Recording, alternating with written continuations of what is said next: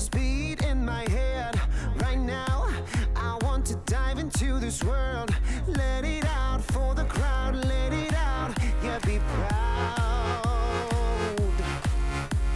Right now, this is a real good atmosphere. Right now, superficialities are here. No excuse, no rules, no one to judge. Just give a fuck. The time has come to lose control. Don't be so shy, just let it flow. We are the masters of our own world, of our own world. We pray for fire in the sky. We show that this night is our night. We stick together, together, together. We're alright.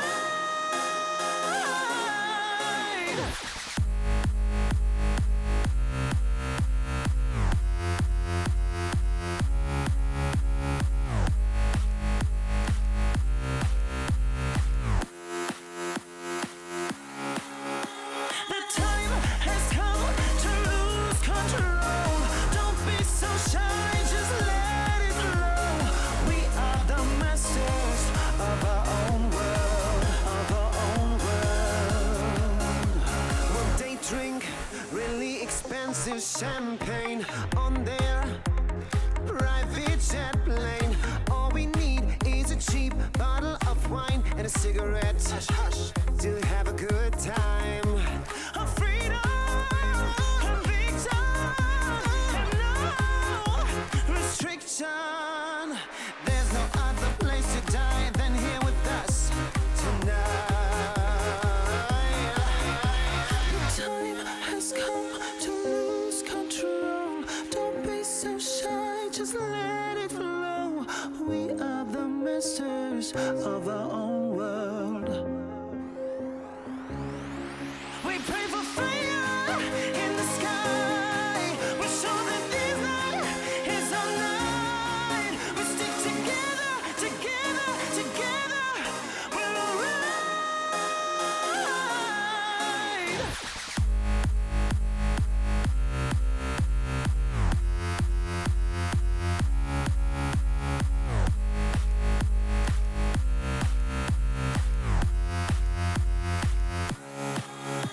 The time has come to lose control. Don't be so shy, just let it flow. We are the masters of our own world, of our own world.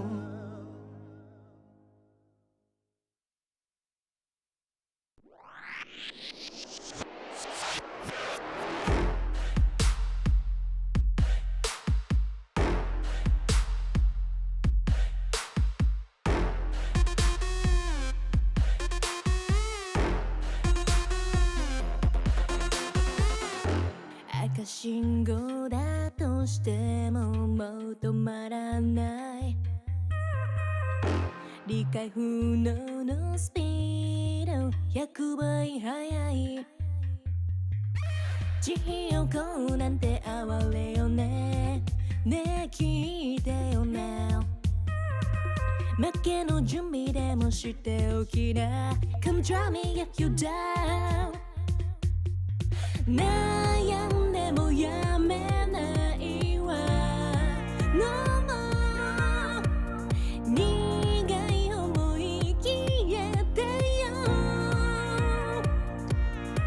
この街に呼ばれる際にレクチャー全力で追い越してよさ Driving モール始めよう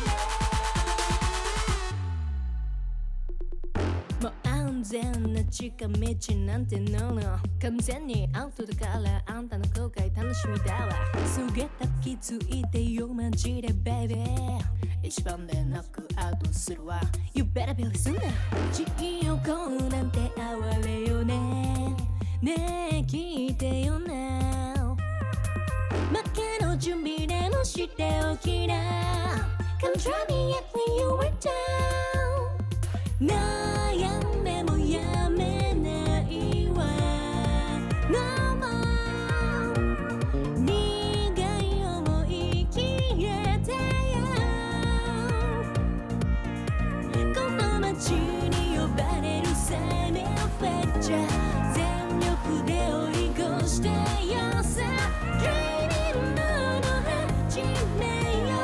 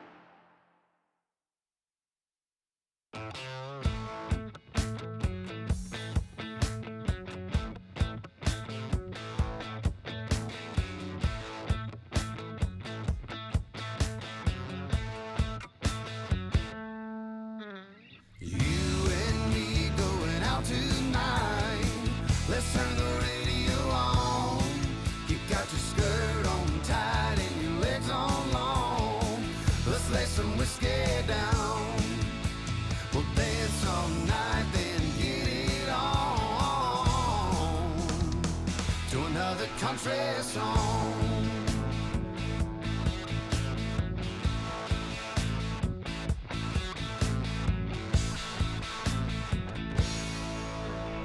You and me going out tonight Let's turn the radio on You got your skirt on tight and your legs on long Let's lay some whiskey down We'll dance all night then get it on To another country song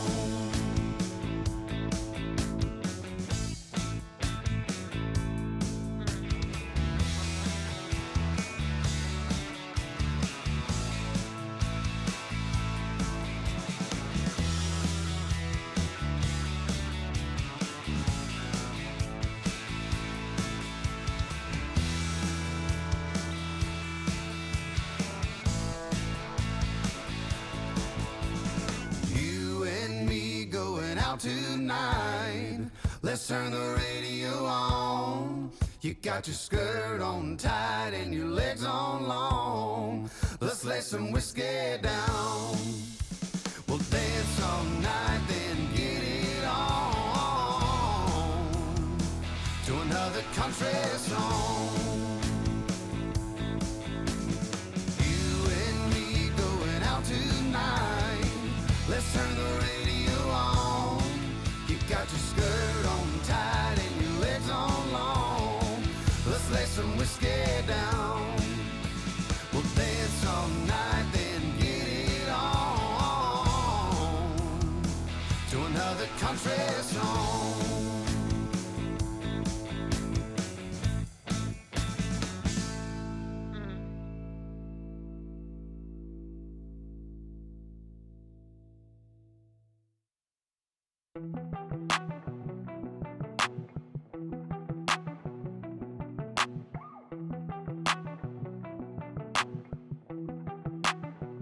I saw you sitting in the moonlight, tripping runs through your heart. Oh, we were skinny dipping, slowly sipping, then we fell apart. I'm just trying to catch a break from your love, oh, hey.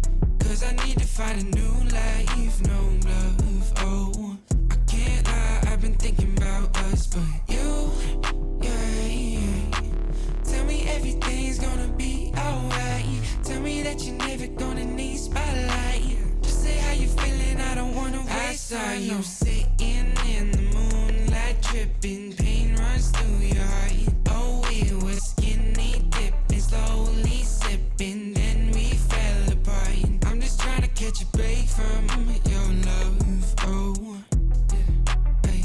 Cause I need to find a new life, no love, oh. I can't lie, I've been thinking about us, but you know better than anybody around me, yeah. You know I think we both need a break from this thing called love. All love ain't the thing to question, it's all love. I got plenty problems and no shoulder. Last night on the tour, ain't no tour bus. I saw you sitting in the moonlight, tripping, pain runs through your heart.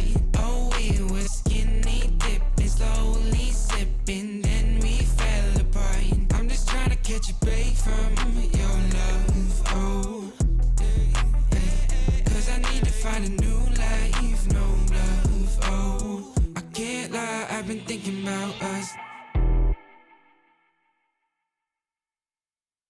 Putting out the fires, my head calls me a liar. I'm sick of breathing in your smoke. Leave a little longer, embrace a little harder. Yeah, every time we're not wrong, it's like we're walking on water. Oh, too good to last long. Putting out the fires and looking for a miracle. It's like we're walking on water.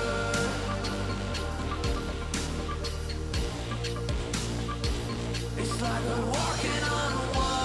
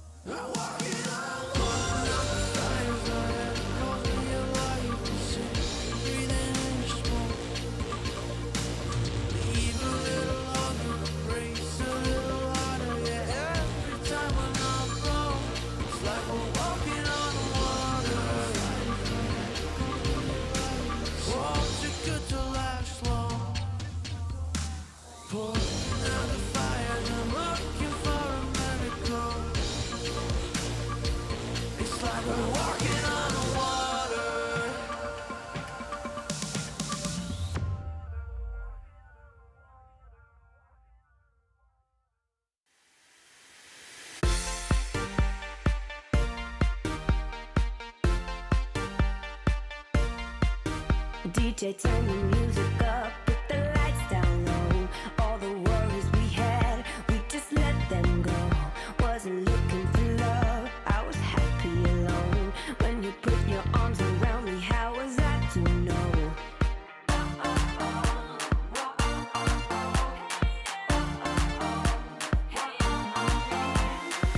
I never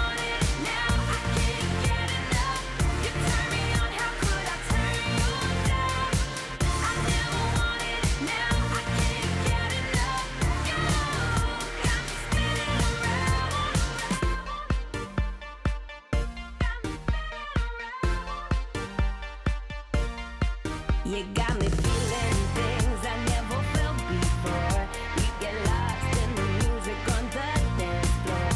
If I leave you now, I leave you wanting more. If I leave you now, I leave you wanting more.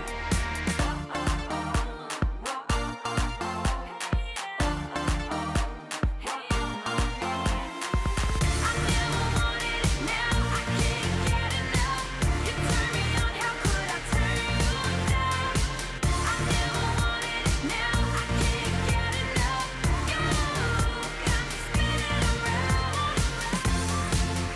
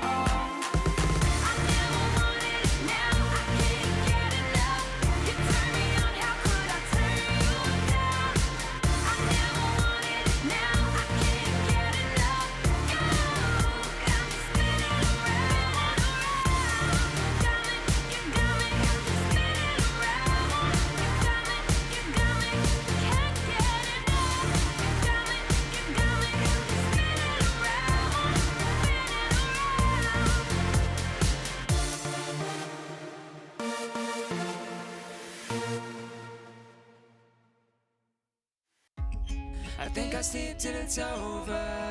I think I sleep till it's over. I think I sleep till it's over. Broken letters, woven, breathing every now and then. Getting hurt but never learn. I'm falling short of hope again.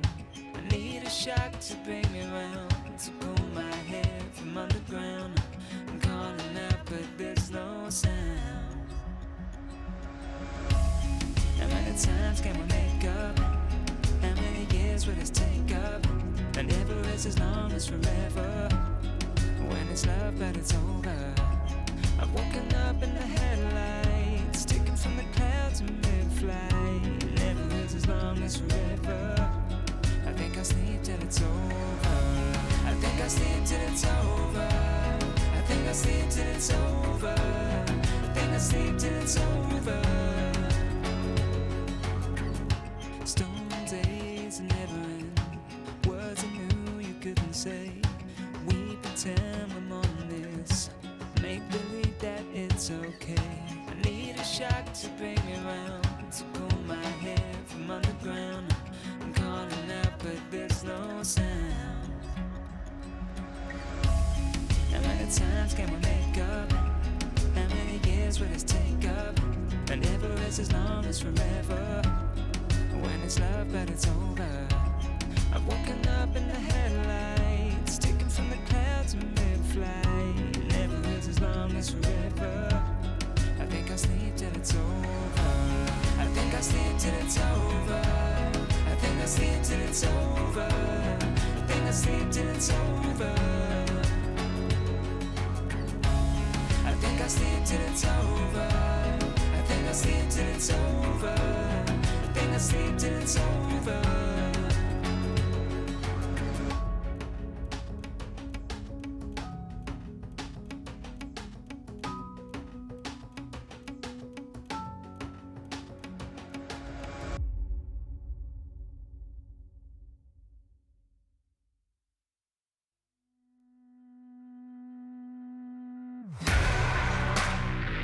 Oh, won't you break me out?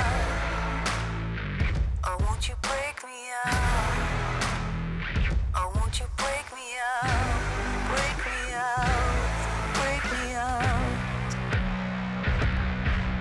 On the lock, on the key, and I'm doing time. Someone to save me, turn on the light. I don't know what is wrong, but it just feels right. Won't you break me out? Won't you break me out? Like a bad dream, but I can't sleep. Seems like I just can't get past me. Oh, oh, oh, oh, oh, oh. Won't you break me out? You're the chain, you're the lock. Won't you hold me down?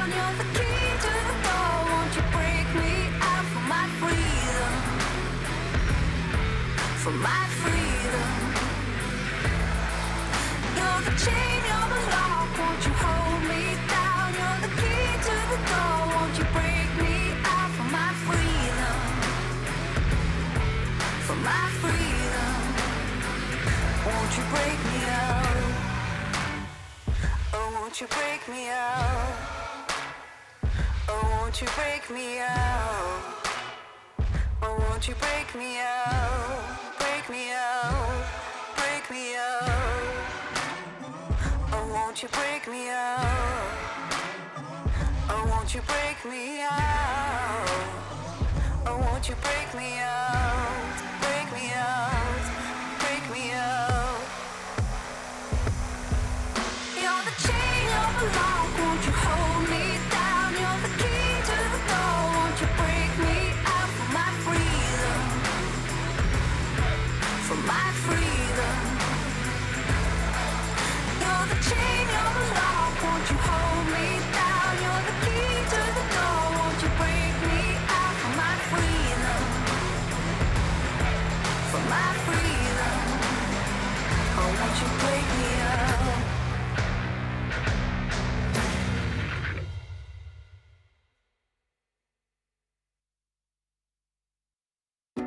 Wanna wake up in my bedroom with you right next to me, holding my hand. Something I could get used to, 'cause you're by my side. When city lights blur the evening, hollow skies grab my feelings, and shooting stars have no meaning. I know, I wanna be where you are forever and ever. I wanna be where you are forever and ever. I wanna be where you are.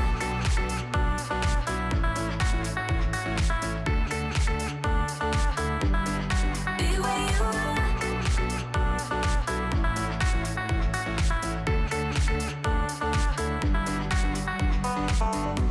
There's nothing like this feeling. Could look at you for hours, don't mind me. Didn't know how much I needed to have you by my side. When city lights blur the evening, hollow skies grab my feelings, and shooting stars have no meaning. I know, I wanna be where you are forever and ever. I wanna be where you are forever and ever. I wanna be where you are.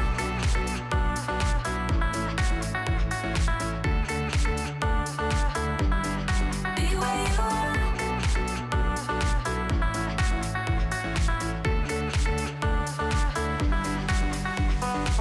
When city lights blur the evening, hollow skies grab my feelings, and shooting stars have no meaning. I know, I wanna be where you are forever and ever. I wanna be where you are forever and ever. I wanna be where you are.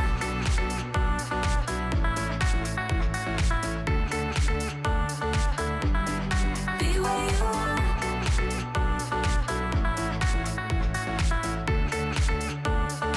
I wanna be where you are.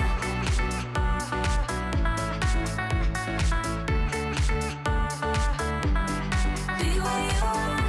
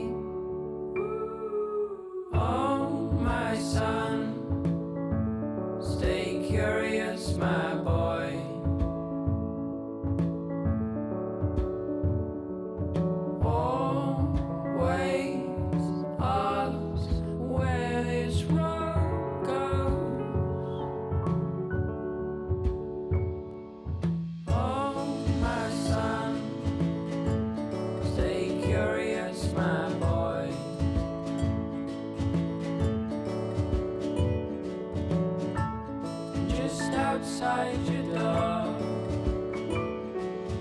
You'll find love where you don't know.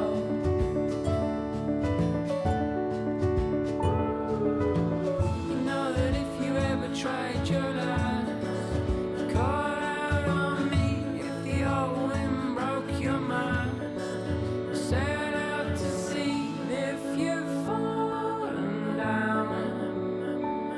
You know that I'm here, so you come on home to me.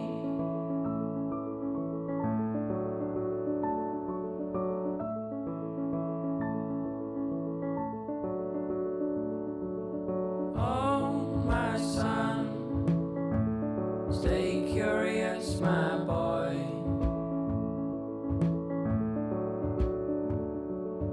Always ask where this road goes.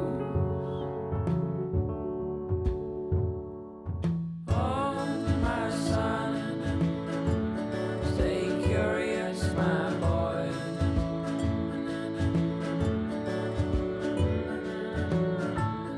Just outside your door, you'll find love where you don't know.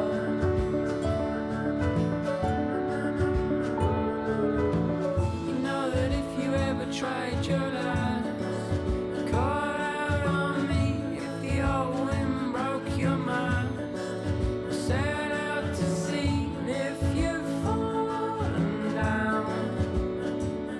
You know that I'm here, so you come on home to me.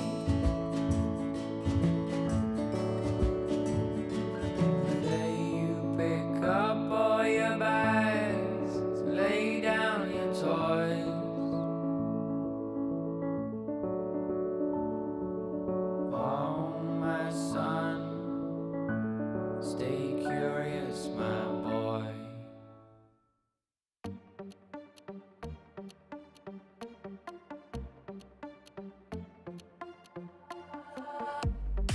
身も蓋もないわねマジで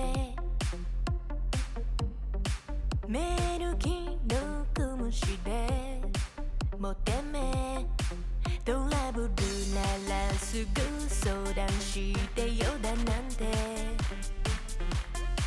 細い指先が僕を指す Please come this way ピンヒールで突き刺す血の味が欲しいまで純粋だと思ったバカね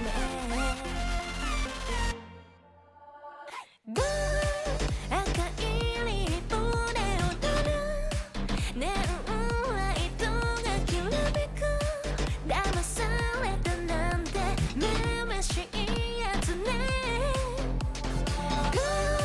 通報するならすれば罪深いの私よこの世のクズどもよかも民がひれ伏す農場の世界へようこそ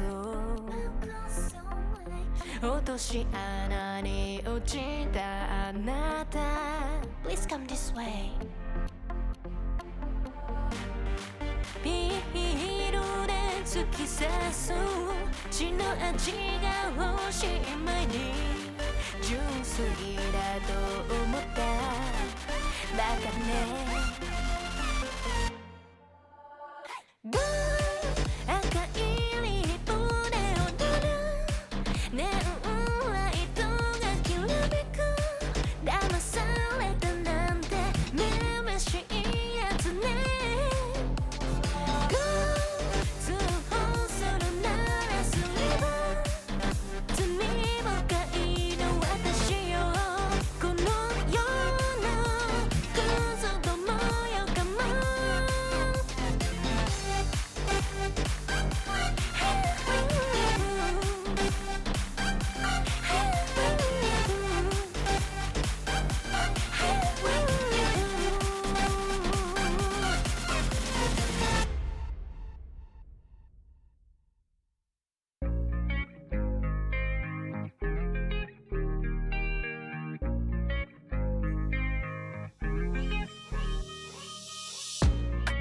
Stop playing with my heart right now.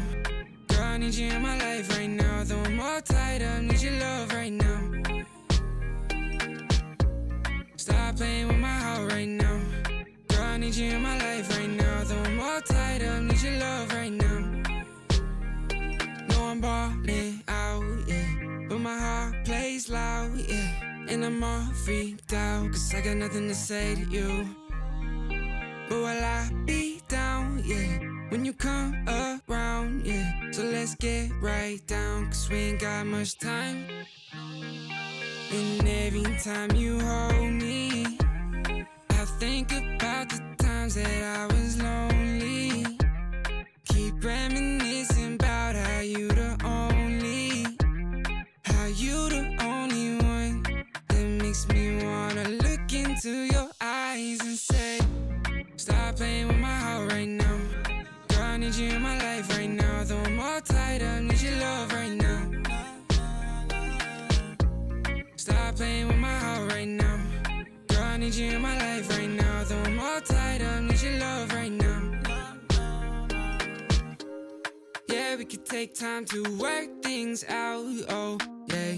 But I want you in my life so we could have each other, yeah. I know it seems hard to shine, but you're a million stars at all the same time, yeah. And you know I really mean it. And every time you hold me, I think about the times that I was lonely. Keep reminiscing about how you the only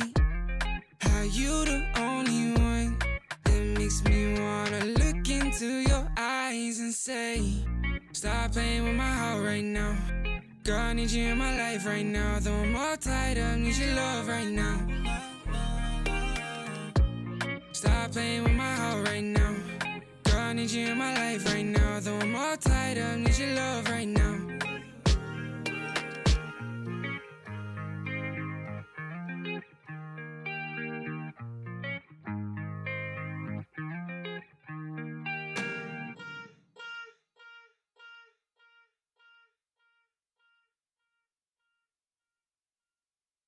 Different energies I bring, only sickness I fling. Bad like Gustavo Fring, can't try not a ting. Flyboy, I got the wings, and they can't keep up with me, dog. That's why all that I bring is wins. And they wanna hold me back, never doubt I'm a king. When they grab Mike and a chap on the ting, I don't wanna hear no talk from jokers. Say you got waves, I'll split that like Moses. The way that I catch it is flawless, it's awkward, cause they can't do it when they talk up. I don't wanna hear that ever. Stay on the ground like Cellar, they know man shell off. Feel man trying to get ahead of me. They should've known they ain't really got the energy. I got the energy. Run laps and laps round them, they ain't even got no energy. So that means no power, they don't wanna be my enemy. That might end up in a penalty. I got a different energy, no matter what I encounter. No, I got the energy. Run laps and laps round them, they ain't even got no energy. So that means no power, they don't wanna be my enemy. That might end up in a penalty. I got a different energy, no matter what I encounter. No, I got the energies.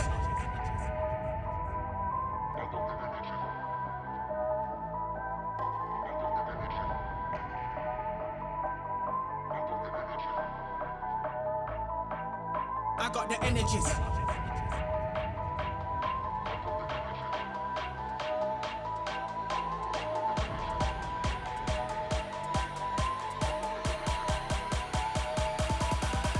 I got the energy. Run laps and laps round them, they ain't even got no energy. So that means no power, they don't wanna be my enemy. That might end up in a penalty. I got a different energy, no matter what I encounter.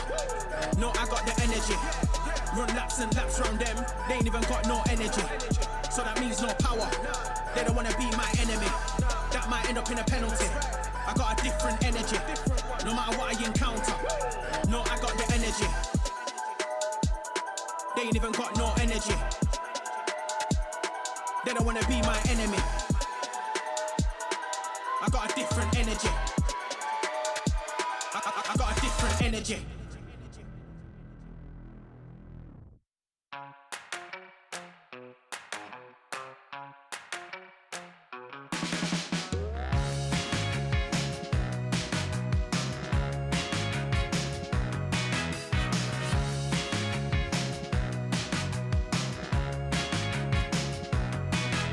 So I got my education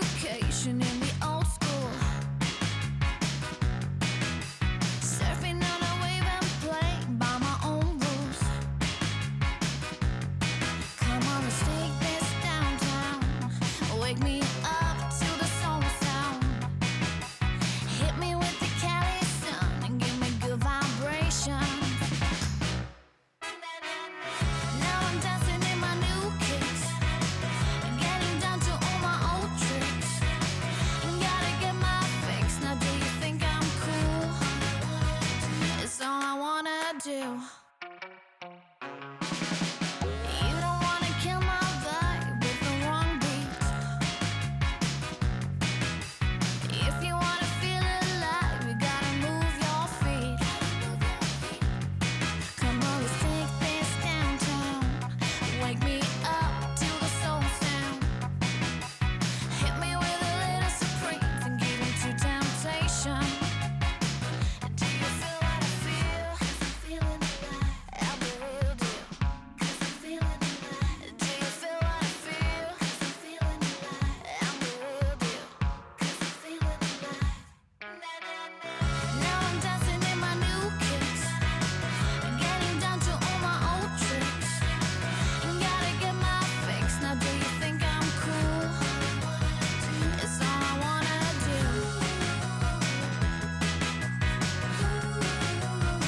It's all I wanna do.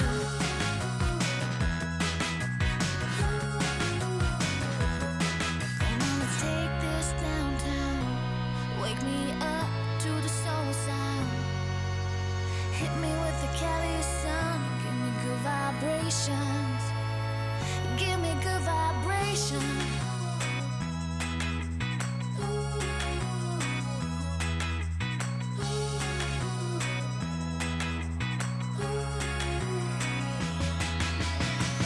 Now I'm dancing in my new kicks, getting down to all my old tricks.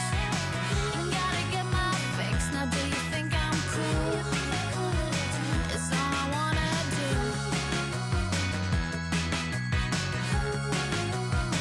It's all I wanna do.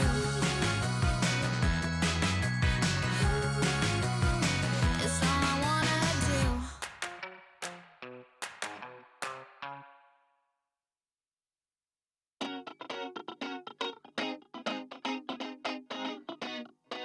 Here we go. 1, 2, 3, 4. I don't really care about like all them fancy things. Never had a lust for cars or sparkly diamond rings.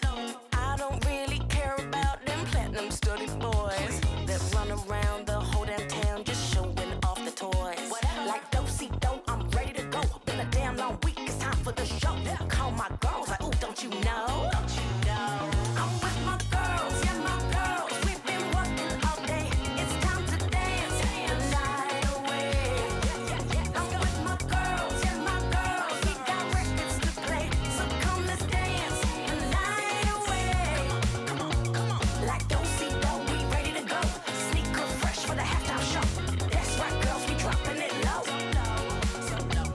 Like do-si-do, we ready to go. Sneaker fresh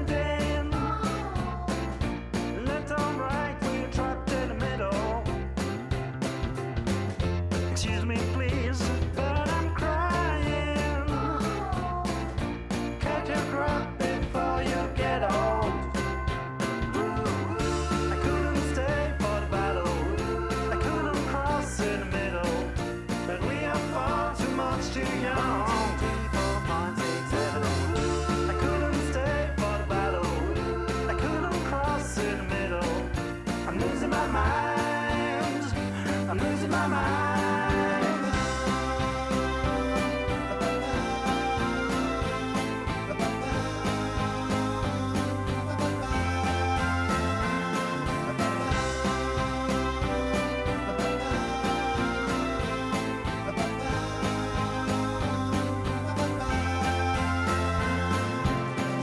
Excuse me, please, but I'm standing left or right when you're trapped in the middle.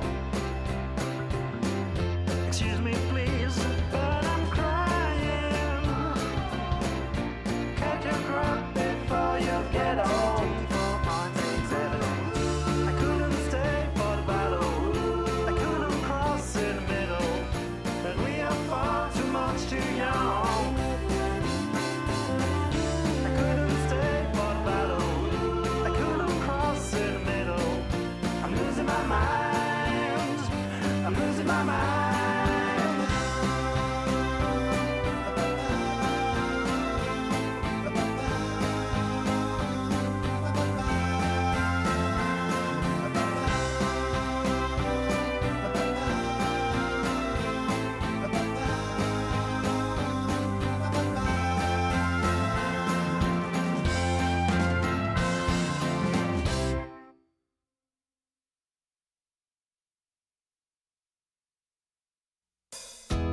Didn't even know what happy means till you came along and walked into my dreams. It's funny how the times can change so fast. Looking straight ahead, I don't think of the past. You've changed everything. It's like bright lights and a starry sky. We're gonna feel that way most every night. Sunlight on a summer day. We're gonna laugh and dance all the rain away. Sing a new melody. It's full of love. It's beautiful and free. 'Cause you belong, you belong, you belong to me. Birds fly, fill the trees like it's always spring. White clouds high above, I know just what I mean. Your smile, this love are an endless road. And I'll walk, I'll run, anywhere it goes. You've changed everything. It's like bright lights and a starry sky. We're gonna feel that way most every night.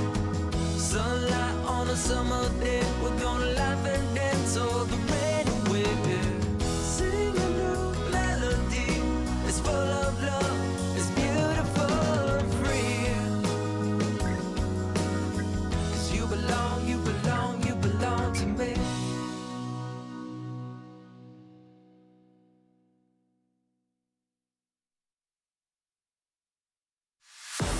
Tell me what you're dreaming of, waiting for your fate to come.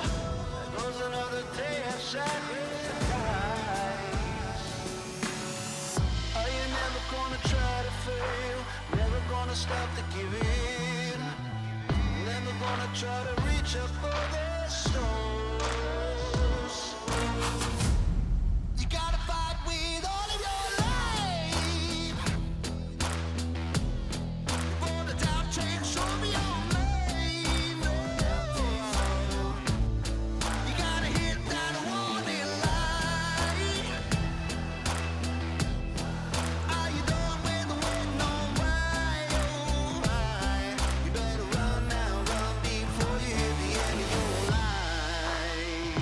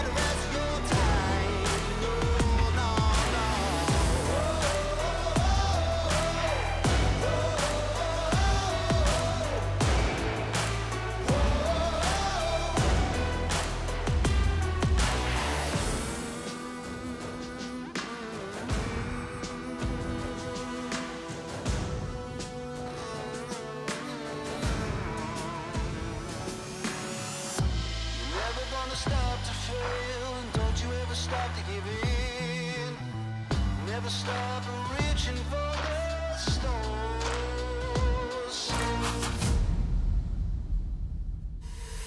So what you waiting on? Get up, take back control. Ain't no point sitting wasting all the rest of your life.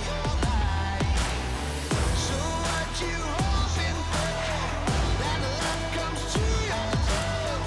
Ain't no point sitting wasting away the rest of your time.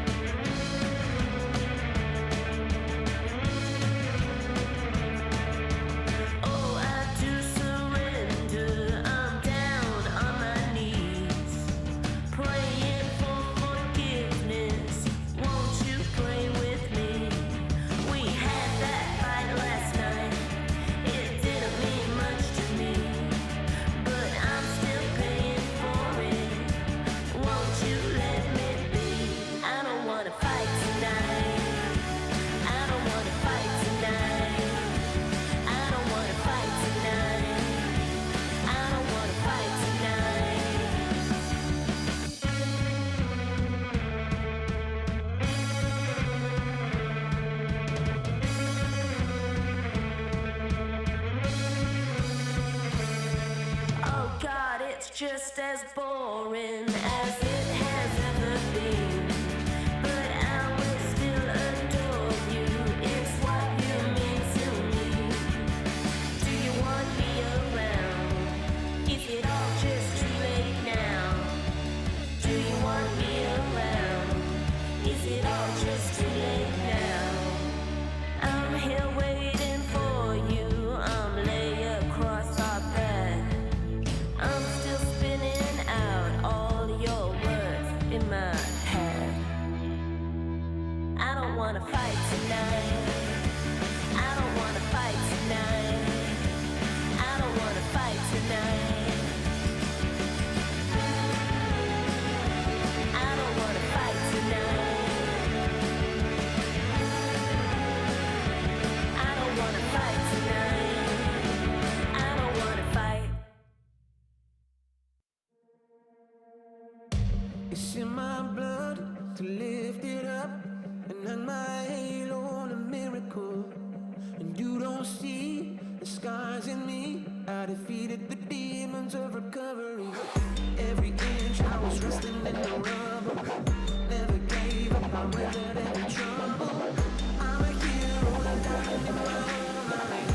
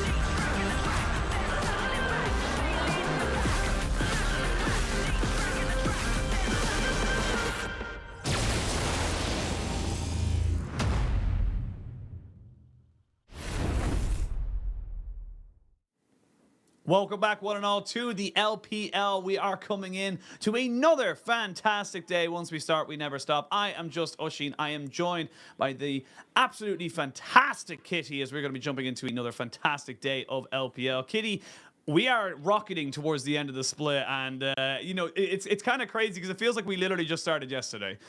Yep, with the 7 games a week, I mean, things are going by pretty quick, but I also want to mention our outfits today. We did not coordinate at all. I am the blue caster minion, and Oshin is coming in here with the red caster minion fit, so very opposed to each other.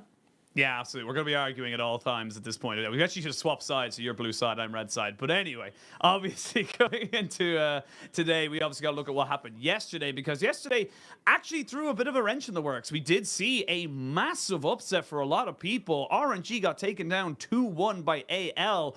And that honestly could be the kind of a start for AL to maybe bring themselves some kind of life. But for RNG, massive blow for their playoff hopes. Yeah, I remember talking about this with Mazel, where RNG was on a 4-game winning streak with Angel being subbed in as that mid laner. But up against AL, we did not expect them to drop the 3rd game up against them. And it's just really surprising. You know, you do want to give time to Tangy as he wants. Is it Tangy or Tangy? Oh, I don't know. I was going to say, you're the authority on God. that. I'm going to say Tangy. Well, Tangy definitely would enjoy some Sage game, but obviously they dropped that game too, and it just looked very scrambled from the side of RNG, and definitely a very big upset where they did end their 4-game win streak, and it might even impact the rest of the split for them. Absolutely. And of course, Top Esports did beat WE 2-0. It was a fun time for Top Esports. They were kind of just playing with them at the end of it. It was a bit unfair, to say the least. But we have a look at our standings now, and everyone's starting to hit that 9-10 games or 9-10 series hit now in the season. So we are starting to catapult ourselves where, you know, yes, we were kind of giving excuses at the start of the split. Excuses are few and far between now, Kitty. Yeah, I mean, as we approach the playoffs, 10 spots, or the first 10 spots, is going to really, really matter. We're going to see OMG go against, I believe, NIP4 later today, but they are sitting nice and pretty in that last spot of playoffs, so this is going to be very important for them in this upcoming series. But I also wanted to mention LNG, still sitting very nice and pretty in that first spot, where a lot of people excuse their performance because they had a better schedule where they were versing the bottom tier teams, but now that they've gone up against Weibo and they actually just dumped on them, I'm not too sure if people are just underestimating LNG or if they're genuinely really, really good and really strong.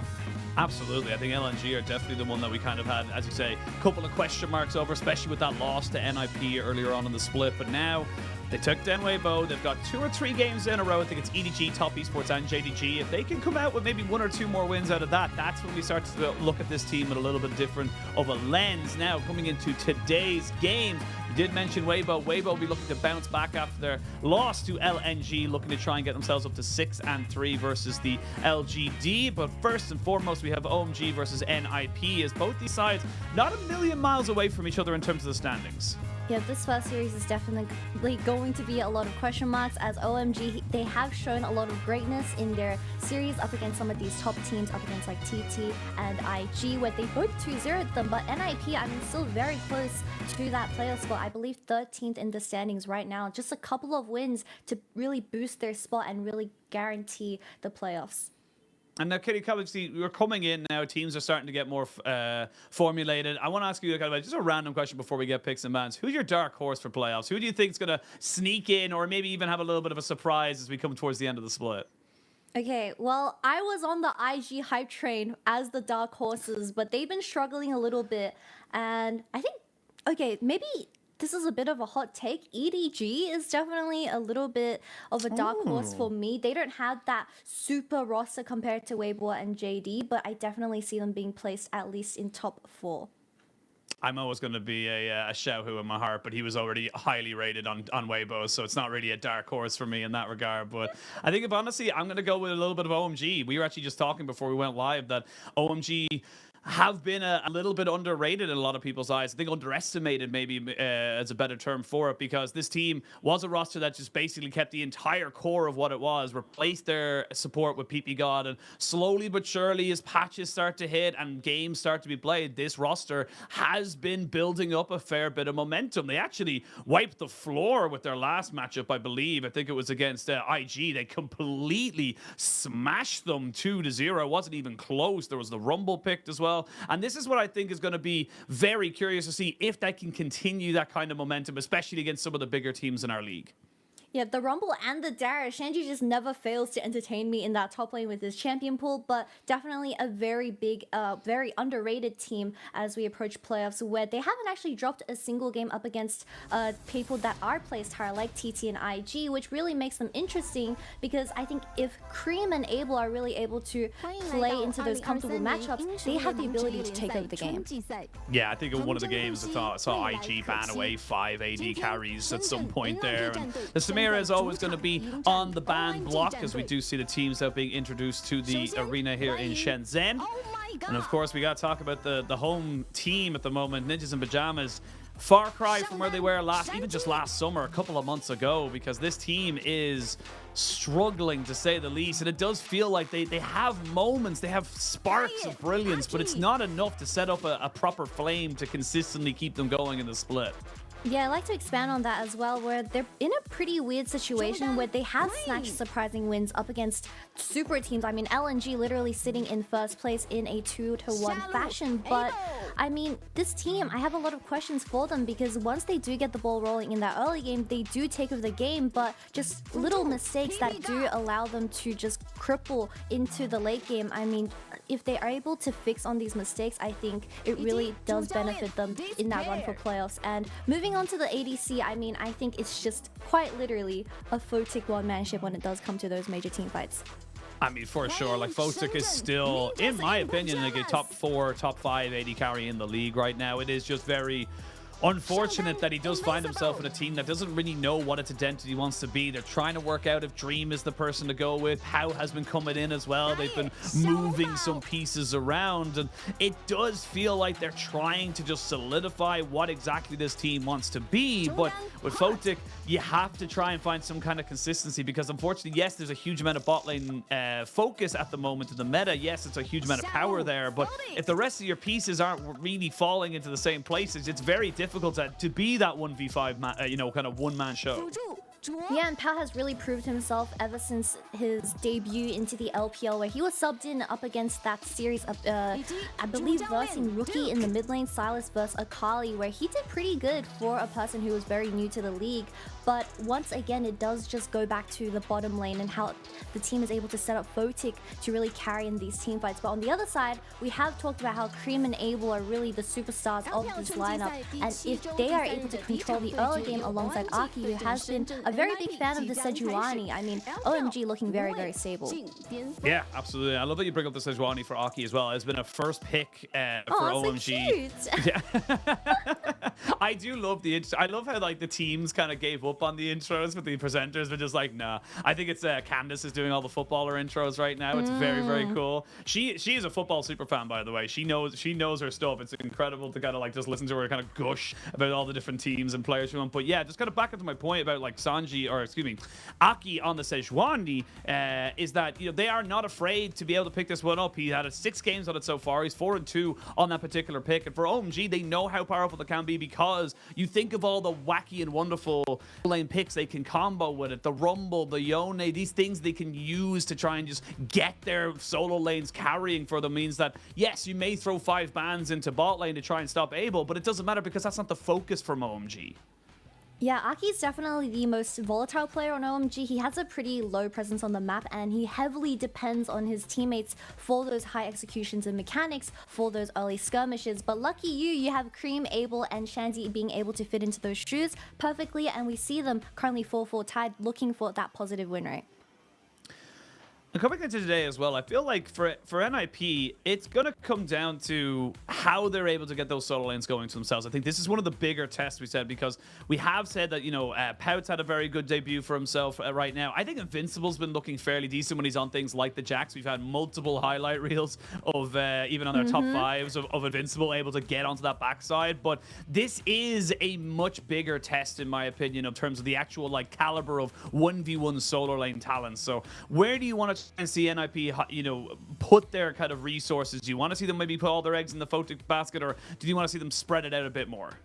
Oh, it really depends on who gets that counter pick in this top lane, because I'm very interested in how Shanzi vs Invincible will go down, because Invincible, he had a pretty banger debut with the Jax, like you've been saying. He was 2 years on the NIP LPL roster, where back when it was called V5, so he's definitely shown his potential in that top lane coming into the early start of this split. But ever since then, he's kind of silenced down, in my opinion. Definitely more coin flippy nowadays, where, like you said, he is a big fan of that Jax, but we've also seen him on champions like the Cassante and the Sion.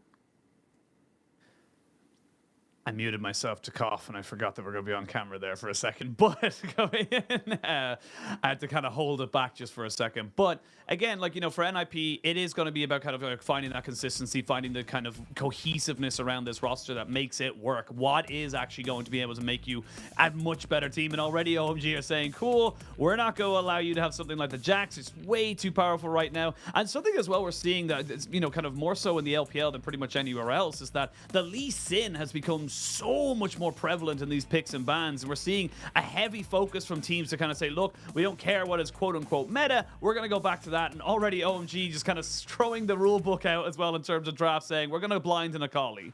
Yeah, Xiaolongbao definitely a big fan of that Lee Sin. Already having 2 games ever since the new patch. But something that I need to highlight is this Vi pick. Both junglers very big fans, specifically Aki, where I think it will be the perfect answer alongside Akali up against something like the Varus. But NIP, I mean, the Ashe is still available. So if you do want to sneak that into your pockets for this first 3 picking phase, that would be amazing for them bottom lane. See what they want to try and go for here. But I will say you are able to get Pout onto the rise. He has looked very, very comfortable on this pick. You know you're going into an Akali, so he's going to have that early priority in the first few levels of the game. Very happy to pick that one up for himself. But now OMG find himself in a unique position. We might actually see the Samira being picked up here. They could go Samira Nautilus straight away because it has not been banned. It is something that Abel is very, very comfortable on should he want to go for it. But in traditional OMG style, they want to try and get those solo lanes locked and loaded as soon as possible.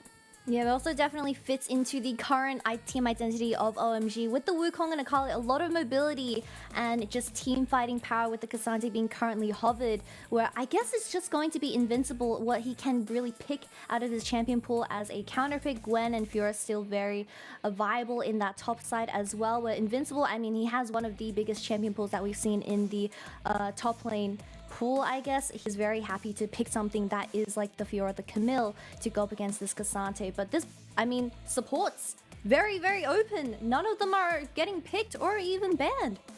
No, not at all. But the Xin Zhao going to be locked in here for Xiaolongbao. XLB picking up again something very similar in style. We saw it a lot in 2022 where it was the kind of the trade-off of either the Lee Sin, the Xin Zhao, something that can get early skirmishes going. And there is the banned by NIP. They're kind of saying, look, we let it go all the way down to here. We're not going to let it go any further because, again, when things start to get banned away in the second phase, you are starting to see a very vulnerable bot side. So OMG, they're just front loading the top side. They're saying, look, Abel, PP God, we have full faith in that no matter what is banned against you, you could make it work. We're just going to make sure top side works for us. Yeah, I'm pretty surprised that OMG is also banning out the Jace. They do not want Shanzi to be versing something like the Jace in that top side, since they have already locked in the Rise. But back to this bottom lane, 2 ADC bans coming out of NIP already, where the Ashe also gets taken off. That does open the pool to something like the Zeri. I mean, you can also pick something like the Jhin, where you already have so much engage and, I guess, dive power from the side of OMG. It would fit perfectly into this team composition. Yeah, and I love as well that we kind of, you know, you look at the AD carries that are actually banned. It's Kai'Sa and Samira. These are not exactly the most meta of picks right now. We even saw it yesterday where it was like you're playing a Kai'Sa into a Varus. The extra range into a lethality Varus becomes untenable in the long sense of, you know, kind of in the longer range battles that you end up in that mid game. So really curious to see now that NIP are saying, look, we know how Abel wants to play, we know what kind of style he wants to go for, but then that just leaves open something like the Zeri Lulu. And despite all these very specific bans coming out here for the side of NIP, OMG get themselves what would be a very normal draft from everyone's kind of, you know, how everyone is concerned. Your bot lane is happy to just farm up, while your top side is the kind of ones that are getting up to level 6 and looking for those opportunities. Yeah, definitely a very traditional team composition for this game one on the side of OMG, but NIP locking in this Karma, at least hovering it paired alongside Varus, does mean that they are trying to look for that lane party in the early game, which does allow this Xin Zhao to make plays around the the map, and especially with that dragon. But looking at the side of NIP, very aggressive. Renekton Xin Zhao can get into the face of Zeri and Akali in these team fights. But I also do want to mention that, I mean, NIP, their team composition, you are going against something like the Wukong and K'Sante, where they do have a lot of power in the 5v5. So NIP needs to get that ball rolling, because I think Ryze as a champion on itself, he doesn't do too much damage, but he's definitely tanky. Yeah, absolutely. And I think that's the kind of setup right now. You can see with NIP, they're going for that early winning lane phase. They've got the Renekton, the Ryze, and of course the Varus and the Karma. They are going to be pushing a lot of the time. So a lot of the ways, especially from my point of view, is that I'm looking for NIP to be the aggressors in the first few minutes of the game. I'm looking for them to be active, to try and kind of keep this, OMG roster down. On the other side of this one, though, is that if you go late stage, if you're able to get into big team fights where the Akali and the K'Sante can start to pick people off and the Zeri is left untouched, that's a very scary team composition to be going up against. Yeah, this is also going to be Cream's debut game on this Akali, where we've been highlighting that he is the main carry of OMG when it does come to these mid-game skirmishes, paired alongside Aki on this Wukong. I mean, they just have so much presence in the map, and if Cream is able to get out of lane without getting pushed in, I mean, these early objectives are looking very, very good for the side of OMG. We are locked and loaded. I love how you mentioned as well, this is his debut game in 2023, because when you actually look at his career over the last 2 or 3 years, it's one of his most played. I think he has like 33 games played. He's a very prolific Akali player. Normally, the Akali and the Asylum are just banned against him. And now we're starting to see, for the first time in week number 7, we are getting the Akali for Cream. But we shall wait no longer. We shall hypothesize no more as we jump into the Rift for game number 1 of this best of 3 for NIP. Ooh, that's a loud crowd. But for NIP, this is a huge moment there to try and push themselves forward. He should be fine. He's positioned themselves in the rush there, but NIP looking for some purchase. We're seeing this a lot more in the LPL. A lot more level 1s down in the spot side to try and catch somebody out. Yep, with the Karma already having that sweeper available does mean that they are going to gain the bot lane Bush Party, which is exactly what you want as the bot lane of NIP. Something like the Varus and Karma, they're going to provide so much poke in terms of the trades. I mean, Zeri, she's just trying to survive lane and get to those item spikes later on into the Baron objective and stuff like that. But Xiaolongbao does look like he's going to be starting this red buff, which does allow open angles at least to play towards that bot side.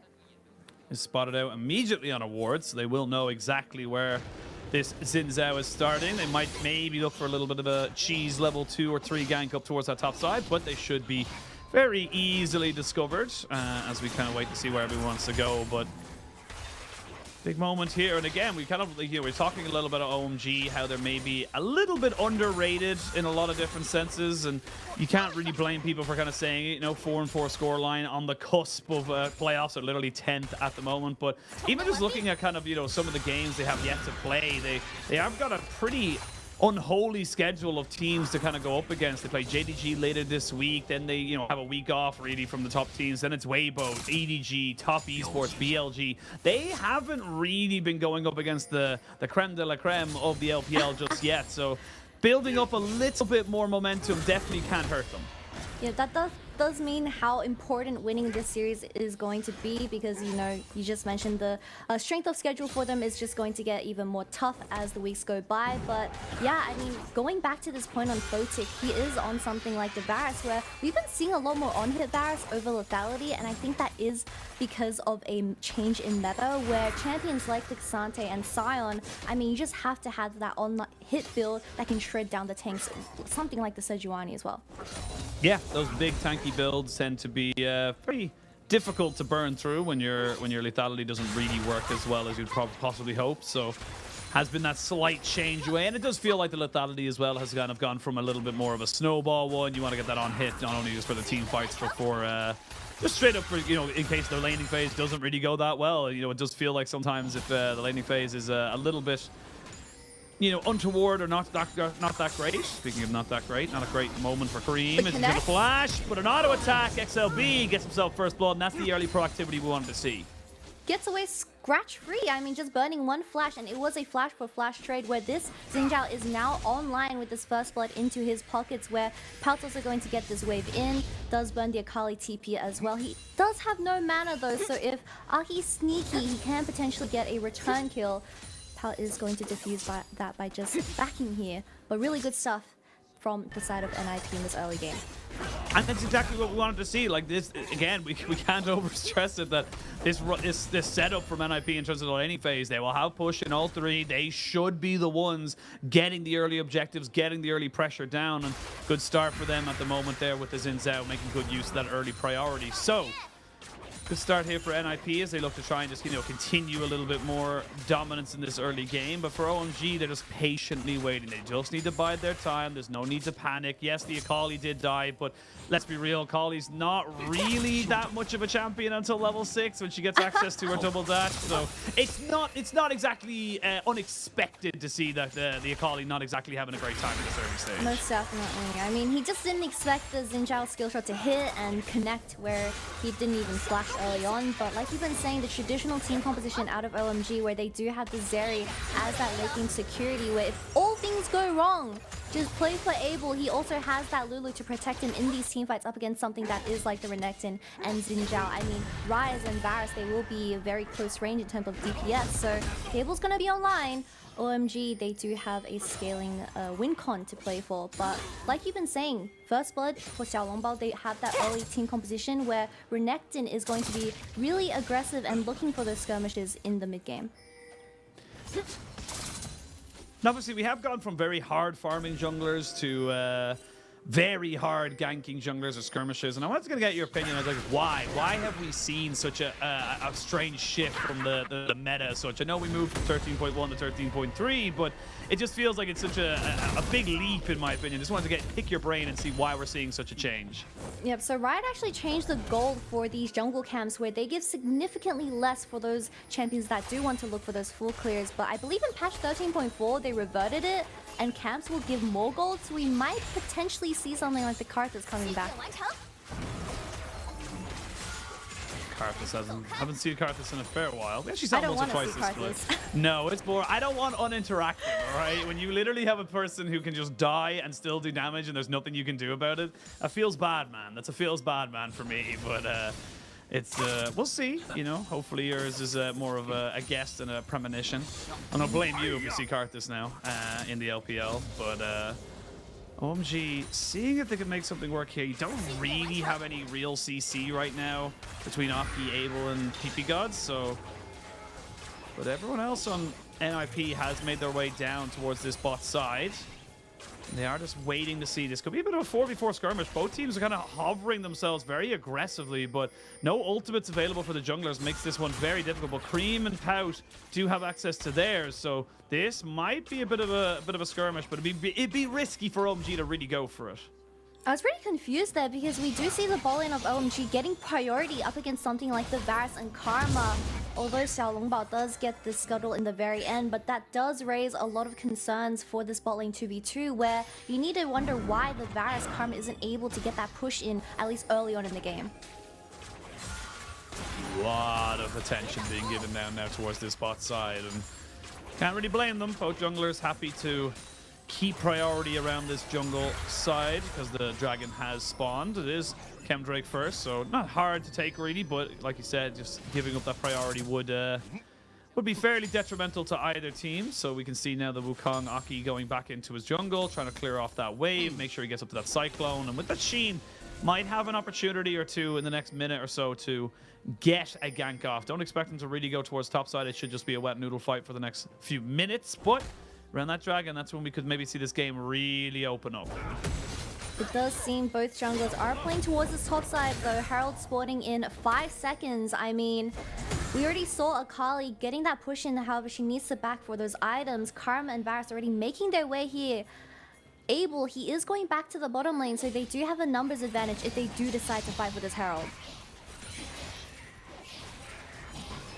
Well, full rotation coming in. They've already kept Zeri down that bot side, so NIP fully committing, while the side of OMG just tend to keep themselves and their priorities towards that scaling. They're happy to let this one go off as easy as you like. They do not have a TP on Pout, so he isn't going to be able to rejoin this one here. And actually, they haven't fully secured this side of the jungle right now. They are getting priority in mid, but it is difficult for them to really commit to this, especially with topside not really there. And yeah, they're going to have to commit the Realm Warp just to make sure they can get this, because Rift Herald's resetting.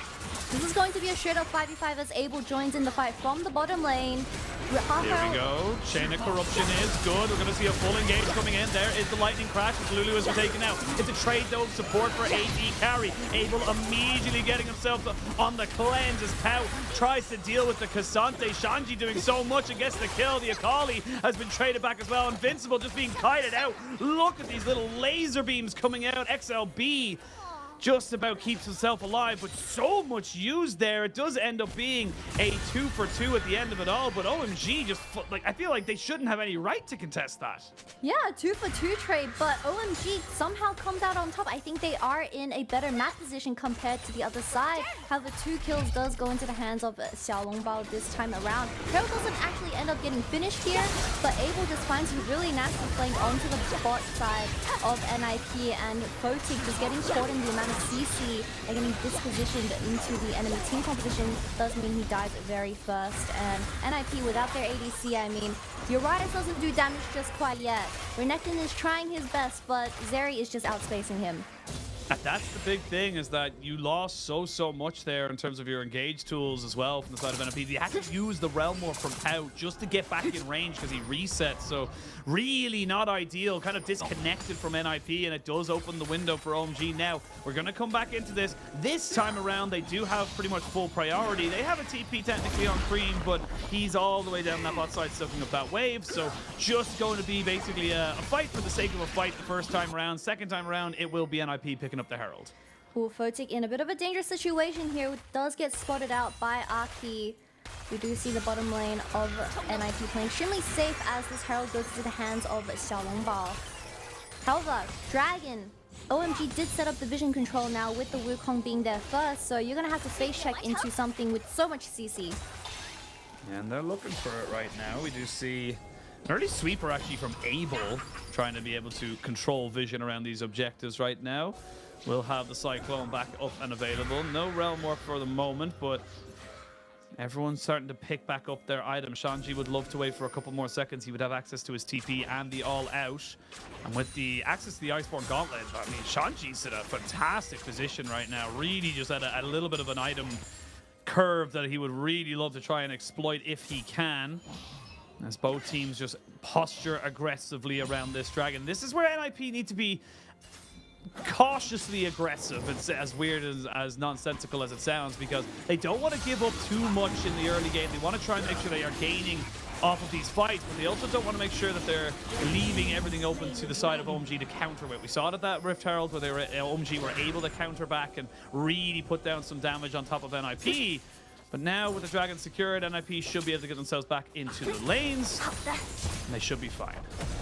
Most definitely. The fight does diffuse and the Dragon does go towards the side of NIP, but, you know, I'm not too mad at that because OMG is just trying to scale to that late game where this Zeri is already a little bit ahead in that CS where she was able to catch that extra wave as Photic rotated to Herald first. But my concern is that Cream on this Akali, he's already 0-2, and you definitely don't want an assassin to be behind in items because nothing is going to be dying in the team fights when NIP, I mean, this Right's just going to build a Roa, and you also have to deal with Immortal Shield Varus.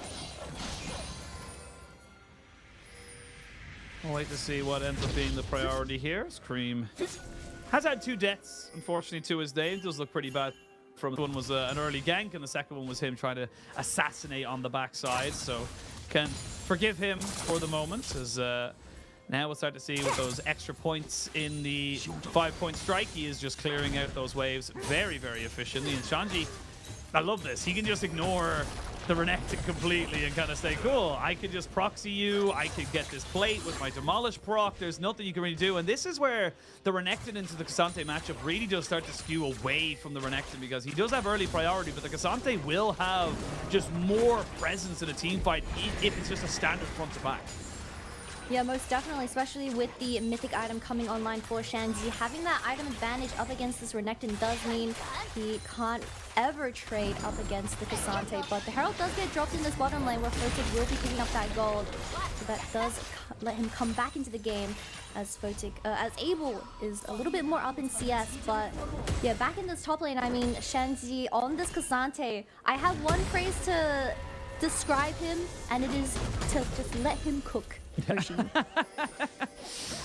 You are a Twitch streamer, as it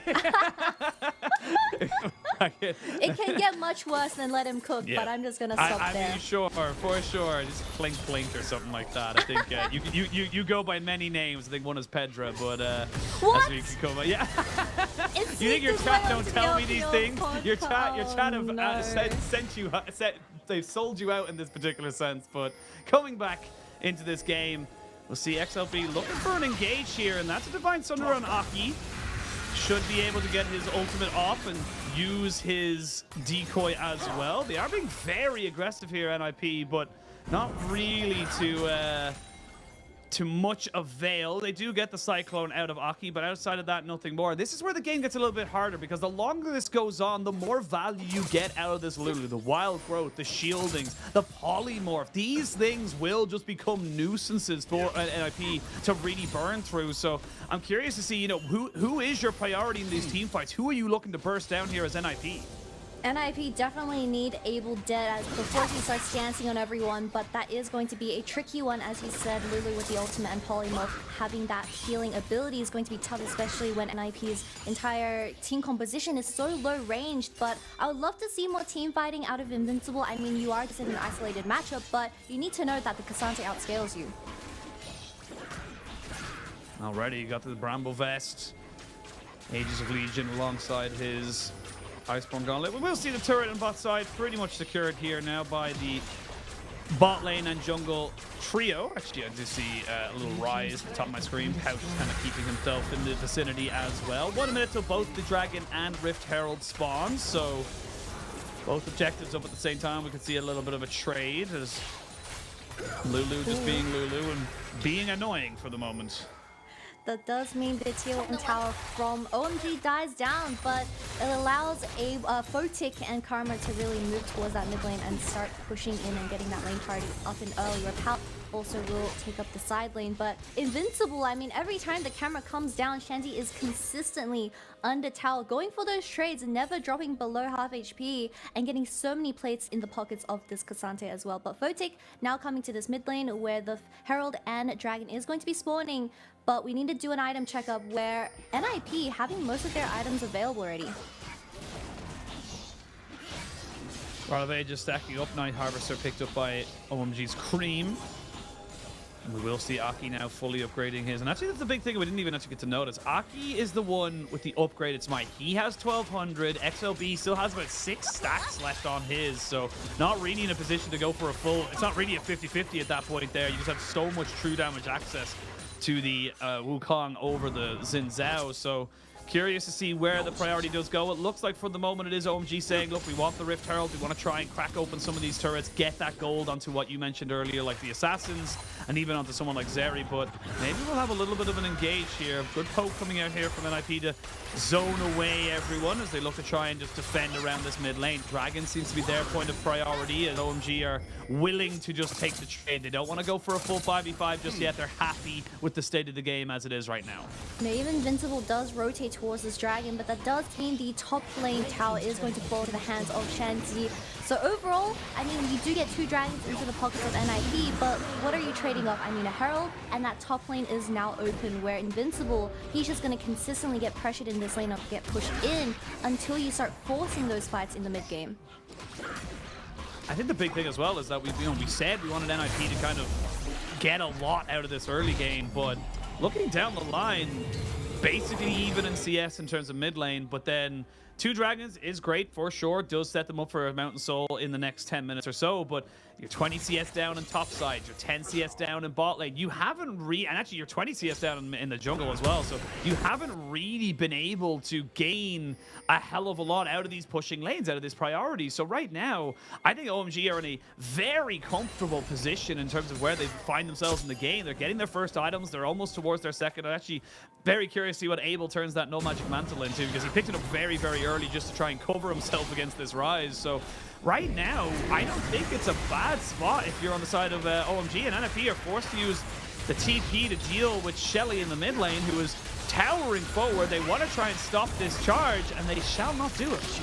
To protect the mid lane tower from falling down, but like you've been saying, Xiaolongbao, with that first blood going into their pockets, we didn't see too much out of this Xin Zhao pick, and of course up against Wukong, you just don't have as much CC. Here we go, the Cyclone goes in. That's going to be everybody caught up and on top of it. They use the wild throw, but Aki does fall after the end of it all. XLB tries to flash away, but Cream follows him to his death. Now we might see a little bit more use as Abel gets himself over the wall. They do get a 2-for-1 trade as OMG get a little bit antsy, and NIP respond and say, nah, we're still stronger. And OMG gives what NIP has been looking for the past 19 minutes, where they do get a 2-for-1 trade, but this Akali, now 1 and 3, does get a return kill, but that does mean she also dies as a response, where I think just the communication from OMG wasn't there, as Wukong died really fast, and the Akali went back and she just also died without the jungler being alive. But we're gonna take another look at this, where Aki gets a really nasty ultimate onto Photic. But Xin Zhao, I mean, he's just zoning everyone up in the middle, where Invincible also trying to do something in that middle lane, where Wukong just gets instantly bursted. Cream goes for the kill under tower, does end up dying, but able to sneak away with Zeri E, because Zeri do funny things. Yeah, Zeri go burr as she does end up getting out of that fight there. And again, like you said, yeah, it did feel like OMG, specifically Aki, just getting very antsy right there, looking for something that just wasn't really there. And you're fighting into a Renekton and a Xin Zhao, who are at 20 minutes very happy to take these fights, very comfortable with where they are in terms of the game. Now a Baron on the map. We do see both these teams trying to hovering around at the Gwynster's Rageblade finished up here for Photic. Photic's been quietly building up a fair arsenal of weapons for his items, and will be able to shred through this Baron objective very quickly. So it's going to be about kind of, you know, making sure that these teams have relative vision control around that area, so they're not just getting that taken away from them without any contest. Yeah, Aki definitely getting a little bit desperate with how forced the engage felt. I mean, Photic didn't even end up burning any summoners, as it was pretty much a one-man cyclone from the side of OMG, but I was pretty surprised because you have the Zeri and Cassante comfortably scaling into that late game, so you didn't need to force something like that. And NIP going back into the driver's position. More pressure onto this mid lane. You can see that just with a Wukong and a Lulu, very difficult to really actually get any kind of defense, so they'll lose about 2/3 of the HP off of that tower. Brunan's Hurricane has been finished up for Abel, so he's getting there. Not quite there, but he is getting there. Double Gore Drinker for the top laner and jungle of NIP as well, so the sustain very much available. You would imagine that outside of the Bramble Vest, you would be liking to see a little bit more grievous wounds to come in from the side of OMG. And with a minute till Dragon spawns, how do you want to see both these teams set up? How do you want to see them kind of move around this objective? As you can't really let this one go as if you're OMG. Yep, this is going to be the third dragon if NIP does manage to grab it into their hands, putting them on soul points. So OMG definitely need to contest this before they ever get threatened for that dragon soul. But I mean, Cream is going to be the point to look out for if he's able to get that flank onto the carries of NIP. I mean, I don't think he realistically has the damage to kill Rise, but at least Photic or Jura and make it a 4v5 where this tower is extremely low. Yeah, they might look to try and just fully contest on top of it. You can see there, they're jumping on the Shanji, using the Chain of Corruption as well. While Soap is used, the Shanji goes all out, and Shanji's just dead. Nothing he can really do. Went too close to the sun and ends up getting burnt. So now, Invincible with the Dominus. They've got to be careful right now. They are still taking a fair bit of damage, but OMG, they're looking for a miracle steal now because they don't have their front line. Yeah, that's your frontline death. The TP is, however, available, so if they are able to really stretch this 30 seconds out and play the 5v5, I think OMG still has a chance. It'll be tough. It'll be tough. They got Aki now in the Dragon Pit. They may look to try and go for this one. Here we go. Cream on the backside goes Invisible, trying to jump on the Photic. They get rid of XLB. They're not going to get the second shot, though, on the perfect execution, but they get themselves a Dragon Chow. See if he can use that Realm Orb. Gets Invincible, who dashes straight away because Abel is starting to burn through them. He's getting some decent damage down, and you can see him there just kind of zap, zap, zap. Flash was burned, and a lot of summoners used. Despite the fight initially going to NIP, it's OMG who come out with the dragon.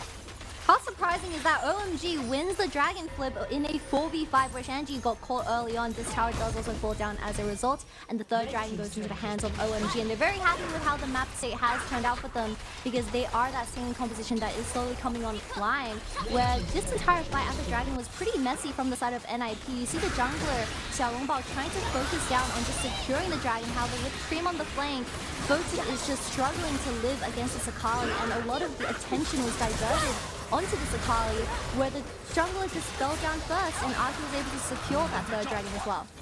And the big thing as well is that we did see the Crescent Guard, but the Crescent Guard knocked the decoy of Aki into the team. So they thought they got the Wukong. They all focused onto him. We actually saw the stuns, the damage all being thrown in onto this decoy. That just basically did exactly that. Just sent a distraction the way of NIP. So really unfortunate setup right there. They were so distracted by the decoy and the Akali in the backside. They just weren't protecting their jungler. And now the game goes into an equal state now. And I'm going to be real with you. It's a Mountain Soul. If that gets stacked up 3-4 times, you are looking at ridiculous resistances to try and burn through here on the side of OMG.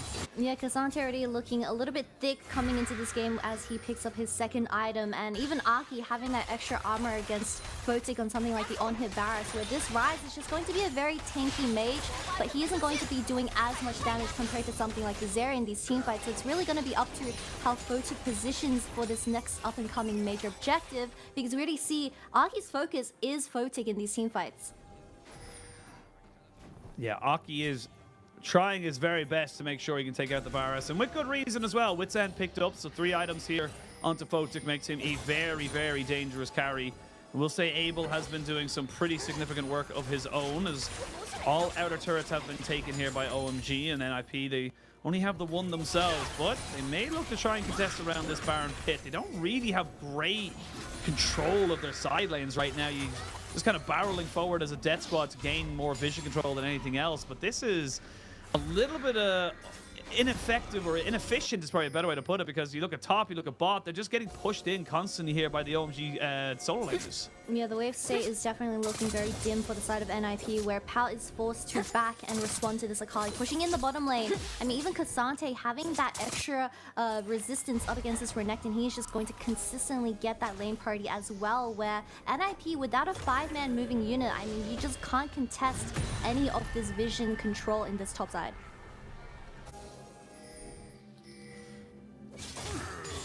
We'll wait to see. Shouldn't really see anything really happening, or at least anything really crazy happening for at least another minute and 45 seconds. You would love to have a Black Cleaver finished up here for Aki as both junglers go towards that particular item. Rod of Ages has been stacked up, so Pao is level 16, 2 levels ahead of the Akali at the moment, so looking very, very strong for himself if he's able to kind of, you know, set his feet down and really make a nuisance of himself. Black Cleaver does get finished up there by XLB as Cream now looking to try and just kind of cover these side lanes.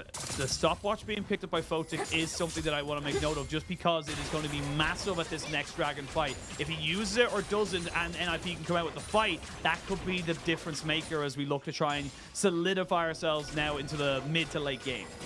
Photic Slash will be available for this next Dragon, however, so I wouldn't stress too much. I mean, he also has the stopwatch available just in case Cream goes for one of those crazy backline dives once again. But Abel, I mean, he is very close to his third item completed. I believe that is going to be the IE, but he's been sitting on that magic mantle for a very long time. I guess a little bit scared of the Pout's AP damage in these teamfights, but it's okay. It's okay. Surely that's going to go into BT.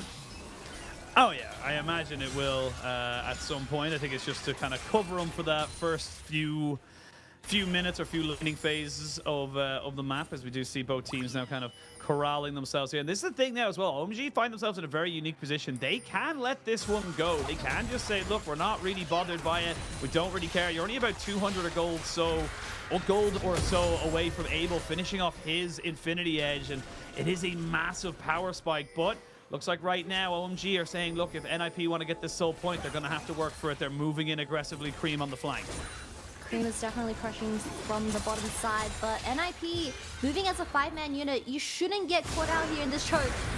Here we go. Chain of Corruption does go down. That's Shanji soaking up the initial brunt. And NIP, they're scared. They're so afraid of the team fighting prowess. And Dragon is going to be started here. And that's OMG finally having priority over this pit. NIP finally get themselves a little bit of gall to go back and get themselves back in this pit. But Invincible is going to have to pop the dominance because he's taken so low. The lightning crash goes in. The cyclone on the 3. I think they can try and put this fight back on top of NIP. Nobody is touching Abel. NIP are retreating constantly. They lose Sanji, but they don't care because Abel is just too damn big. They get 4 kills, and NIP, they just couldn't find the opportunity. And OMG wipes the table for a 1-for-5 trade. My bad, but NIP just, we're struggling to find angles to engage in that team fight where Aki lands the nastiest Cyclone I've ever seen in a choke, and OMG definitely looking to get an inhibitor at least here. I won't think it's going to be game because they don't have enough minions to get the Nexus Tower, but that does mean the second Dragon is going to add an extra 5 minutes to the scaling composition, where the trade-off was only Shanty in this team fight.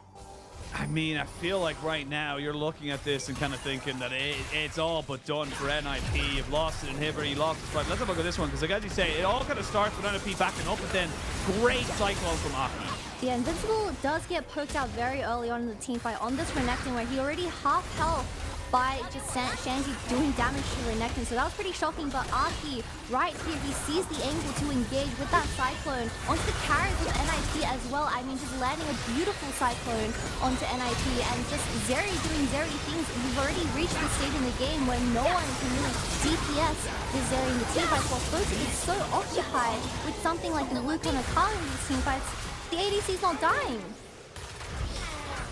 It just feels like it's indecision, it's indecisiveness coming out from NIP that's really plaguing them this game now. They've got themselves in a 2,000 or nearly 3,000 gold hole for the moment as they look to try and work them way back out. But again, you're looking at, we talked about for Photic, he had the stopwatch, he no longer has the stopwatch. Now you're looking at Abel with an Infinity Edge, with an extra BF sword on top of that Infinity Edge. So he is huge coming into this potential Baron fight now, and this could be it. I think like NIP, you gotta go for something. You're engaged, it's gotta be XLB. If he's getting engaged upon, you know the fight's already lost. Really emphasized on NIP's team composition, really relying on getting that early lead. With this Renekton, I mean, you're never going to be able to match something like Asante in a straight-up 5v5, and Invincible, he just doesn't have enough CC in these team fights to really occupy the ADC and mid lane of OMG, where they're trying to face... Joe! Not gonna survive. Cream just gets everything right there. The Wild Growth is gonna keep Photic at arm's length, and they're gonna go up his Immortal Shield though. XLB is dead. Oh my god, that damage is insane. This is why you cannot let Cream have the Akali, even though he had a bit of a bad early stage. And on the backside, I don't even know how Pout died. Shanji 1v1'd him and got the kill. That's an ace out of nowhere for the side of OMG. A free Baron goes towards OMG, and they're just in the driver's seat ever since that first Dragon going to their hands as well. I mean, like you said, Pal straight up died off screen. I don't know to what, but just face checking into something like this Baron is so dangerous for the side of NIP, especially with the amount of pure force that OMG has with this Wukong. I mean, we just see Dro getting straight up caught out here as he doesn't have anyone next to him, and he gets straight up deleted by Cream as Photic. He does land the ultimate, but you're up against an Akali who does have her third item. I mean, even through the Immortal Shield though, you can't really escape. Someone is dying in that top side though. I believe that is Pal. He just straight up gets soloed by Shanji on the Cassandra. I think Cassandra is very healthy for the game, guys. I mean, absolutely. Very, you know, this is nerfed Cassandra as well. Don't forget that. Yep. This is 13.3, but now XLB having to use his Crescent Guard just to defend himself against the Akali. I was going to say that, like, Cream doesn't even have his third item. He just finished up his death cap right there, so... I mean, this is all but done. It's ballooned to an 8,000 gold lead. Baron is there. Shanji could 1v2. I wouldn't have been doubted at this point in the game. And it really does feel like it was a slow burn for OMG, but they never felt out of control in this series, or in this game, excuse me. We set OMG up with this traditional team composition, and they reached the late game with Abel not dying a single time. I mean, do you think he's going to die? NIP just straight up don't have the damage.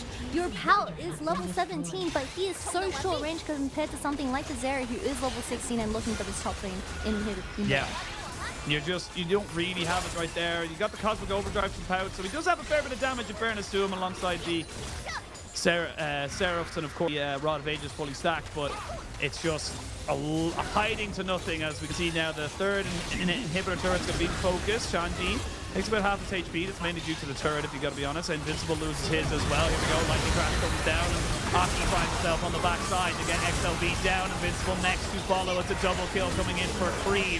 This Akali is too big. Oh, he wants it, and he ends up paying his life for it. They do get the GA there as Shanji goes out onto the backside. They have to use the Realm Orb just to taxi the Rise back onto the fountain. They will lose the 2 solo laners, but it does not matter. OMG in a comfortable Game 1 victory over NIP. Cleaning the game very, very easy as we approach the end game. And even looking at the scoreboard, I mean, we need to mention how Cream on this Akali did start the game as 1-4, but he was able to redeem himself by ending 7-5. And even by that last team fight, he was just going in for a little bit of fun because the game was pretty much over ever since that second dragon went into the hands of OMG, and they were just taking over the game with the Zeri and Lulu in the bottom lane. Yeah, I mean, it just felt like the advantages you need to get with this composition for NIP just never, you know, they never formulated. They never came together at the such. They had one good kill in mid lane. I wanted to see more. I think if you're playing something like this in Zhao, and with the amount of heavy pressure you have to fight at everything. You cannot just let this team scale up and get into things. And the big moment was that third dragon. That third dragon that delayed the game, that pushed them to kind of say, okay, we're at minimum 10 minutes away from a soul, so we are already in a bad position at this particular point in time. We have to try and go for something. They just never pulled the trigger.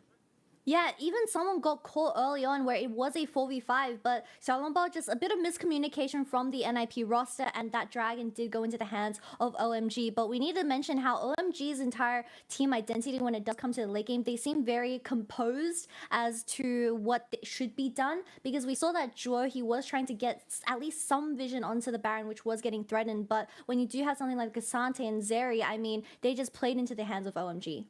Yeah, it really, really did. And OMG looking very, very comfortable. And I really do think you're going to have to try and get something done now, because OMG have proven time and time again that, like, look, we play through our solo lanes. Abel is just a very good ADC. We're going to be able to get him through on whatever the hell we kind of put him on.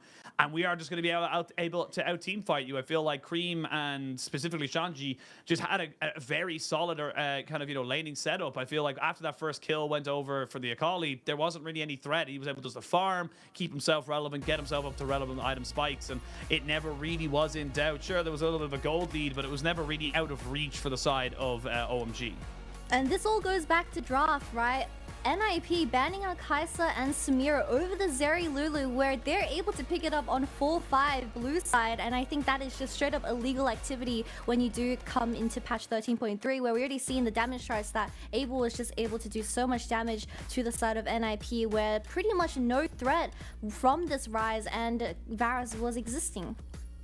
Yeah, Varus was doing okay, I guess, but it just really wasn't enough in terms of his team's damage. You can see just kind of little by little, bit by bit, it was just the Zeri taking over in fights. It was just the Akali being more threatening. I feel like the Rise and the Varus are all well and good in those long extended team fights, but Blink and the Akali's killed your AD carry or maybe even your support as well. So we'll have to see what the adaptations are going to be from NIP. But for OMG, great start to this series. We're going to send it to a quick break, and when we return, we'll have pick ban for game number 2. Wait, but Niski isn't hitting the B button. Oh no. Right, well, will Niski be taken out? Where's the rest of the damage? Shares irrelevant by some time.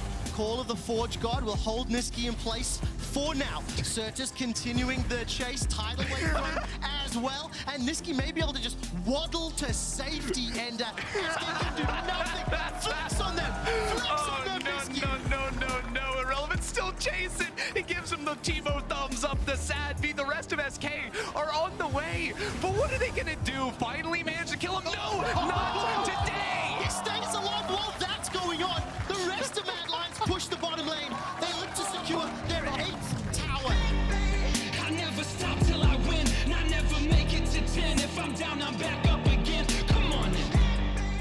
But he can't clear out the minion wave. The Baron empowered buff is just making sure work on the inhibitor tower. The inhibitor also might fall. Sandstorm trying to go through the front door. Glacial Prison FBI is all isolated and alone. Can he tie on back? But Vulcan with the wild growth keeps him alive. Armor is going gold. And Jensen, 4-man shuffle from Jensen! That was huge! And the rest of Dignitas, they will not go down today! A heroic play from Jensen saves Dignitas'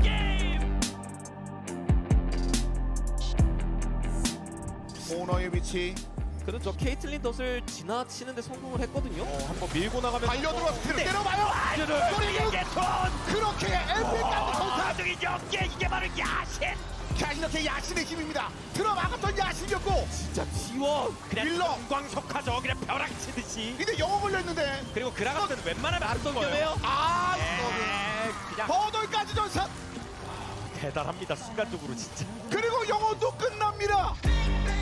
I never stop till I win, and I never make it to 10. If I'm down, I'm back up again. Come on now. To return to the plate from 9. Still quite far away from this one. Getting orbs ready. Yeah, getting all ready. He's on the flank as Kanavi gets a great kick across the whole team, but he's knocked up himself and should be taken down here, surviving for so long. Kanavi walks away. How the hell did he survive that? And in the meantime, the whole of top esports have been obliterated. JDG just keep making the magic happen. Jogo já destruiu a primeira torre, vai levando a segunda, atordou todo mundo. O problema é que o Greu,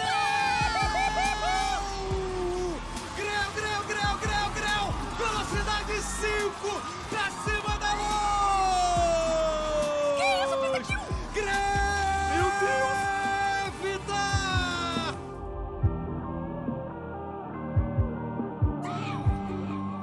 Question is, can Elyoya sustain enough? There's no jungle camps for him to get it off.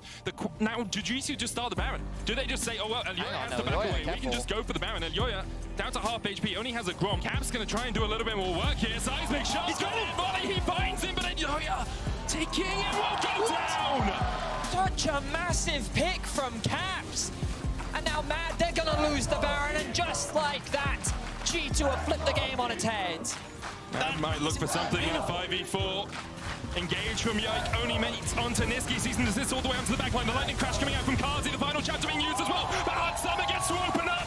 And Hot Summer will not be denied. Kazi trying to survive, dashing back. Sevi and Yumi can do so much. But Hot Summer has had enough. A triple for Sivir. And G2 with the Baron will barrel down mid.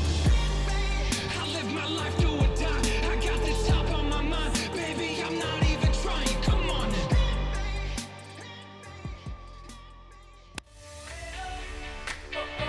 Gonna get this party started. Oh yeah.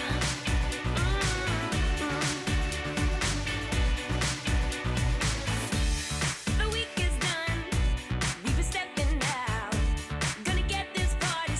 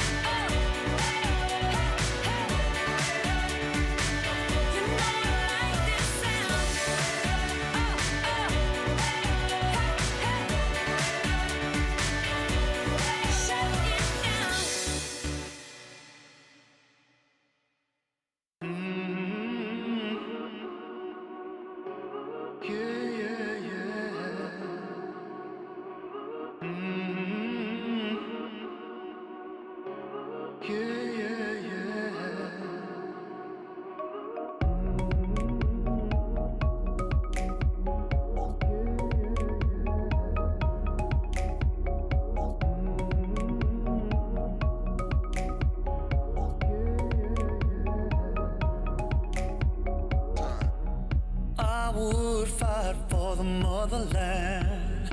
Be all I could or would make a stand. I'd walk through the fire till the body falls. Don't fall, I would protect you.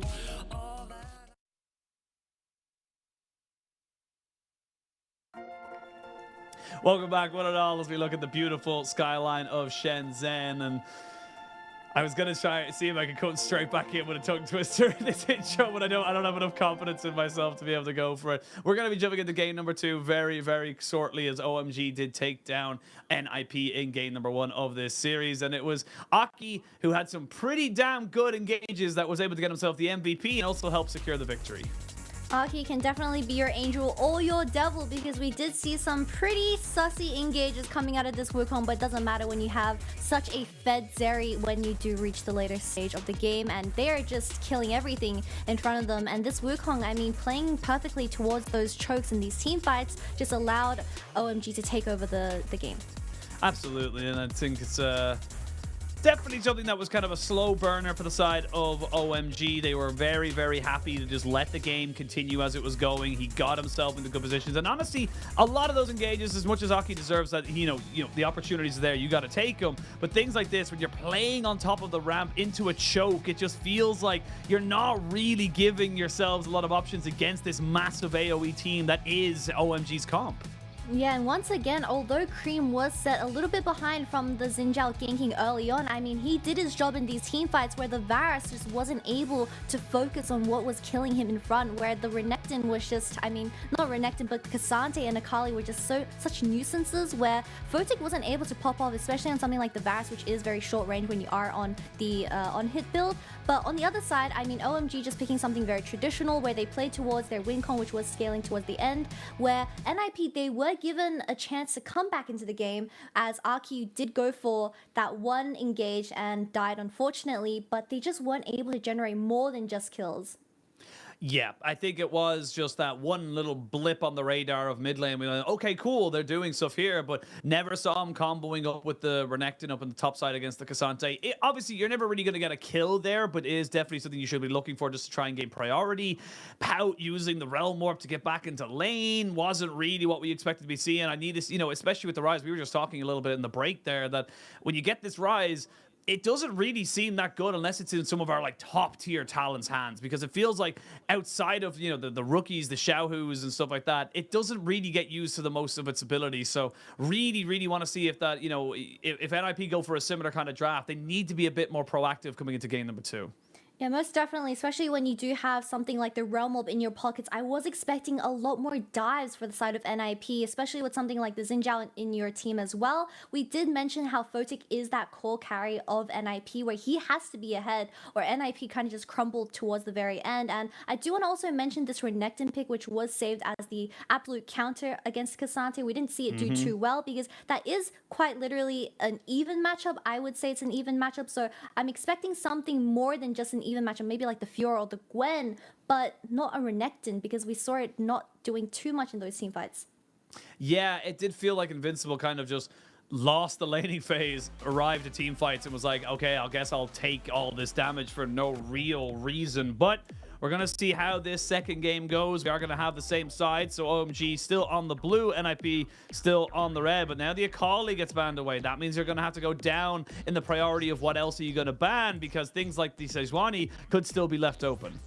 Very interesting. I mean, OMG did have a pretty rough early game, especially for Cream on this Akali, so this was a surprising Akali ban, but that does also mean the Zeri potentially might also be open for the side of OMG this time around, depending on what NIP goes for this last ban. But we saw how strong it was in the hands of Abel, and he was just able to take over the game 1. So it really does matter on which bottom lane gets the better duo, and I think Zeri needs to be banned here.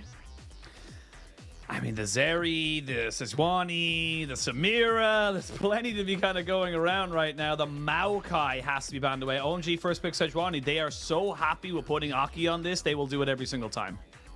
He does get the Sejuani once again. That does mean we are looking for a very strong synergy in that top side with the melee solo laners coming in for this game too. But that does mean NIP is going to respond with something like the Elise, where she is going to be able to really fasten that tempo for the side of NIP.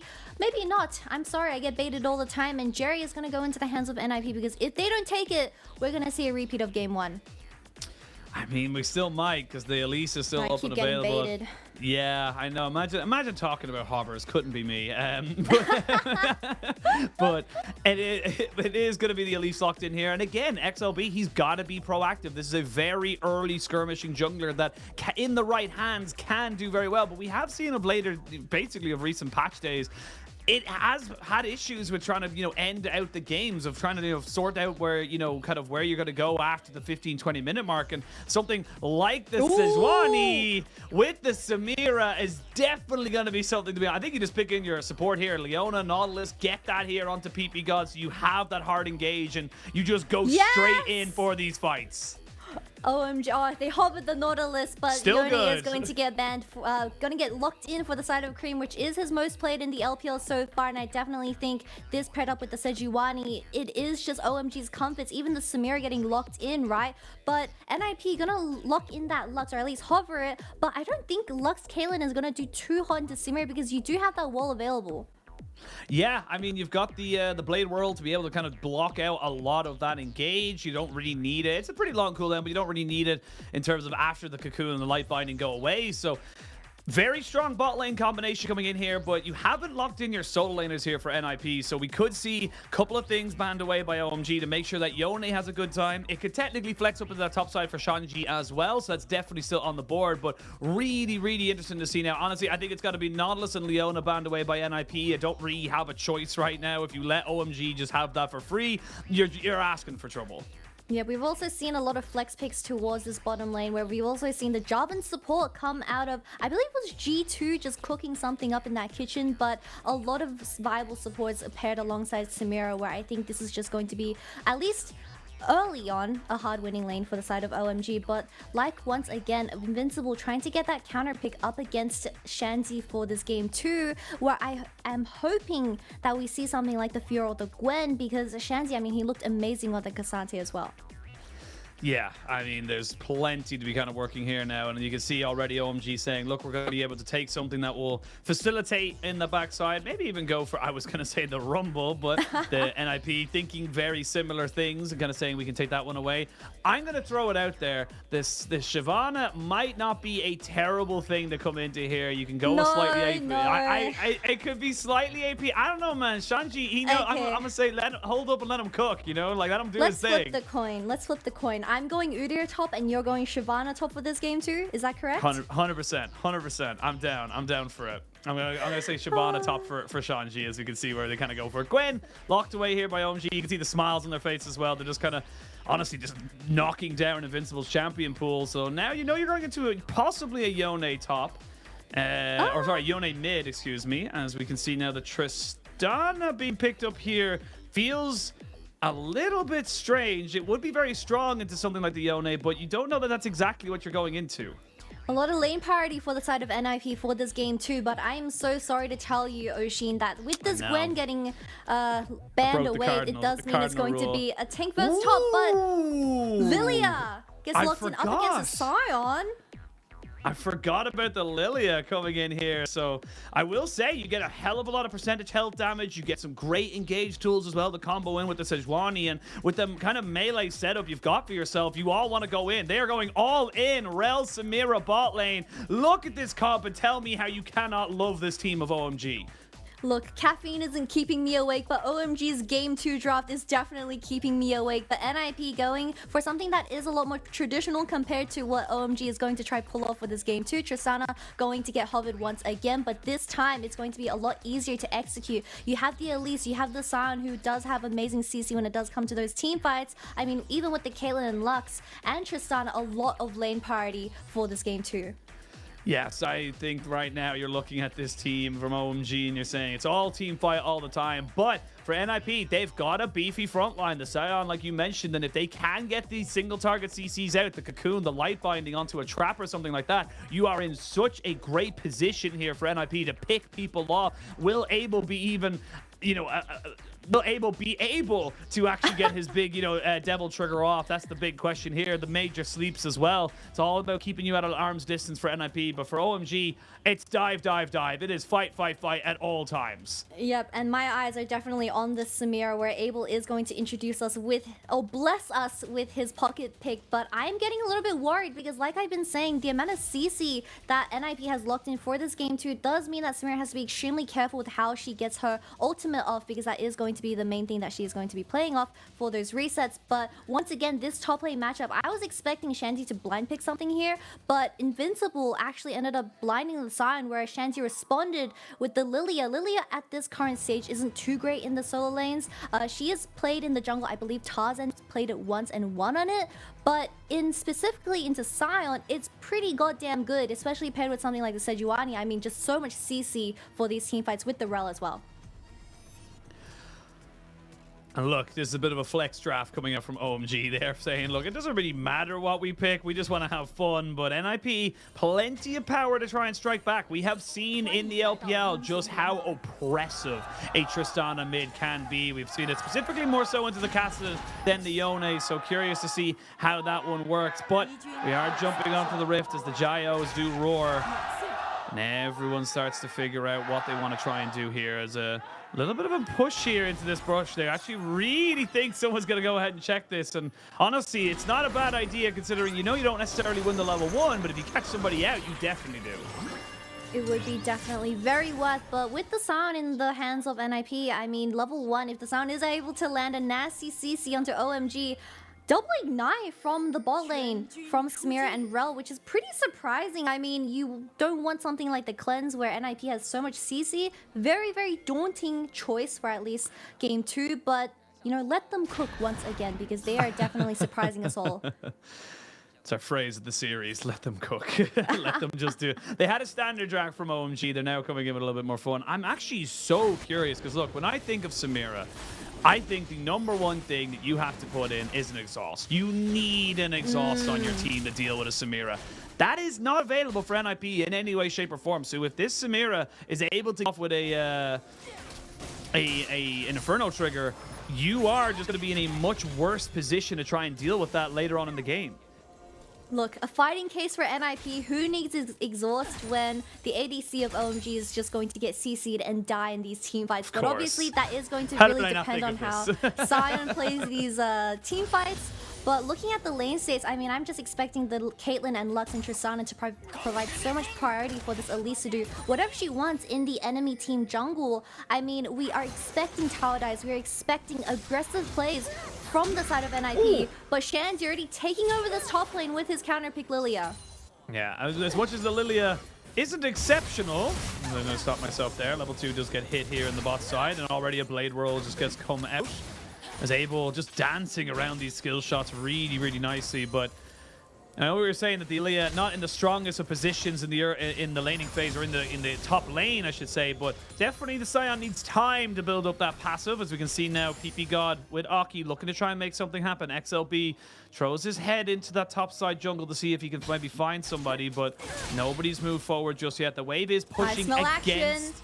Yeah, they are pushing in. XLB has been spotted, and now we're going to see Abel taking a fair bit of chunk as they go straight in. Zhro going to have to be forced to flash away. Does land the light binding, but with the cocoon landing on top of that one as well. Repel goes up. PP God not going to be taking any more damage, but Flash was burned by Aki. A flash for Flash, but that does leave OMG's bot lane very low in terms of HP. Does wall off the Lux Q, which could have been very bad for the side of OMG, but I'm... You know, NIP walking out of that play pretty happy as they regain that lane party.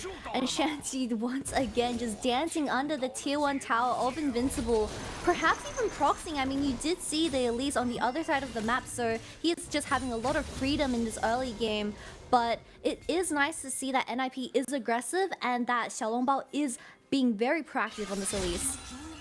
Yeah, and definitely trying to be going toe-to-toe here with the with the Sejuani. Nice to see it there. And again, the single target CC, we've mentioned it a couple of times, is that this light binding in the cocoon is incredibly powerful. You need to be so careful as Pout. It's a very unfortunate trade there. Cream still has a lot to do here as Aki finds himself in towards this mid lane. They may look to try and burn a flash here, but just going to burn the rocket jump as Cream just keeps farming himself up. And that's all you want to do right now is just get Cream up to this level 6, get that fate sealed so he's able to get that kill pressure down. Yeah, I think OMG, the mid jungle, is definitely something to look at for as well. I think with Aki pairing alongside Cream, they have amazing synergy when it does come to the Sejuani being locked in for this game too, where Cream's champion pool works beautifully alongside Sejuani. We've already seen this Yone being picked multiple times. I believe his 6th game for LPL this season, and we already see him getting so much lane party up against something like Tristana, where melee versus range, you don't expect that very often. No, not really. But, you know, it depends on how the game goes. Of course, it depends on how, you know, cautious you want to play. We did see an early back from Shanji as he went back and picked himself up a little bit of a amplifying tone. Invincible's probably going to have to flash here because he is almost certainly going to die. I don't think he can. He's just going to get rolled down here. The Cavalier has arrived. And that is just going to be so damaging now for Invincible in this top side. You really don't want to be giving over early kills like that. I mean, Invincible does have that flash available. Even spotted on the ward as Aki was entering through the river, but he was just way too pushed as the lane was already, you know, the wave was already in a good state, but unfortunately the kill does go towards Shanzi on this Lilia, where that's exactly what you're looking for on a champion that is going to pop off with those item spikes. And again, it goes back to the priority that we talked about in terms of the jungle priority for OMG. The Sejuani just opens up so many avenues, and we've seen it's interesting because normally it's the Elise you would look at and say, okay, the Elise is the one that's going to be getting off all these ganks. And in fairness to XLB, he has been, but it has definitely been Aki who's getting the most momentum out of it at the moment. We will see maybe a 4-man dive in this bot side. Will be difficult to execute. There's the Blade Whirl basically blocking everything. They will get the stun back out on the Pow who has to flash away. They try to go up, but what goes up must come back down. Zhou picks it up with the light singularity, and they do make it work, but they have to use a hell of a lot to get it done. That was probably one of the messiest dives I've ever seen in LPL because we just had everyone tanking a bit of the tower. I mean, Xiaolongbao does try to go in and get the execution, but he just doesn't have the damage, where Pout starts everything off with ulting Abel into a Caitlyn trap, but the tower aggro was just everywhere, where Photic nearly died as a result of that. We're going to see another 4-man dive from NIP, where look at this Tristana ultimate right onto the Caitlyn trap, which is really nice combo, but you just don't have a wave, and they engage it a little bit too early, where Xiaolongbao just ends up taking 2 shots, not being able to finish off Abel. I mean, even the Lux had to come in and get that kill onto Abel, but it did end up being a 1-for-0 trade, but it was still very messy, and I'm getting worried for NIP. Yeah, it's scrappy at best, I think is the best way we can put it. As you can see, Shanji back in this top save, all the solo laners picking up their level 6s, so might be seeing some lilting lullabies comboed in with the Fate Sealed, as won't be having any misfortune shenanigans with that. To those who don't know, it's completely irrelevant to this game, but the misfortune ult does not proc the sleeps. You can just continuously do it, and they will not wake up from it. It's a bit silly. It's one of my favorite combinations. Silly is OMG's game. Yeah, absolutely. You got a silly goose energy coming in that serious geeks don't appreciate on the timeline. But now we'll see what they want to try and maybe make work here, as we have had some very early action for both these sides. It hasn't led into any kind of significant advantages just yet. I will say Cream has been doing fantastic in this mid lane. You mentioned it earlier, the melee versus range still coming out on top, and light bindings and cocoons just to make sure there's going to be the Glacial Prison. Does force the flash out of Zhou, who cannot get followed up here. PP God just a little bit too slow, but now without that summoner available, you don't really have priority around this dragon, so this could be a first straight coming out here for OMG. Yeah, Cream consistently just pressuring Pout on this Tristana in the middle lane, so Aki getting to do whatever he wants, does throw out the ultimate to burn the Lux flash, but they do regain control of this bottom side because OMG Abel, he is just controlling the bottom side up against something like the Caitlyn and Lux. Well, Photic with level 2 boots has got plenty of speed. without any boots being built up onto Abel. So with the range and the speed available, XLB gets jumped on here, should just be able to go to repel. So you can see Aki not willing to fully engage onto that. The cocoon does land and a fair bit of damage gets traded back. XLB, not a huge amount of mana on him. You can see with those minions kind of pushing in, he needs to be very, very careful with that health bar. So lots of tentative moves here. As you can see, they want to try and get priority in this mid lane. Cream going to be using that Soul Unbound. Just get a nice little cheeky knockback onto Pau just to make sure that he's not able to keep that wave away from the tower, and everyone just backs away. Inferno Trigger should be available very, very soon alongside that Magnet Storm, and that's the big combination we're going to be looking for. Without summoners in this bot side, it's going to be very difficult for them to go for it, but that's a huge wave. I just realized that there. There's like 20 minions. Like three waves stacked up against each other, but like you said, Rel getting her ultimate online is going to be a huge spike for the side of OMG, as this dragon is getting threatened by both junglers. And we need to mention to the audience that Joe had to burn that flash early on in the game, where Salomba also traded his much earlier as well. But if OMG is able to play with these ultimates like the Sejuani and the Rel, I mean, it's very straightforward, and I think it's a lot easier to execute compared to something like NIP, where they have to play with the range and depending on Dro to land that Q as Lux. Well, Glacial Prison is back. Flash is not. PP God with the Magnet Storm going to be moving in on the spot side and just clearing out this ward. As both junglers find themselves in this bot side. TP available for Invincible should they really go for a big dive in the bot side. It's the Blade Whirl used there by Abel to make sure he's able to keep going. They're going to look for it in blind. They will find it. Dro trying to see if he can keep himself alive, but with XLB in the back pocket, they have to get the flash out of Abel. So not able to get the kill, not able to get anything else out of it. And actually, it's NIP with a great response. A flash for the heal out of Lux. I mean, it does seem very worth for the side of NIP now, but just look at the priority that Cream is able to show in this mid lane. Salomba, although in the Elise, he wants to get something done, but it is going to be tough if the Yone is going to have first mood every single bot lane play. We'll see now more pressure in this top side. Invincible taking a fair chunk. One more whack at the Shillelagh should be about half his HP. That's what it's called. It's a Shillelagh. Why is that word so goofy? Are you insulting Irish culture right now, Kitty? Wait, what? Oh, Shillelaghs are Irish. Oh no! It's a type of like a club almost. It's a it's an old school kind of thing. Used to be used in schools here a lot. It wasn't great. Yeah, back in the good old days for certain people, but. We'll get out of that deep, dark timeline. We'll come back into live and we'll go see that the dragon has been secured by NIP. It does come with the natural territory of being so heavily prioritized in that bot side. But not to be outdone, Aki will be picking himself up a Rift Herald up in that top lane. So kind of utilizing both strengths for both teams. NIP utilizing that bot side strength, while as OMG recognizing that top lane and mid lane is where they're going to be the strongest on this map.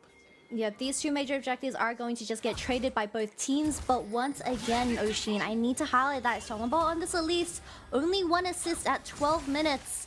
Very concerning, especially when you are up against something like the Sejuani and Yone that are just going to excel at team fighting. When you do need to be looking for those early picks, as you do have the Tristana and Caitlyn. How getting a little bit poor here. This should be fine, but we can see it already, little by little.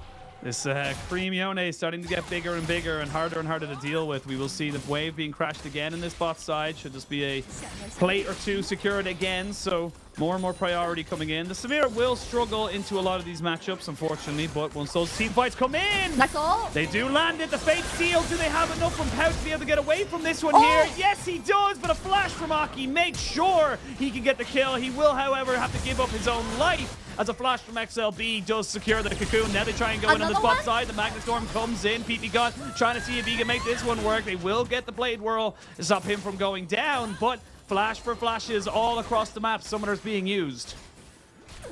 I mean, just a really good ultimate from the side of Aki to start everything off, but PP God is extremely low, as Photic does want to eat some more tower plates, potentially even getting a pick onto the side of OMG, so Aki needs to run straight bottom lane if they want to protect this tower. Got another plate here for the side of the NIP bot lane. It's what you have to do here as the Caitlyn Lux combination. You will see just constantly throwing out those Ws, the 90 caliber nets to make sure you're safe, and of course the Qs from the Caitlyn just make it so hard to really deal with this. And now that they know that the Sejuani is nowhere near this bot side, they can continue kind of putting down this pressure. It's a 30 CS lead, and it's not going to get any better. Alongside those 4 plates, this Photic Caitlyn's going to be pretty huge coming into this mid game. Yeah, I mean, just looking at the CS lead, it's quite literally going to be Cream versus Photic in these team fights, but with Tristana being this behind, I mean, 20 CS already, where the Herald also get dropped mid. Sejuani, however, did pick up that kill earlier, so it's not too bad as Pal was able to buffer it, but you never want your Tristana behind because she's just not going to offer as much compared to a Yone that is going to land that CC ultimate. It's going to be the bot lane turret secured. Won't be all the plates, but definitely a fair chunk of them. Despite all this pressure in the bot side, despite the deficit of 35 CS, maybe only 30 after this wave, it's still a gold kind of, you know, parity right now. Both teams happy to sit where they are, having with their advantages going. You will actually have an interesting build coming out here from the top lane of Shanji, not going for the Leandri's Torment, immediately to the Rod of Ages, wants to be tankier, wants to be able to maybe get up to that level 16 Lilting Lullaby a little bit earlier than you would expect. And that's a curious little setup now for the side of OMG. They're going to be having a lot more frontline priority with this, you know, kind of Sejuani Lilia combination.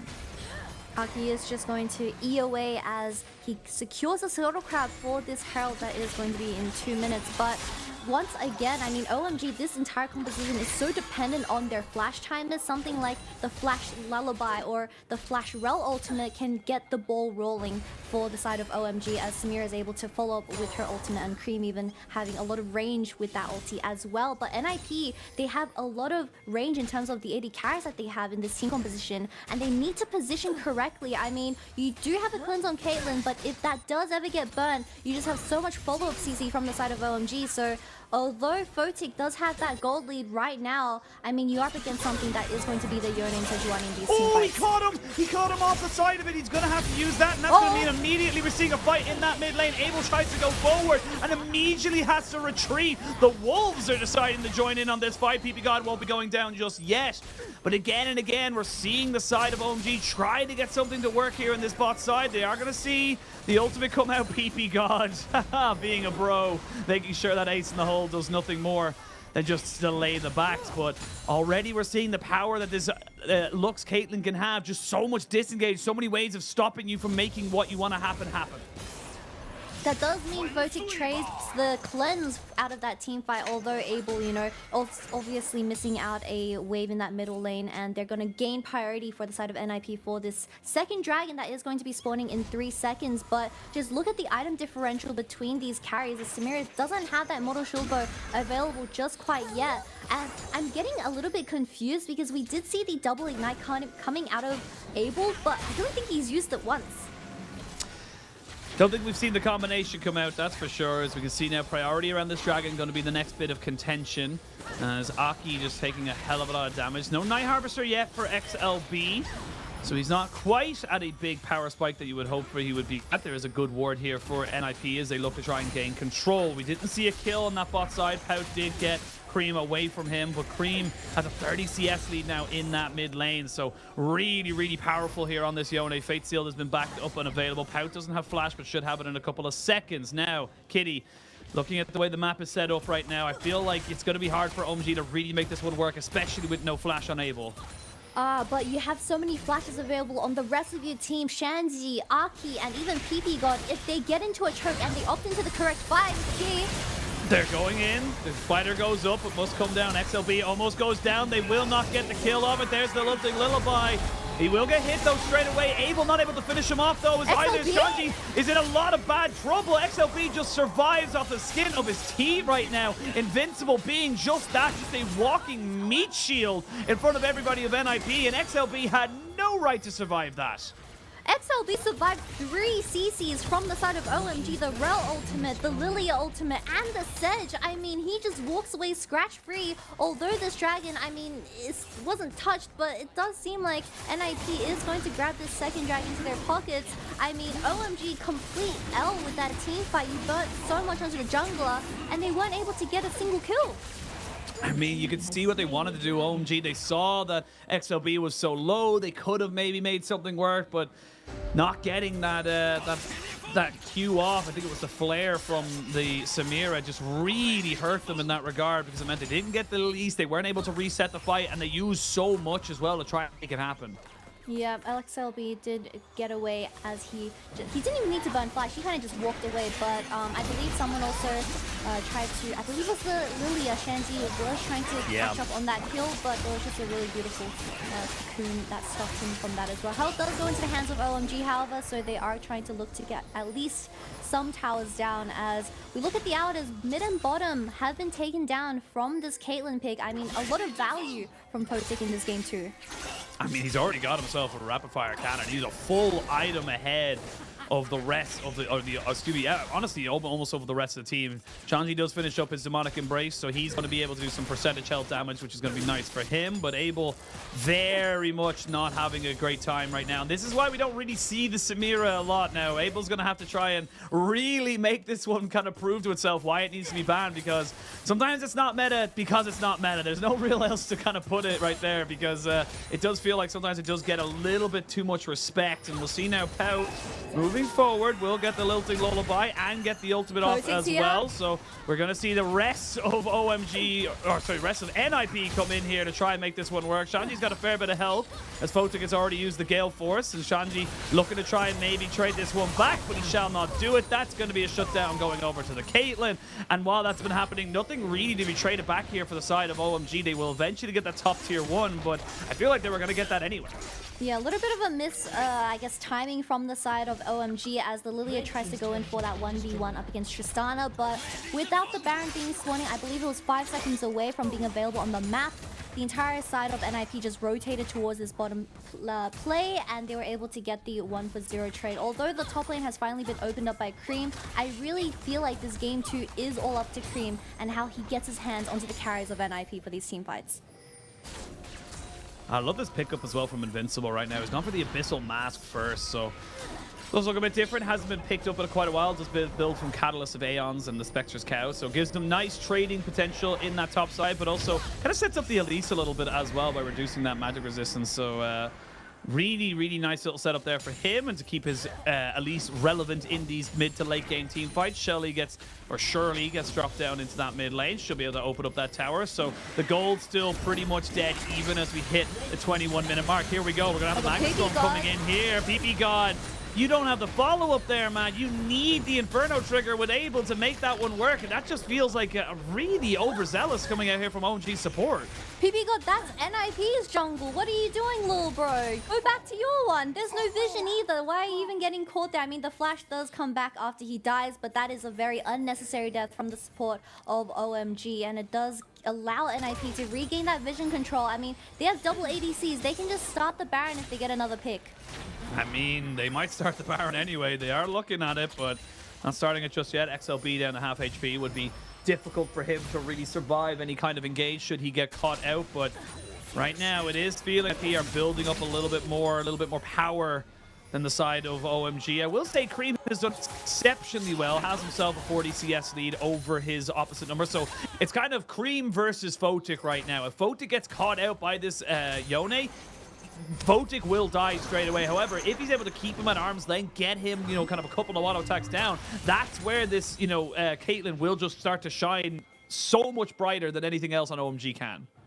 Yep, with the Flash and Gale Force available, he is going to be able to make a lot of space between the carries of OMG, but all OMG needs is to land those AoE ultimates onto the backline of NIP and Abel trying to get some resets in the teamfight, and that's going to get rolling for the side of OMG. I mean, they just have such an amazing 5v5 composition, but if you're getting caught one by one, we already see the lead slowly going to the hands of NIP. Although the goal isn't too bad, the map state is looking a little bit hard for OMG to face check this.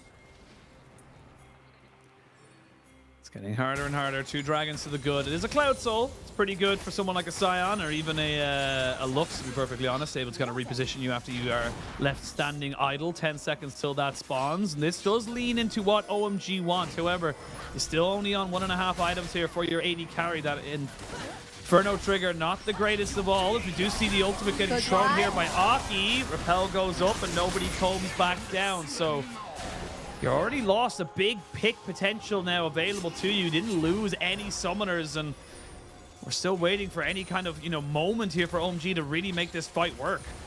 Caitlyn already getting that mid lane wave in, but face checking into something like the Scion, it's just so incredibly hard for OMG. This is going to be the Dragon Shanji. Soul point for an IP. Cream. Maybe looking for a flank. They're going to see the ultimate from the Scion being used here. They're going to be massive CC there on the backside as Cream can't get anything done. There's the Inferno Triggers. You can see Abel trying to make something work for his team, but the rest of NIP have flashed back in onto the river. Shanji cannot get any more work done. It's 4 for 1, and that was just really well played there by Invincible, just pushing himself forward, knowing no one could stop him. NIP playing the perfect front to back as Photic saving that double summoners even after this third dragon fight. And Abel, I mean, it seemed like he was gonna pop off, but he was just on the other side of the wall, the wrong side of the wall, and the rest of OMG got slaughtered by NIP in this team fight. We need to see this huge ultimate that started everything, where Invincible landed it onto both PP God and Cream. Although the Luxor goes wide, but the follow-up from NIP where Pal and Photic are just safely DPSing over the wall. This was the perfect fight that NIP could have opted into. I mean, you can see as well, Abel does do significant damage in fairness to him, but only being 1.5 items, it's just not going to be enough. And Shanji just really not able to make anything work there. The health bars do go fairly low on the side of NIP, but when you're not able to combo up correctly, it's so difficult for OMG to really get anything to stick. And when Photic is ahead, NIP is ahead. When NIP is ahead, they don't throw. 3 dragons. Baron is also now available on the map, where face checking once again into something like the Elise and Scion is going to be extremely impossible. And now with Shanzi and Abel not having that flash available, I mean, OMG, they're feeling a little bit desperate with these composition, to say the least.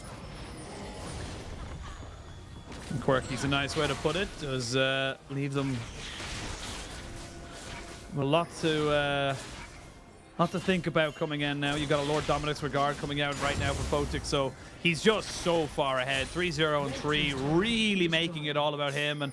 And we have said this multiple times, it is the Photic show, and looks like he's going to try and make this the final blow, the last bow, if you will, as they do end up trying to see if this Baron is being taken. That's being shredded. You mentioned it earlier. They got double AD carry. They can go for this, no problem whatsoever. They're going to try and get PP God in here. Aki looking for it. They're going to try and maybe swap it over. They're going to look for it. Stolen! Taken away. OMG get themselves the kill. And the Fate Seal lands on the show as well. Looking for Photic. He finds it as well in the blink of an eye. NIP had everything and now they have nothing. The game completely flips around. NIP starts the Baron, I believe 3k HP, and Aki just stole it under broad daylight away from NIP, even getting 2 kills onto the side of Cream where they traded for Abel. But this game completely flips around where NIP just threw the entire game.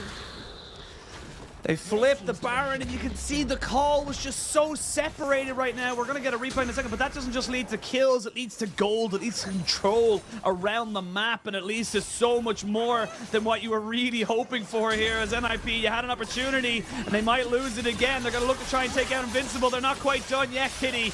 They will take him out. This Yone is online and is disgustingly powerful. I absolutely casted this by saying NIP never throws, but Photic just finished off the Baron. I mean, Aki was just getting onto Photic where Pout was just struggling to get this to 1k HP. Aki throws the ultimate onto the ADC, flashes in and secures Baron, where Cream flashes in onto the ADC of NIP, and that is your main DPS gone from the team fight. I mean, just the amount of range that OMG had in this team fight after cleaning up. You already have the Baron. You would be more happy to take some kills as well. I mean, yes, Abel dies there. He's technically 0 and 2 now, but he did his job. He brought down so much of that health bar from NIP's bot lane and just kept them distracted, kept them away from the Baron pit and the fight that was happening afterwards. So really well done from him. And excuse me, I had to sneeze right there as we come back into live. Thank you. Coming back into live, you have a Bloodthirster now onto Cream. It's so hard to kill off this guy right now. The Infinity Edge has been finished up for Abel. Yes, your Caitlyn is still huge, but you're looking at all these different items being picked up for the solo laners of OMG, and they're just happy to kind of say, cool, if we get on top of you, you're dead. Yeah, both team compositions just thrive off vision control, and you don't want to be face checking as either sides. But now OMG in the driver's position, they are pressuring both mid and bottom lane as this dragon is spawning 1. Oh, okay. Didn't expect him to go fully in on that, and he doesn't even lose any HP because of it. So Securing that tier 2 in the bot side does mean they have priority over this dragon in the next minute or so. PP God having a level 11 is significant as well, getting that Magnet Force, or Magnet Storm, I should say, getting it nicely set up for himself. But yeah, this is a tough position now for Photic. It has to be him. We talked about it so many times where it is just the Photic show. It is more so him than ever before because Pout's gone towards a QSS because he doesn't have a cleanse in his inventory either. Yep, most definitely. And Shenji is just going to be pressuring that top side where I believe this top lane matchup nearly a Flame Horizon. About 30 CS off, but this third dragon, I mean, it is going to get denied from the side of NIP because of the terrible map state after that Baron throw. But like we've been saying, OMG, once they get that pick into the team fights where they get to engage first, I mean, this Samira is going to have a banger of a time. And it's got to come down to this dragon. The thing for NIP is you do not have to fight this. You can let this go. You have 3 dragons. It's not that big of a deal. Get yourselves back up to some item parity. And we have seen some late game Caitlyn's where they have 3-4 items or even full builds and they are one-shotting people in the backside. So it is very much a point where NIP are not out of this game just yet. Yes, they are behind by 4,000 gold, but the game is not over for the moment. They have plenty of options available to them. They just got to be very aware that the longer they wait, the more Abel is crawling back into this. And the Samira is still very, very scary. Yeah, but I think Invincible just needs to be on peeling duty now because of OMG's just pure mobility to get their hands onto Photic. Even with the Flash and Gale Force available, I just think when you are up against something like the Yone, your ADC is so fragile in these team fights. And Invincible, he is going to need to play a very big role in this next up-and-coming fight as OMG, I mean, Shanji is now level 18. 3 levels ahead of Invincible. Maybe only 2 if Invincible picks up the next wave or so, but still. Invincible's a hell of a long way away from being in a spot to be able to contest that. And again, Shanji's build has just been Rod of Ages for a little bit of AP alongside the Demonic Embrace, and then after that, it's deal with Caitlyn and the Tristana. It's nothing to do with this Elise. He does not care about XLB because he's got the health bar with that Rod of Ages to be able to kind of soak up any of that AP damage. So really, really smart building coming out from Shanji. He finally finishes up that Frozen Heart, and it's getting harder and harder to see how NIP are able to take a fight. They need Invincible to be able to get in without anyone else being exposed to that, kind of side lane flank from the solo laners. Yeah, especially, Kryn going in. He's going in because he knows he can take this fight. Photic has to flash, and all it cost was his Fate Seal, but look how short that cooldown is. It's flying 40 around. seconds? He's gonna get his ultimate back in 40 seconds, and that is the ADC's flash gone from NIP. I mean, this Yone is so extremely strong in the side lane. This Tristana can never match unless you get the help from a level 13 Elise. But 30 minutes, this Elise pick is what is going to be the, I guess, I'm not going to say it, but is going to be the reason why NIP is going to struggle in these 5v5s, because you are trying to play for those early games, but now you've reached the late game. Sejuani and Yone are going to take over the game. I mean, yeah, like you got a cleanse now on Photic. Technically, you have a redemption as well, but not exactly the quickest of things to be helping you out right now. He is full crit right now, so he's going to be very, very powerful with those headshots, but with the Baron spawning in a couple of seconds, you can see NIP, they have no real control over this river. They're trying their best as a 4-man to move forward, gain something there. Mercurial Scimitar finished up for Cream. Very rare we actually see that item being finished up these days, but having that extra little bit of AD is significant. There's going to be the ultimate for the Lux just to check if they're starting it there. They know it's there as Aki goes over the side of the wall. Gets the Glacial Prison down onto XLB, but doesn't really have any follow-up to go with it. They do get the Soul Unbound from Cream, but no one can really follow up. It's a bit disconnected from OMG, and NIP stands strong. OMG just trying to dance around this Baron, trying to bait NIP into a visionless Baron, but Cream trying to just get his hands onto the back line of NIP.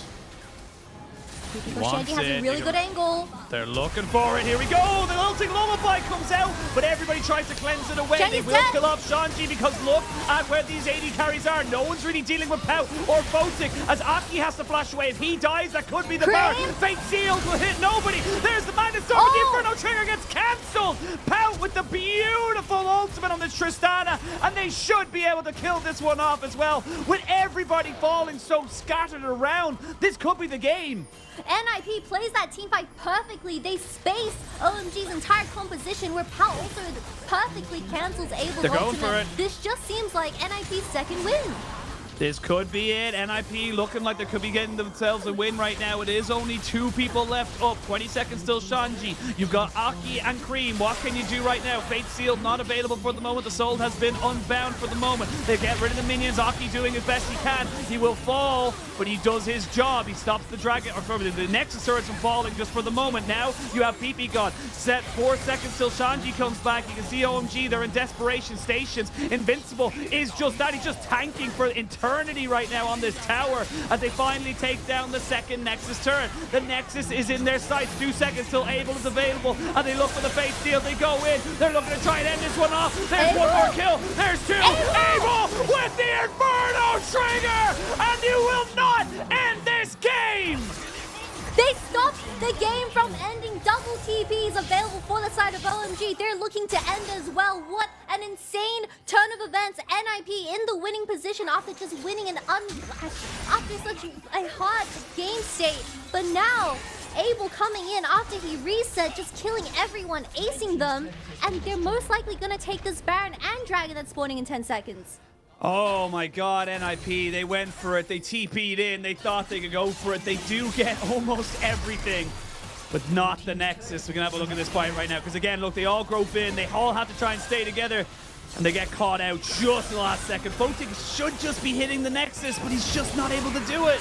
Yeah, the Yone ultimate, although only landing onto 1, but that zones everyone into the hands of PP God. Abel coming in and cleaning up on the Samira. Exactly what you are looking for as a Samira for those resets, as everyone was already 1 HP, but NIP definitely could have ended there. The distraction from OMG just made them come back to the game by the slightest once again. Game number 2. It is still OMG very much on the back foot, you would imagine. There is TP ward available, and OMG know if they let someone go in on top of this, they would be in a hell of a lot of trouble. They can't really leave their base with it being so low, and they are very aware of that situation right now. And we are at the point now where final items are being picked up. You've got full build here for Yone, full build here for the Caitlyn. You're not really getting any stronger, and gold is nice, but it doesn't really make that big of a difference at this stage in the game. Look, OMG is dealing with an open Nexus, but what are they defending off? Baron has just been taken off the board. Dragon also going to the hands of OMG, so they don't need to leave base. NIP struggling to end the game now because they realistically have to look for a backdoor if they want to go for that cheese with the Tristan and something like the Elise, but this game state, if OMG plays it smart and patiently, they can come back from this game state. They can. They are trying to see what can work for them. It's just so difficult when you're so close yet so far away. Game state does stay as it is. No one's really going to be gaining or losing anything for the moment. That ward that was a potential TP into the base has now dissipated and will no longer be available. Third items for junglers. We very rarely get to this point in the game, as we now wait to see where this fight will really kind of kick off. And honestly, even a Cloud Soul at this point is not really going to be that big of a difference. I will say the extra passive movement speed for OMG, if they can stack it up, is very nice. Almost like having Swifties without having to buy Swifties. And already Abel picking up his third item, nearly going towards that Bloodthirsty. He's getting up to item parity alongside that Caitlyn. So this game is not over just yet. 37 minutes in, Pout picks himself up a blue buff. I kind of would have preferred to see that go onto the Lux, but you know what? I'm not on NIP, and I'm not here to judge. I don't know how NIP is going to get a better 5v5 outside of that Baron pit. That was literally played perfectly from Pout, canceling Abel's ultimate that could have wiped the team. Now in this type of game say, although OMG can't face check anything because you have the threat of being backdoored, their 5v5 potential is so insane. We'll wait. See where they want to try and go for. I don't expect to see a huge defense against this tower. Inhibitor in mid lane will be spawning back or in 45 seconds for OMG. They'll go back, they'll reset. Cosmic Overdrive going to be the final item here for Shanji. Bloodthirster finished up here for Abel, so he is online. He is available to take on damage, and this is going to be interesting. Invincible may lose his ultimate here. Shanji will do a significant chunk on him if left to his own devices, but They know that not everyone's showing on the map, and they all back themselves away. It's tense, Kitty. It's getting real tense. It's getting real tense. We need to do a bit of a flash check-in, though. OMG has that flash available on the top jungle and support for this next up-and-coming team fight. So the ADCs of NIP need to be extremely careful with how they position themselves, because you always need to remember Cream is going to follow up with that CC.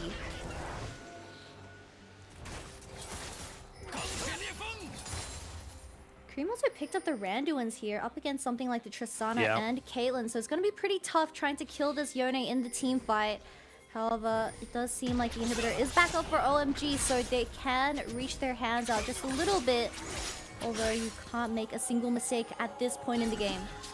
No, you really can't. And you can see with the Squire's Blooms coming out here for NIP, they know that they just need to make sure they don't get caught out by a flank. They need to make sure that Cream or Sanji are not getting access to this backline for free without having to use stuff like their flashes to make sure they gain much out of this next fight. 57 seconds till the Dragon spawns, a minute 30 till the Baron. It is the calm before the storm. Everyone's kind of building up, and you can see an Elixir of Wrath being bought there for Abel. He knows that this could potentially be the final fight. This is going to be the... No point in picking up a half item.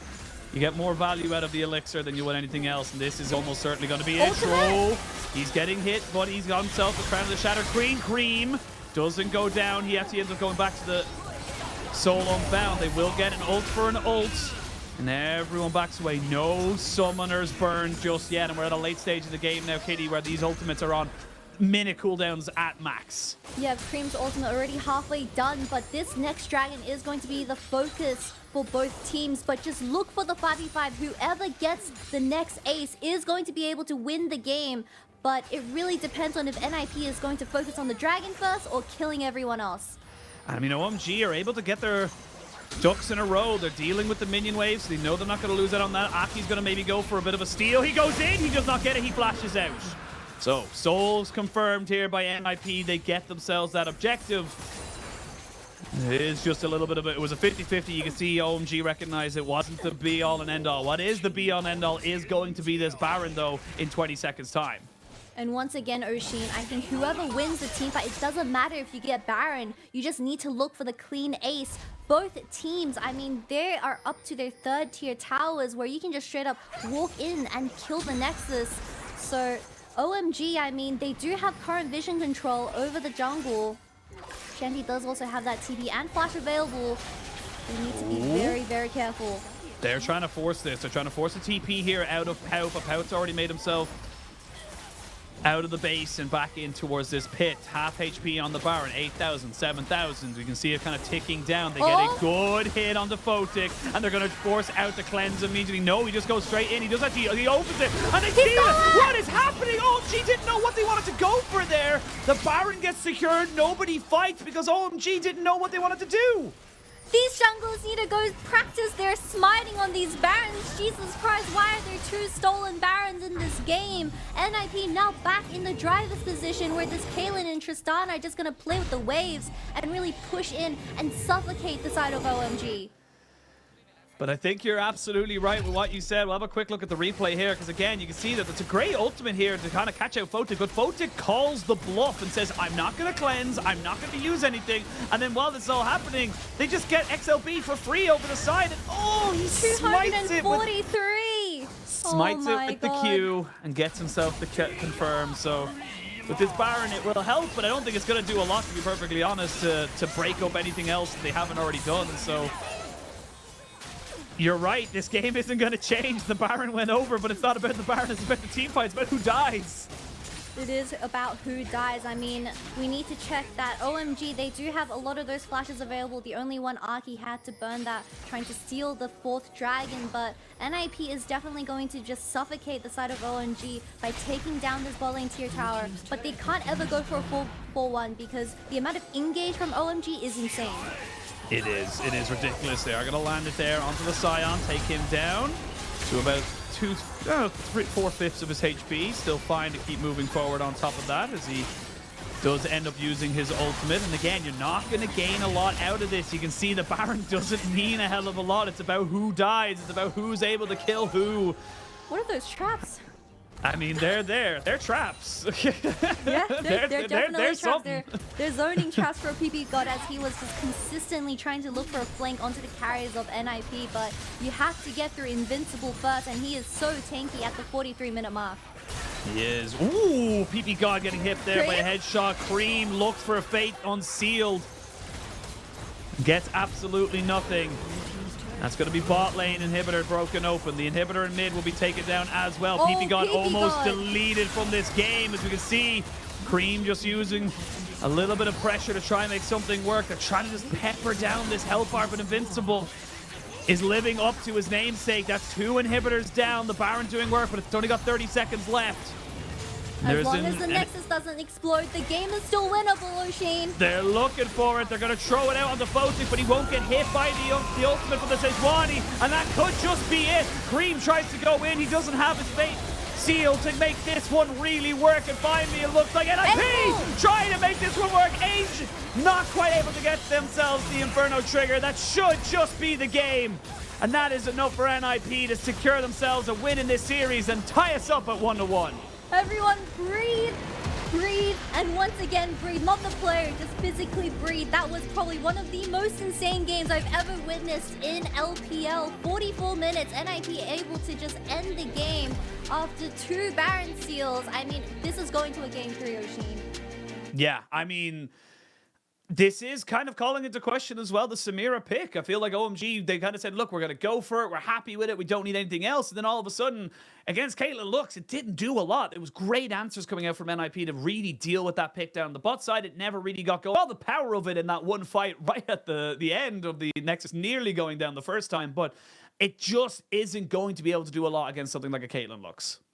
I mean, God bless that Xiaolongbao was able to pick up that last Baron by 243 HP that allowed NIP to suffocate the side of OMG from just pure wave state.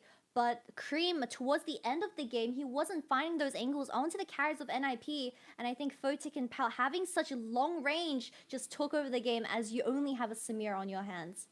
And you can see as well, just towards the end there, Cream was looking for the hero play. He goes for a Fate Seal that doesn't hit anybody. Literally, he's trying to assassinate Pau on the on the side lane to make sure he has an advantage. But it did feel a little bit desperation right towards the end there, as OMG recognized they just don't really have avenues into that fight without Cream really just kind of going in with his fellow solo laner of Shanji to get some kind of ultimates off. So really, really well played though by NIP. You can see the gold graphs as well.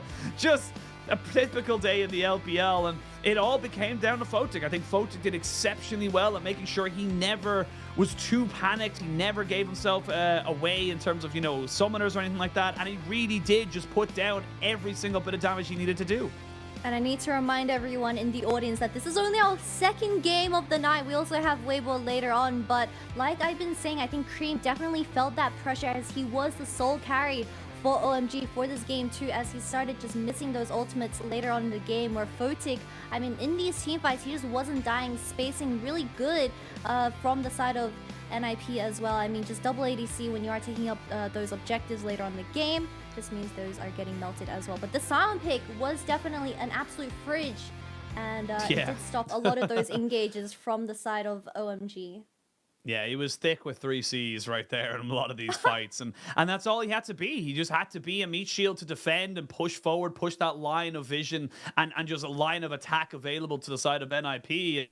For OMG, I like the ideas they came out with, but I definitely think the execution needed a little bit more work, because we're going to send it to a quick break. And when we return, we're going to see how this series ends, as we're going to have picks and bans for game number 3.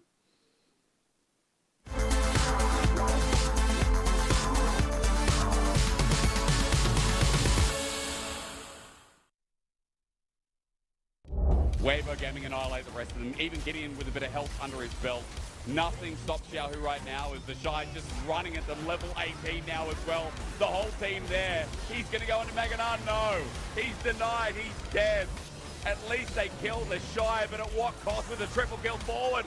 Look at the man go. We haven't talked about him all game, but with a Quadra going over, Light Yagami, write it down. He is Kira with a Penta in his name. This time the Nautilus leads, but JDG, they don't want to give this one up for free, it looks like. Cannon Barrage is online. We go, Kanavi gets a great kick onto TN, he can't even repel! And Kanavi survives, the healing comes through! Look at this, the re-engage, Kanavi still going strong with the Conqueror! And one more Q will finish the jump of Mark, dodges it, throws the thumbs up, and turns it around! Mark so close and yet so far! Kanavi with the double!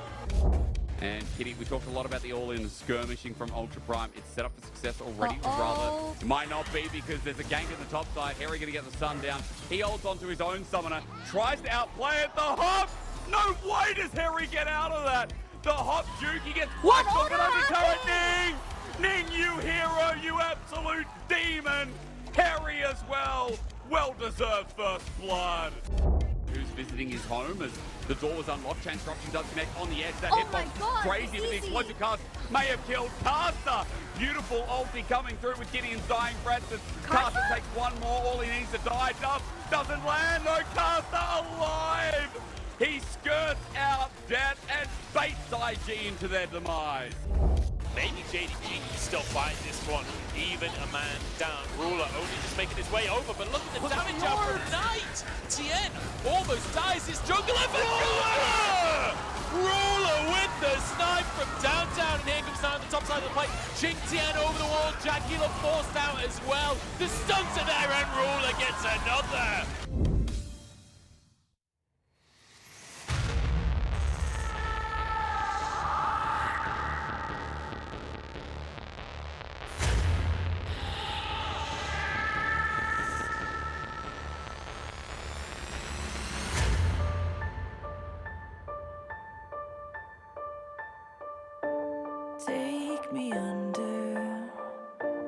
Take me under your wing, crack of thunder, as the wild birds sing. You can hear hunger crying out, a sonic echo that leaves no room for doubt. All the shots bring it back to what it's like. Make a move, do we do? As the world cries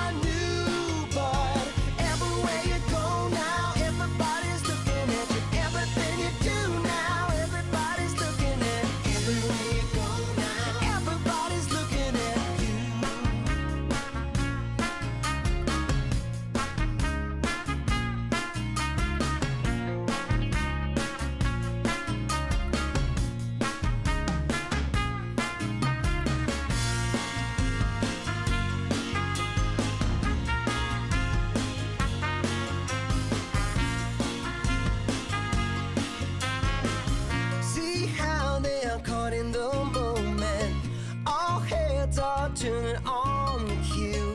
See how they're eating you up now. Every little detail, beautiful you. I don't know why they never noticed what I knew, but everywhere you go now, everybody's looking at you. Everything you do now, everybody's looking at you. People up the back now, everybody's looking at you. People up the front now. Welcome back, one and all, to the LPL. We are just coming off the back of a banger of a game number 2 where NIP were able to equal up this series here in Shenzhen. We are going to be bringing ourselves into picks and bans of game number 3 very, very soon. But we talked about it at the start of the day. We saw it in game number 2, Kitty. It was the Photic show. MVP. It couldn't be any other way. Yeah, Photic getting MVP on this Caitlyn, very deserved, and he was the lifeline of NIP for the second game. I mean, 82% KP, and just look at the damage to gold, 152%. You couldn't ask more from the Caitlyn, especially later on in the game, where he was just half hitting people with that headshot and just getting out people one by one.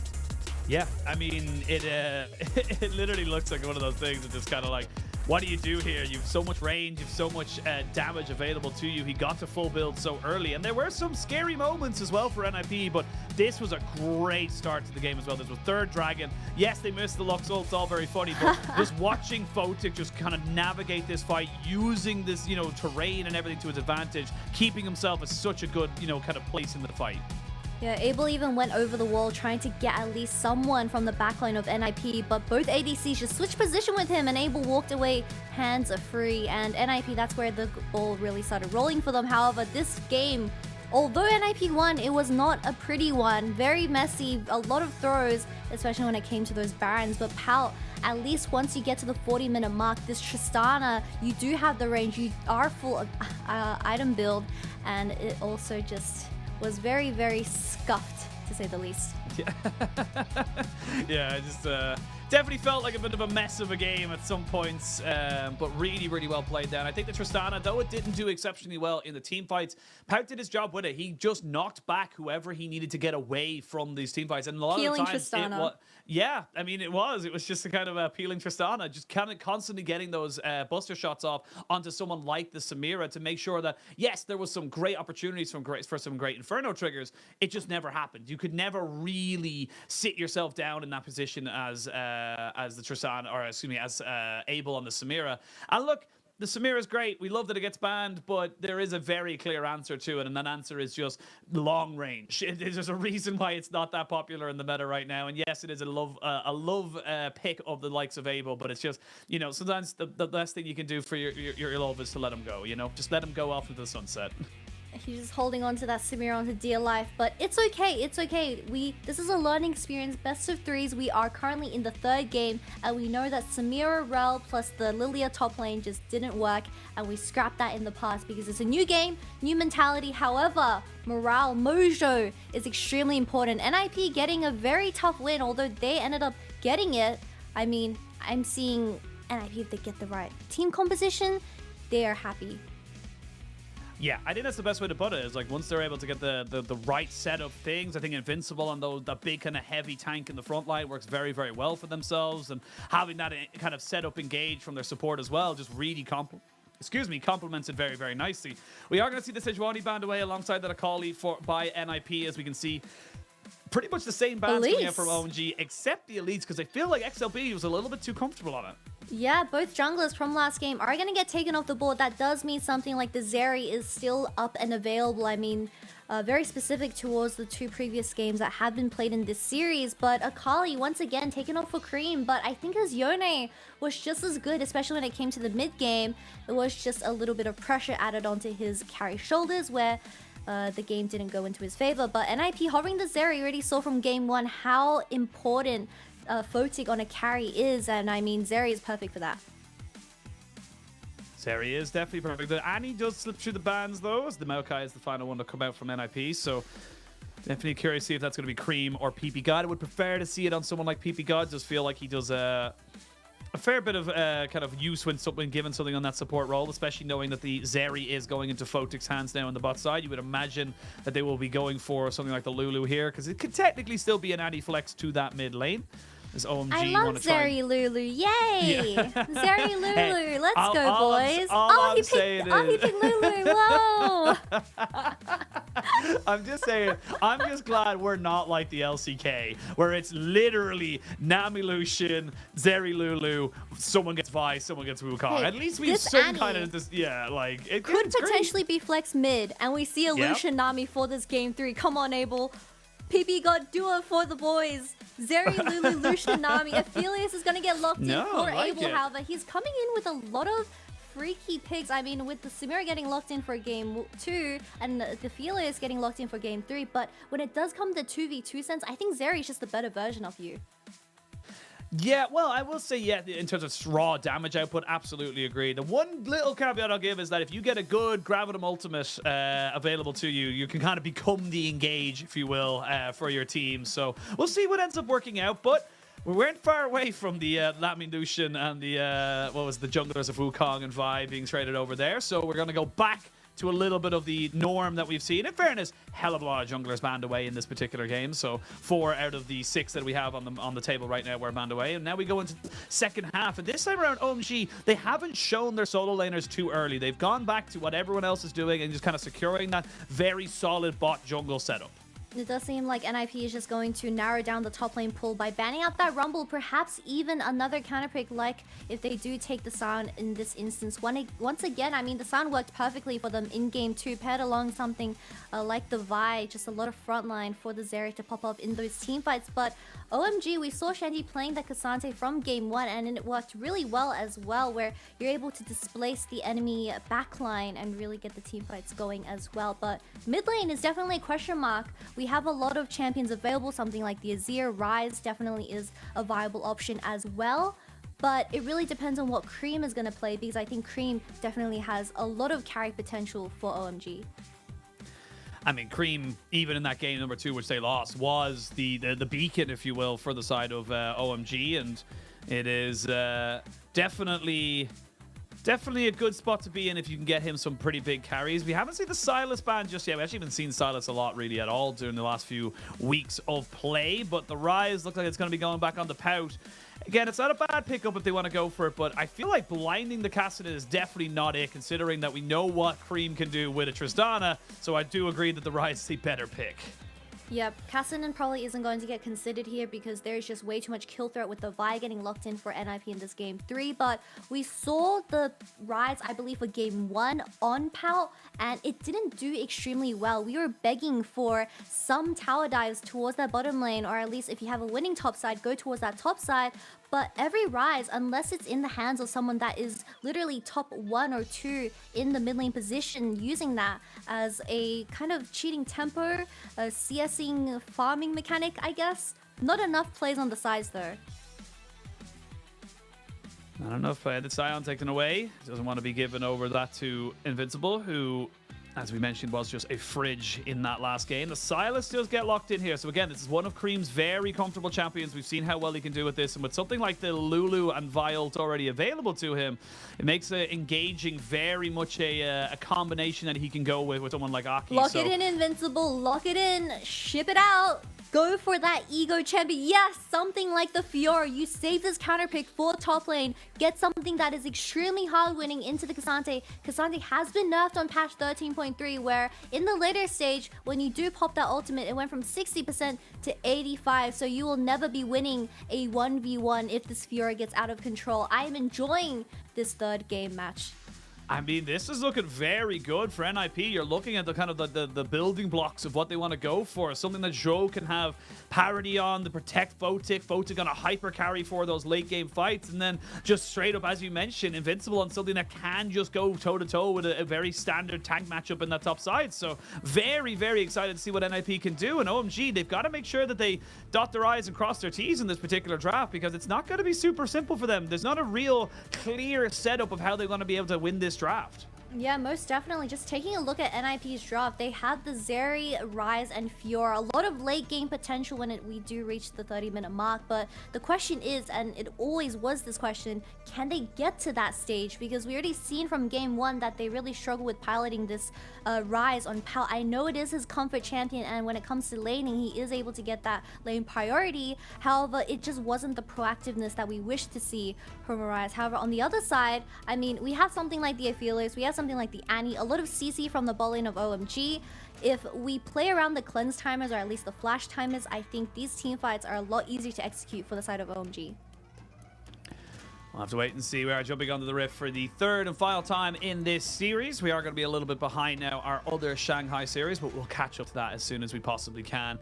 We got to figure out where this one goes. For the moment, it is going to be OMG looking to bring themselves up to 5 and 4. It would be a nice place to be, just starting off your second half of the split with a win. But NIP are running out of games. This is their 10th series. This is a big moment. The difference between 3 and 7 and 4 and 6.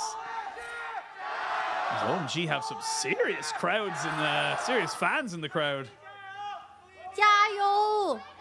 Of course, to both teams, the series is currently 1-1, where NIP, third game in a row, they are looking very dominant and prioritizing this bot lane Bush priority. But like we've been seeing, we saw this Wukong work extremely well for the side of OMG for that game 1.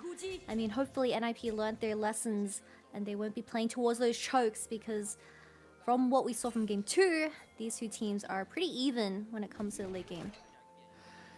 Yeah, I mean, when it comes to straight up 5v5ing, it does feel like neither side has a significant advantage as we do jump in. Oh, bit of an abscond, bit of an abduct, and a bit of a trade back in the mid lane. But curious to see now where both these junglers are going to be going right now. We could see just straight up full clears into a dragon setup or a Rift Herald dragon trade. It's generally what we do end up having right now. Aki is considered to be the better of the early game junglers, considering the Wukong into the Vi matchup, but not always to be. How you play it off, and we'll come back in to kind of see where they want to try and make this one work. Invincible kind of putting down some serious work already here onto Shanji, and getting a little bit unfortunate with those vital procs that are being faced away from him, but already really punishing here. Kind of showing exactly what you were talking about, that you can just take this Fiora into this Cassante matchup. Cassante does not just have a free line matchup anymore. Yeah, both junglers are, however, in this top side though, so if Invincible isn't too careful, I'm pretty sure Aki will be making a visit to this top side. Really good zoning, however. I mean, Shanji only has 6 CS in his pockets, where he is missing out on some of that minion XP. Just hit level 2, but just looking at how these items are starting out, Abel went with the Cole. Not a lot of action is going to be expected out of this bottom lane, but I think the main focus is going to be this mid lane 2v2.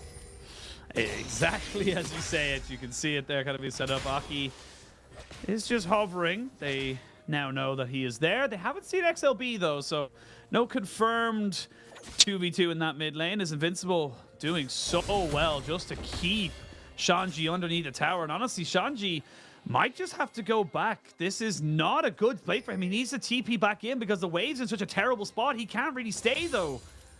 He is chugging his health pot. Still has a cookie available, but his wave is slowly building towards the side of NIP.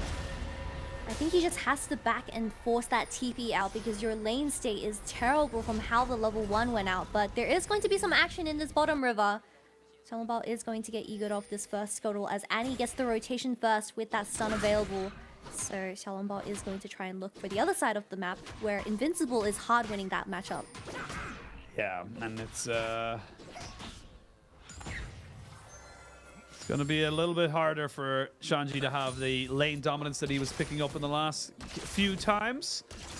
But this time around, Invincible gets to show what he can do. Both bot lanes very happy to kind of farm up like this. Nothing really too crazy for them to kind of go for. Abel picking up the Cole means that he's just pushing himself forward as best he possibly can, making sure that he's not losing too many of these little minions.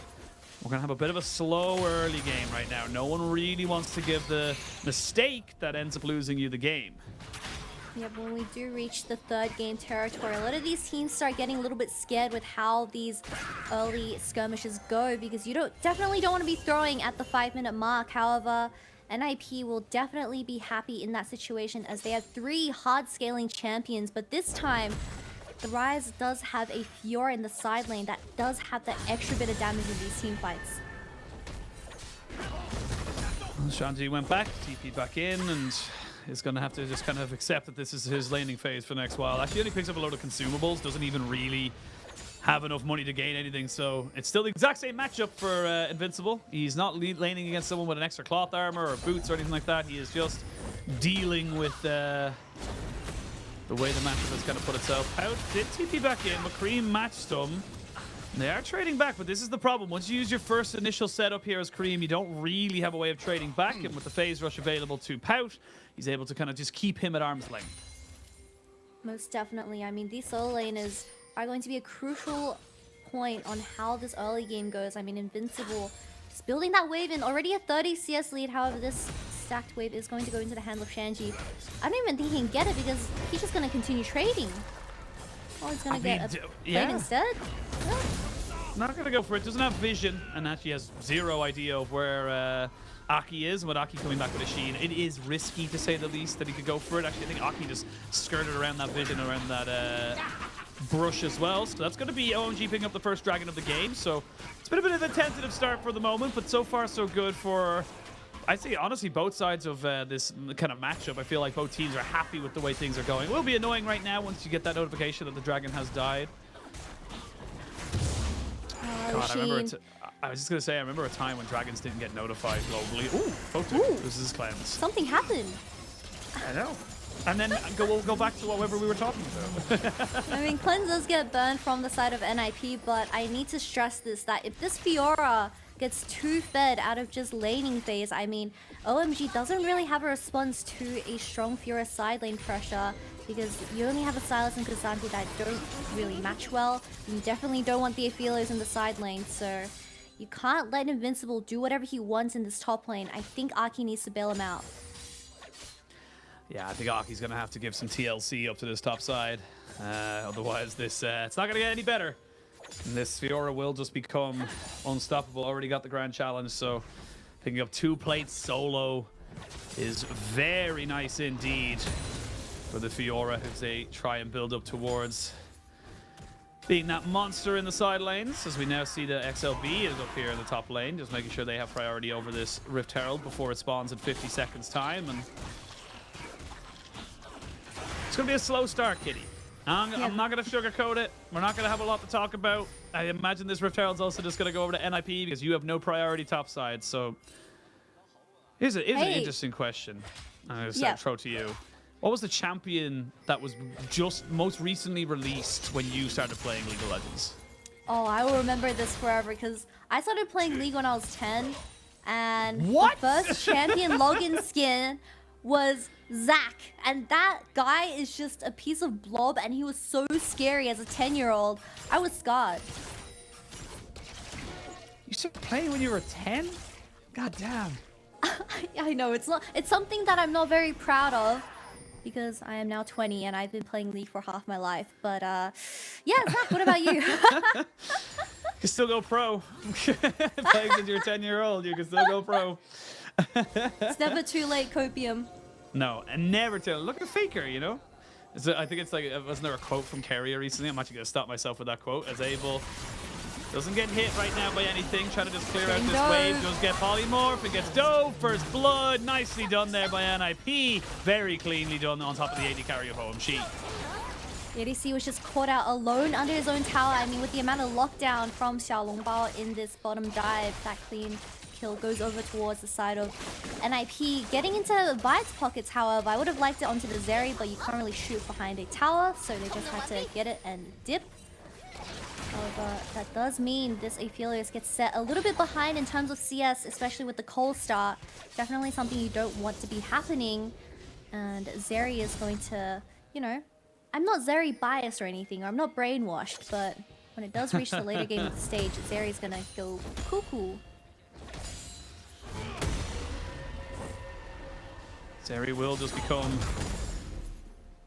indestructible, you would imagine, as Because of that bot lane dive, though, I do have to correct myself. Because of the bot lane dive, OMG end up having themselves a Rift Herald. So they're actually 2 objectives up, comparatively to NIP, who decided to go for the stacking on the affiliates. I will say Abel's still doing a very good job, to be perfectly honest, right now. So actually, interesting enough, we're seeing a bit of a switch right now. Sanjay's had enough. Sanjay is done with this top lane matchup, and he doesn't want to deal with it anymore. They may try to just burst out Invincible and look for a kill, but I think Invincible knows that they're going for a little bit of a swap because it's taking too long for Shanji to get back in here.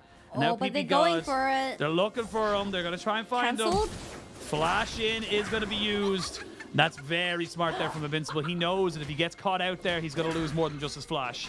He dipped just out of vision, so Annie wasn't able to land that Q stun onto Invincible, but the bot lane swap going to this top lane now. Herald is going to get dropped here because Invincible can't 1v3, although very ahead on the sphere. He hasn't backed yet, so it is going to be a little bit tough. He is just going to watch the tower die in front of his eyes. I mean, Zeri is going to pick up the same amount of plates. However, just 2 extra. Got a Rift Herald. You've got a Rift Herald to finish this one off. So this is going to be the full tower going over. And this is honestly just great adaptation coming out from OMG. They recognize, look, we're going to lose plates either way. So let's just make sure that we're gaining a lot more from this. And you can see there with the Rift Herald, Shelly getting to do her favorite thing in the world. You just can't keep up with the pace. They're going to keep going with this. No one has responded just yet from the side of NIP. So they know that they're still a 3v2. So they can just push this right in, get a charge down, the tower down to half HP. Very nicely done by OMG. 2 charges from this Herald, absolute stonks. I mean, PP Gold was just holding onto his stun the entire time, so NIP definitely getting a little bit scared, but I was saying Photic realistically can get the same amount of plates. However, OMG is already rotating to this dragon that is spawning. Shanji is going to have to accept he's a bit of a pinata at the moment. People are going to be whacking him for the next while, but it's all in the pursuit of Abel getting himself up to that Gale Force, being more relevant than this Zeri. And honestly, with the fully stacked Cull already, he is doing fantastically there. You can see him sitting on nearly 2,000 gold. Has himself a 400 gold lead. That is just straight up having that Cull stacking up. You get the money back from it, and it's just going to be a little bit more of a setup. I will say Photic will pick himself up a full plate and tower for himself, so he'll bring that gold right back up in terms of equality, and they should be able to both reset and get themselves their first items. However, Droid did end up in this bottom side first, so they do have a pink ward there, but you can't really ever face check into something like the Wukong and Annie. It's just way too dangerous, especially when you have a full scaling composition. So this second dragon is going to go in the hands of OMG as Creep picks up 2 plates.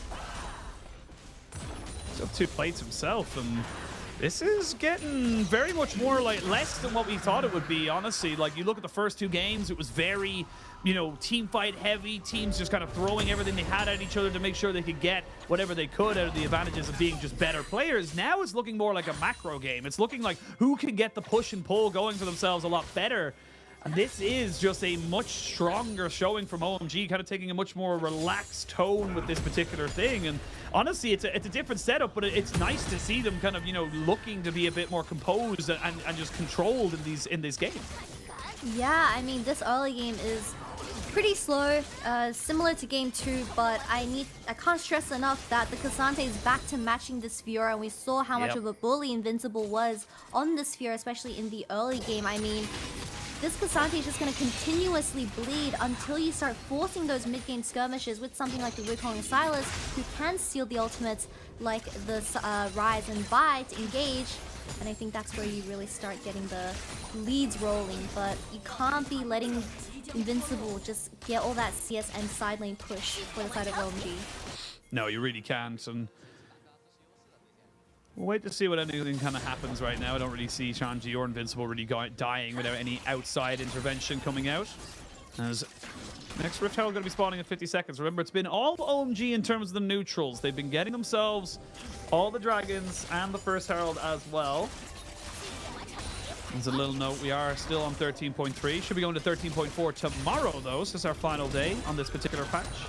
We can say goodbye. Yeah, I know. It's a little sad. I don't know why it is, but it is. As we might see some changes. Riley and Saul's going to be enabled tomorrow. Very excited for that. See if we get some crazy teams. Because I know it's like most teams don't generally go for the crazy stuff, but LPL sometimes do, and that's what I relish that, you know? I'm excited. What are you excited for 13.4? We saw Lilia top lane for the previous game. You know what I'm excited for? I'm excited to see Yuumi revive and for her to just curse the entire meta again. No! A fight, however, 14 minutes. Yeah, 14 minutes. We're going to see a fight coming in straight in. We're going to see they're trying to get the cease and desist, the wild growth to keep XLB alive, but the all out to bring them all in. Shanji gets a kill. Never mind, it's PP got to pick it up right at the end. Cream has finally joined in. Abel not in a great spot, and Abel gets assassinated by Pout, who flashed forward. It's a 1-for-1 at the end of it all, but you will lose so many summoners on both sides, and I think NIP are still coming out on top of this. Oh, another ultimate. Down. Invincible, not quite able to get taken down yet. He is still one of the tankier members. And finally, this game does explode into life. Finally, some action on the Rift as Abel does trade as a response for the jungler of NIP. However, I think it's much more worth putting the ADC pine from OMG instead of putting it in jungler. I mean, it was just a really good engage from PP God as he lands the ultimate onto Vi, and I think he just cut the play here. But Pouch has got a really good angle into the carry of the Decisive, and he flashes over, gets the root down as well, and Abel does fall as a response due to a late flash. And look, despite everything happening there, you don't have any real ultimates now available to you as NIP, so you're going to have to just kind of concede this Rift Herald. You're happy enough letting Pout just push in that bot side. But OMG still having the numbers game in terms of the objectives now. Minute 20 until that dragon spawns with having the Rift Herald available. Oh, the Raptor! And all her children are dead. So why did you not kill me as well? You shall live with the consequences of my actions. I guess plus 60 gold into Zeri's pockets is enough, but it's okay. I like creating random backstories for jungle monsters, as if they have any choice in the matters. We are going to come back in. It's very tragic. We see Abel a little bit behind in terms of levels right now. It's only about a couple of minions, actually a minion, I think, until he gets up to level 10, so should be able to kind of equal it back up. But first items across the board. Rod of Ages stacking up for both Cream and Pout. Actually, Cream finished his slightly earlier, and there is a stopwatch here on Cream as well, so might be seeing a big fight right now in this mid game as they look to try and contest. This would be Soul, and for Casante and a Silas, getting a Ocean Soul can be massive. Aki just walking forward, not really afraid of Photic, as they drop down the Rift Herald with 12 seconds to go until the Dragon. That doesn't break the tower, however, and I believe that NIP does have vision control. Both are getting caught, though. Here we go. They're going to look for a fight. Photic cleanses and flashes away, pops down the lightning crash. And a TP comes in as well. Abel still looking to be aggressive with these chakrams. Has himself the Severum as well. So Red-White wants to fight, but nobody dies, but you've lost both summoners now on your AD carry. NIP is extremely low for the next 5v5, however. Invincible compared to something like Casante isn't going to offer as much when it comes to just pure 5v5 CC. So it does look like NIP is in a bit of a tough situation. Well, so far NIP are just keeping Photic topped up. He was very low, but he's got an Immortal Shield bow, so he's got plenty of lifesteal. If he can just keep hitting off on those minion waves, no one's going to be able to get anything off of that. Invincible was looking for a bit of a flank, and will still be on it right now. Photic gets himself over the wall, but then now you've lost all control around this Dragon Pit. That's going to be Soul here. Because look, actually didn't even notice XLB had to reset. He's not here right now. And you're looking for a fight. They're going to get the blast cone over. Photic and Show still about half HP. They're going to pop in a little bit of damage, but that Dragon is almost certainly going to be going down. It's reset a little bit. They're going to get in. XLB's not there in time, and now he needs to get himself out. Four-man knock up with the stolen wild growth. Photic trying to do something. Droll flashes, but it's only to get you to a new position, your new grave, if you will. And now Invincible, he's going to be able to dash his way out. He should be fine to survive, but you know who won't? The Zeri, who's going straight underneath that tower, dies to Aki after being executed. And now, with only a minute until the Baron, they can't really take that objective. How? Why are you TPing into the mid lane? Well, that just means the tower is going to fall as a result of that as well. The third dragon going to the hands of OMG, and Baron spawning in 1 minute. I mean, Xiao Longbao just wasn't there for the play. He was 5 seconds too late as he got poked out earlier. And Cream landing the nastiest Lulu ult I've ever seen in my life. A self-engage from the Silas. However, but when it does come to these 5v5s, we already see the value of a Fiora where she isn't able to do too much. I mean, 2 seconds too late on the smite as well, where Talonbot gets poked down as well. And just the nastiest Lulu ult to start everything. And Photic already extremely low, so he does get cleaned up later as well. But just the amount of CC from OMG's team composition, Wukong, K'Sante, this is exactly what they're trying to look for, and NIP is giving them that. Yeah, I mean, Photic tried his very best. He even loses the cooldown, the Immortal Shield Bow. It's not going to make any difference, but it just feels bad. Coming back up the back of that. Now Infinity Edge finished up for the Aphelios. Abel very much online now with this late game kind of scaling carry. Photic a little bit behind in that regard. Well, still has a Phantom Dancer, but definitely not as much power and punch. So we can see Shanji just kind of able to go toe-to-toe now with Invincible. Invincible can't really kill this guy, and yes, the K'Sante is nerfed, and Invincible is doing very well in that matchup, but Kasante's doing his job. He's keeping them away from the rest of the team. Trendy definitely revived a little bit after that winning team fight where he has caught up in items just a little bit and in terms of experience. However, I do believe Invincible is currently sitting on 0-0-0 in terms of that scoreline, so OMG in the driver's seat once again, getting that vision control as the Silas and Annie that can just engage whenever they want. So NIP needs to tread very carefully. Very, very scared about this next fight. It's only a 2,000 gold lead, but you've already got soul points available here for the side of OMG. NIP desperate to keep themselves in. Remember, we talked about it a little bit earlier. You're at your 10th series. To go 3-7 after 10 games or 10 series with only 6 left, that is so difficult to really say that you're going to be able to make it up. It's not impossible, but it's definitely not the ideal situation. Whereas OMG 5-4, even going after 10 series after this, if you go 5-5, you're in such a stronger position, just even mentally, because you know you've already got wins in the bag, and that's where a lot of these wins come out from. It's kind of an interesting one we always see compared in football. It's not about winning every single game 3-4, 5-0. It's about having bad games or bad series that you still come out and win, because even then you're still getting W's in that column. You're still pushing yourself further and further up, and it proves that despite you having a bad game, you're still getting the wins. Yeah, OMG, I mean, they defeated both TT and IG, who are both above them in terms of the standing, and they didn't drop a single loss. So it does say that OMGs, I mean, with this roster, they are very promising. Currently being in that 10th position as well, barely making it and to secure that playoff spot as we approach it very, very soon. But this win matters so much for both sides. I mean, OMG struggling to stay in the range of playoffs, and NIP struggling to get into that spot for playoffs.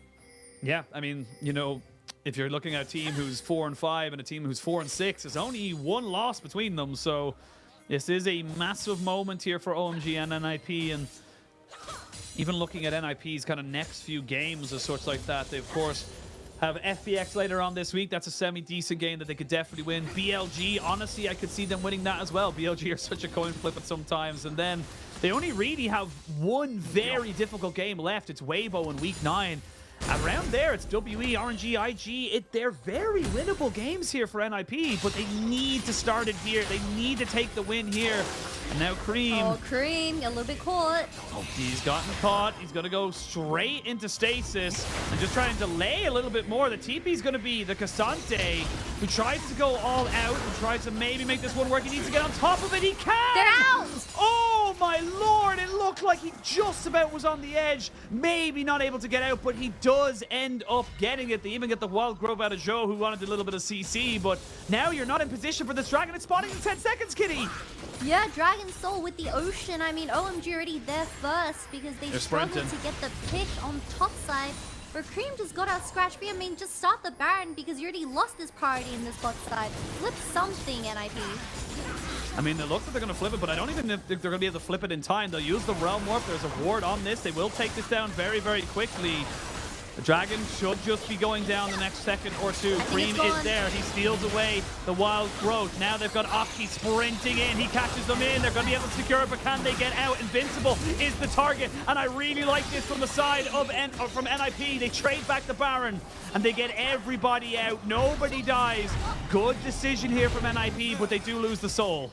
Exactly what I'm looking for, Oshin. You already lost that vision for the dragon. Just go for something that's on the other side, and that was Baron. A little bit of a breather, especially for a scaling composition. I mean, this Fiora with the Baron is going to do lots in that side lane. However, you need to start getting that heal cut into your pockets because you have a Sylas, you have a Wukong, and that Ocean Soul in the side of OMG now. So we already have a bit of heal cut from Vi and Lulu, but is it going to be enough before the Fiora gets to do something in the side lane? It's tough. NIP not a million miles away in terms of the goal, but it does feel like OMG have total control. The extra stats from those dragons equal to about 800 or so, maybe even 1,000 each. So you're looking at a unseen gold lead. You would imagine the Cassante now very powerful with that Ocean Soul, as well as the Sylas. And Aki hovering in this top side, hasn't really decided to do anything just yet. Invincible sitting off to the side will be spotted out and just making sure he defends that pink ward with the rest of his life. And you got to be very careful with this Ocean Rift. You got plenty of extra brushes and whatnot to be able to cover you for. And honestly, minute 30 till the next to the Baron wears off, I don't really see NIP getting much further. They're so short ranged, and I think everyone's just kind of at a point now on the side of OMG where they have the items to deal with you. Yeah, I already see the 131 from NIP, however, so if PB God does want to engage in that middle lane, he has the flash available and Tibbers, so it will be a very easy team fight for OMG to take. However, if you just continuously match up against this Fiora without being proactive on the other side, I mean, you have to make two very tough decisions. Either kill the Fiora or kill the mid lane.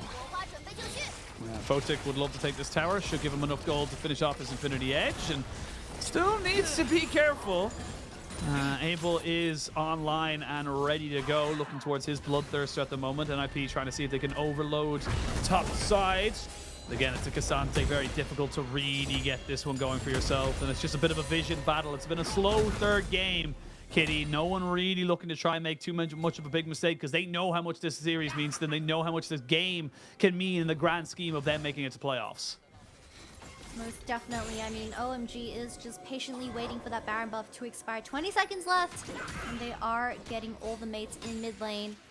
Fiora didn't get to do too much in the side lane, however, because this Cassante, I mean, with the Ocean Soul buff, he was not getting traded down.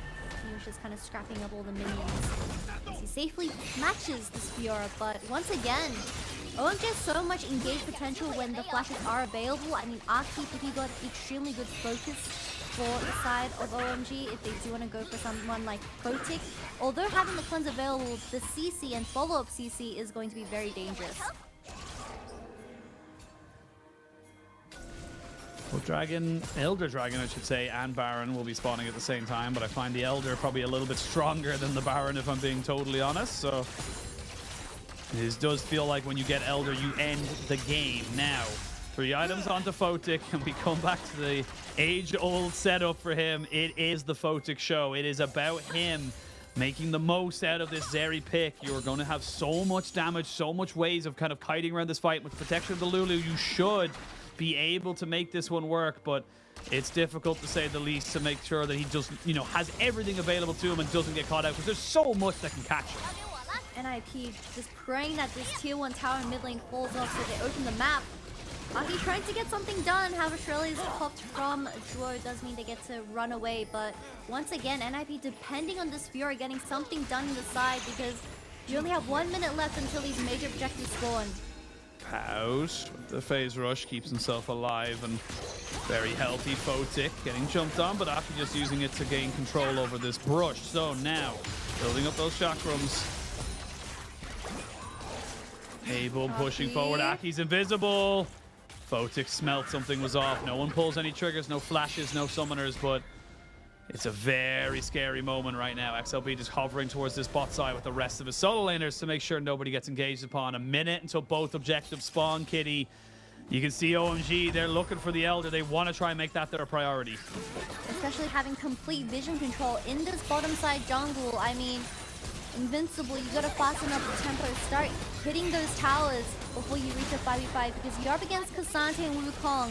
If this Zeri mispositions once, she is completely dead. And this Fiora isn't going to do too much, because team fighting Fiora is just never going to work.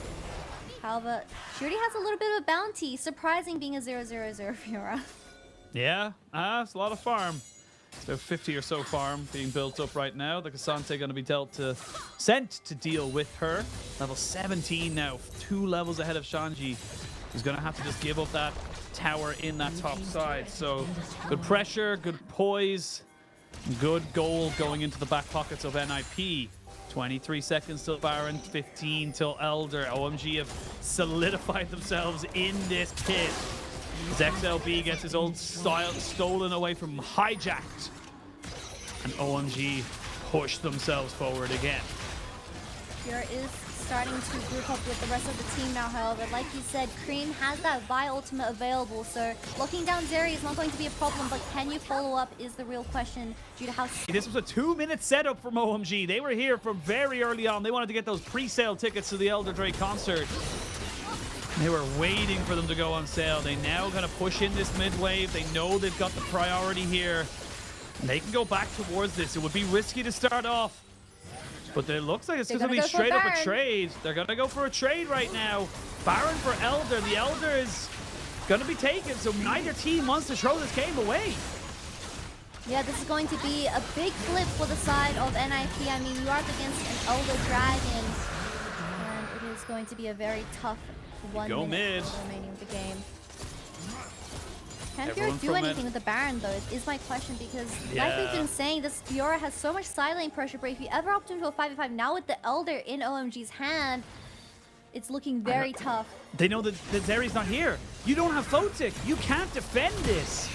That is just huge misplays coming out from NIP. They wanted to get those extra little items out to make sure they couldn't die, but I mean, you just lost, your bait just got broken open. This makes the Elder 100% more worth than the Baron. Yeah, now Inhibitor is down, so Invincible, even if he does push out on the side, you're just going to get caught off because you have no mid lane priority. But however, Baron does last a little bit longer than Elder, so if they're able to just hold off for those few seconds, maybe the side of NIP is able to scrap something, because this area is getting extremely huge, but both ADCs are going to be extremely important. It's a tough one. It's tough to know where everything's going to go right now. OMG, they feel like they're getting the better of the trades every single time. Gold dead even, but those Dragon Souls, the Elder Drake, it's all boiling up, Kitty. Little by little, you can see the unstoppable force and the unmovable object finally looking like they're going to be able to kind of meet paths. Oh, PP God. There's a ward there, so Invincible's not going to overextend with the Baron recall. A really good idea from OMG. They are trying to shut down this Fiora before she gets to regroup with NIP, but Invincible smelled them from a mile away and just escaped by barely. We'll wait again. No one really coming back on this Fiora. They were just able to clear out the minions alongside Pal. But OMG in a huge winning position now. So just want to say welcome back, Twitch.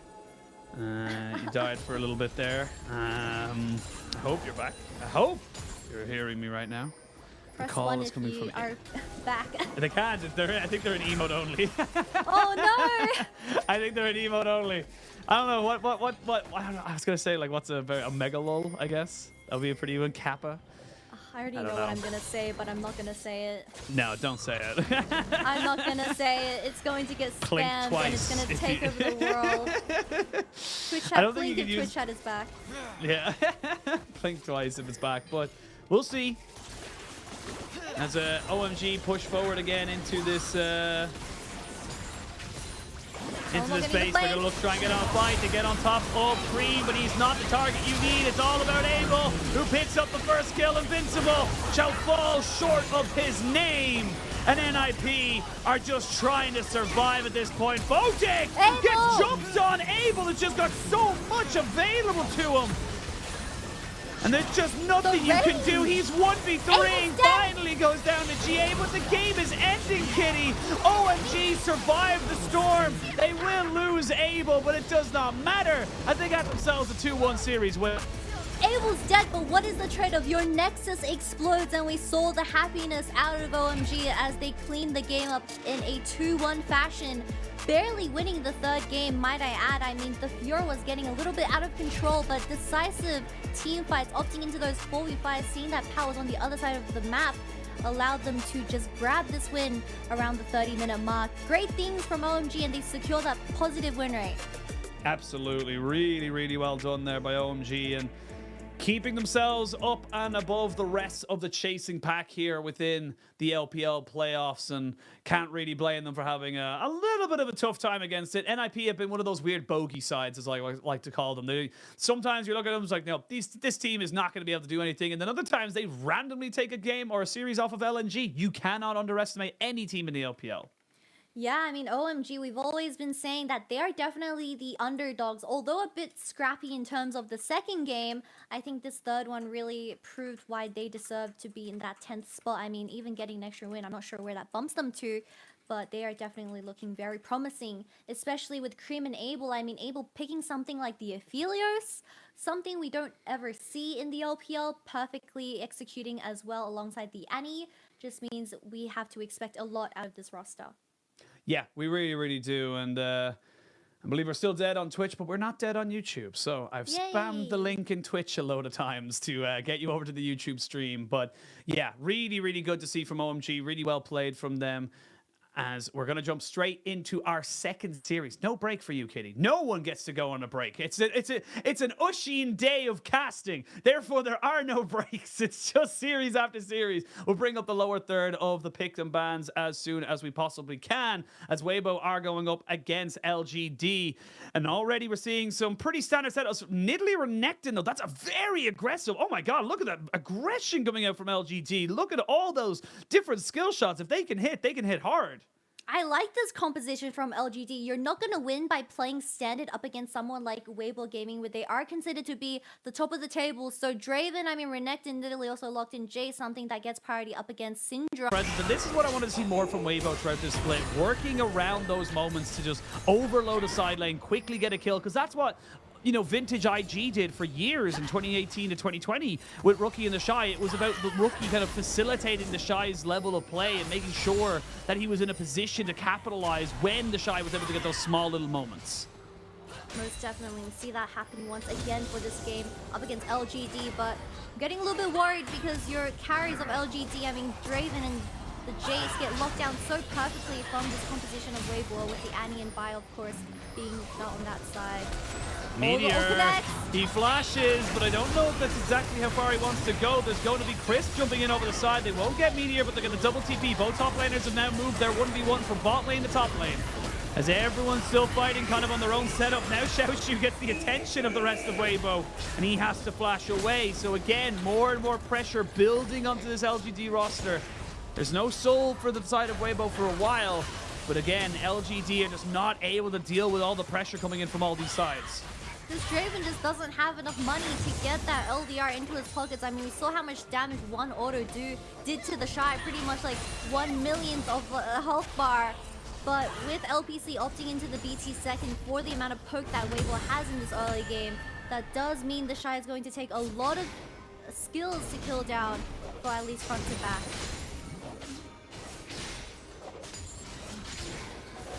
Whew. It's getting closer and closer for Weibo just kind of to break the dam. It feels like it's just only a one team fight away from this going all to hell for LGD. They are still keeping themselves relatively in tow, but you're going to need to see a hell of a lot more spears and accelerated shock blast landing. We need to see these health bars being tickled down a little bit more than what they have been, because yes, the Draven Nautilus is great for when you get that team fight, but that's not how you need to start off these. Your Jace and your Nidalee needs to be arm's length, constantly pushing forward and constantly looking to try and just keep everyone away from your main carries. Most definitely. Although the game is 7-6, I mean, Karsa might be looking for an angle here, playing with the vision that Weibo has already set up. But 7-6, but look at the map state. 6 towers to 2. Karsa charging it up. Charging it up. Looking for it to Shy. Off on a flank. Scatter the weak lands in the Jinjiao, and he loses about a fifth of his HP. Everyone just kind of backs themselves away. You've now lost all vision control, you would imagine, for the side of the LGD around this bar. And the Dragon is spawning in 30 seconds. That's the easier objective here for Weibo. And everyone just dissipates. Don't want to have too much to deal with this, as LGD are happy just to ping-pong the waves for now. Weibo is just trying to bait the enemy team into their hands as they have complete vision control. Although that one is going to show Xiaohu just sitting down the corner. The Berserker mode gets used right there. So Xiaohu is going to leave, but just no vision at all. Oh, he leaves. Jin Zhao, though, didn't think he went very far.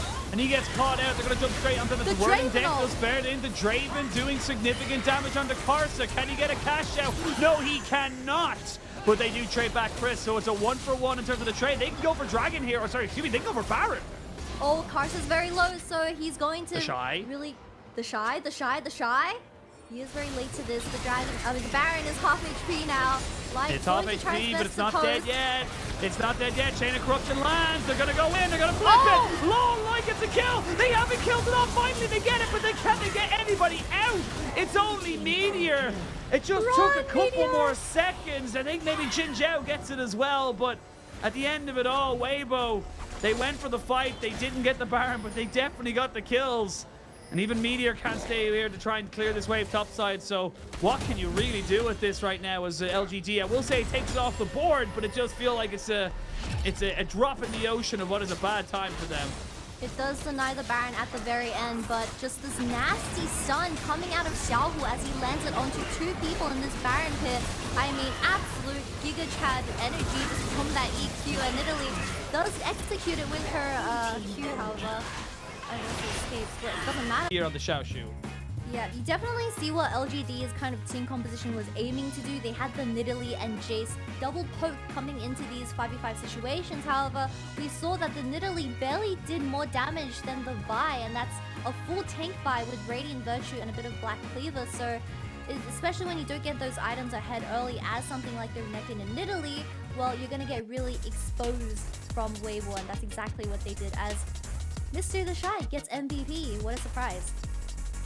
Yeah, what a surprise. Gets himself up nicely, set in a positive way. And you know what? The Shy coming in and being more positive in that regard is far scarier than anything you can really think about going into the postseason, because Weibo could be coming in as a team as a little bit more of a dark horse that you would definitely be really wanting to avoid in those playoff spaces. So that's when we start to see the dynamic of where you finish in the split, where you finish in terms of the playoffs makes a huge difference as we come back in and see where these two teams can go from here. Because for Weibo, this is a week of redemption. This is a week to kind of, unfortunately, you know, I don't like saying it too often, but this is a punch down week. You're against LGD, you're against anyone's legend. This is a time to really just look fantastic in that particular setup as we look at bans and picks coming in now for game number 2. Weibo looking to try again. Like I said, if it's not a 4-0, it's definitely not going to be a good enough. And they get the Cassante back. They actually get a last pick coming out from the very, very end of things. And it's still the Jace and the Nidalee. They go for the Callista Draven in the bot side this time around. So no Nautilus, but still making it work for the side of LGD. Very similar composition, but this time around they're going for that Fiora, which we talked about, into the Cassante in the NIP OMG Game 3. Yep, Xiaoshu deciding to opt into the Fiora into Cassante matchup this time around, so hopefully it will go a lot better. But my eyes are onto this bottom lane. We have the Kalista support locked in for this game too.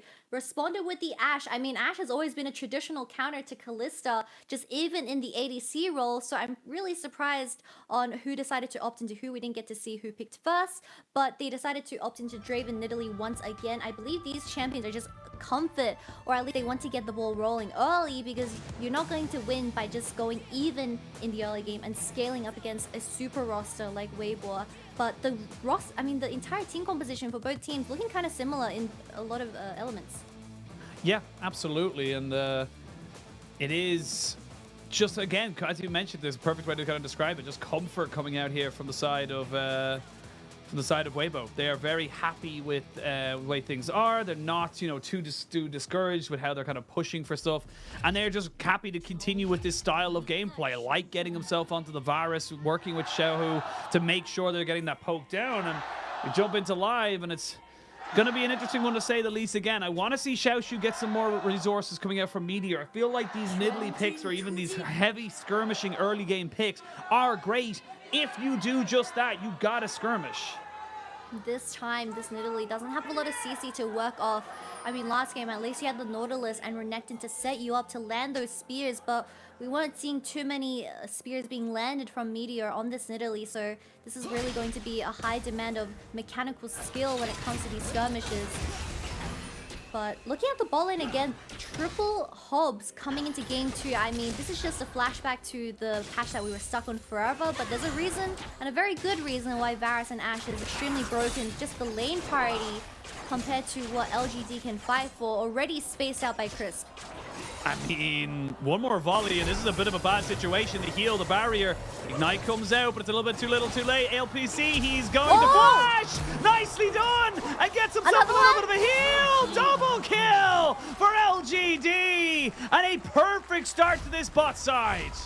You know what? This is exactly what we need. The Draven Kalista lane getting ahead, but without that ignite from the side of Weibo, they just lack that tiny bit of damage, where Chris, in exchange, he had the barrier, so Jinjiao not getting focused down by Weibo Gaming just meant he was able to get that rend off twice and get the execution on both Varus and Ashe. But that does mean he's going to be backing with the gold of 2 kills. I'm going to see how it started off. Chris was looking like he was outspacing the enemy team with that Hail of Blades, but with them playing alongside the Vision, I believe they just dipped right out. Sooner or later, I'm not too sure, but the Ignite gets popped into Light, where the Rend was just so insanely good. How many spears did he put into that man? Yeah, Chris just wasn't able to get that Vision onto LPC, so he flashed really late. Really nicely done there by the bot lane of LGD, and that's the kind of start you need. It's unfortunate that it goes to Jin Zhao, but look, you take any that one around, but good Meteor presence in this bot side means they are going to have a little bit better of a start here from LGD. And this is the thing for Weibo. You go with this kind of setup, and I love that LGD kind of went tit for tat with them. They wanted that fight. They pushed to have that fight at level 1 in bot lane, assuming with the barrier, with the heal, we just have strong. Instead of Xiaohu, he's going to have to flash. I don't know if he's going to be able to get away. Oh, no! It's like one of those old school Looney Tune cartoons where you just flash straight into the wall. You're left with a little bit of shame in your heart about how that one went. But again, great start for LGD. They are punishing very, very lackadaisical moves coming out here from Weibo. Apologies for screaming. I didn't know League of Legends was a horror game. But yeah, like you've been saying, the triple longsword coming in for the side of LGD. I mean, Xiaohu just got extremely low by tanking a tower shot here, trying to stop the back of Jace. Triple tower shots as the Fiora roams down from the top lane. I mean, Xiao should be very happy to pick this kill up, as Xiaohu didn't know what was coming to him and placed face plants into the wall with that flash. Yeah, it's a rough one right now for the Weibo faithful. They are 2,000 gold down at 4.5 minutes. But we'll see what they can kind of bring it back from this right now, because again, we saw in the last game they had a couple of missteps, but at the end of the day, it was still the Disguise Cassante. It was still pretty much almost identical composition, apart from now instead of the Annie, you have an Ashe. So it is pretty much going to be, and they're just doubling down. I love this from LGD. Double down. Make sure you do not let this oppressive bot lane get ahead of you. And now they're looking for more. Risk not able to save you. Still not getting the cash out. I understand it, but I feel like LPC really needs that gold. Jin Zhao. Will he get caught out? No, he won't. Karsa didn't have vision, so he had no idea where Jin Zhao was. The shot in the dark, and it was a 50-50 chance of hitting it, and he did not end up hitting it. But LGD extremely proactive, already zoning off the bot lane. Oh my god, one auto! What happened? They try to go for light and it just doesn't work. Jin Zhao doesn't even use his flash. His light keeps himself alive. There's a spear, but Meteor's now put himself in a bad spot. He's probably going to lose his flash at minimum. Never mind, he backs himself away. He's still a cat who's able to pounce their way out of pretty much anything. Xiaohu seeing if he can maybe get level 6 here against XQW, but nothing to be done just so far yet. That is extremely unfortunate for the side of LGD, where I believe Jin Zhao was just trying to go for that 1-for-1 trade, but legit single digit doesn't end up getting that kill, as Karsa follows up with the flash as well. About 1,000 gold lead now. It's actually getting smaller, funny enough, as the game goes on, but still waiting for that one big cash out here onto the Draven. You see Jin Zhao with 3 kills. Very powerful in his own right. You just need it to kind of go onto the Draven, get that early snowball, get that Essence Reaver going. and really put down some hurt here onto this bot lane. Very, very squishy bot lane as they have been kind of discoordinated with their flashes for the last while. So they know that Crisp will have his. They know that Lights is down. You would imagine Light will be the target for this next potential gank. We wait and see where they want to kind of go for. Coming out now, we see LGD going towards that dragon. Going to be able to pick that one up for themselves. No issues whatsoever. And the game shall stay in their favor. This is positive from LGD. Really excited to see that they can do such great work in the early game, but similar to most of our lower end teams, I need to see it stick, Kitty. I need to make sure that they know what to do with a lead and that they can make the most out of it. Yeah, the biggest struggle that all these bottom tier teams have is just closing out the game, or at least translating that early gold lead into something more than just kills. I mean, the first dragon does go into the hands of LGD, being a 1-4 scoreline currently, but Meteor consistently hovering this bot side, hopefully to just get more kills into the pockets of LGD ADC.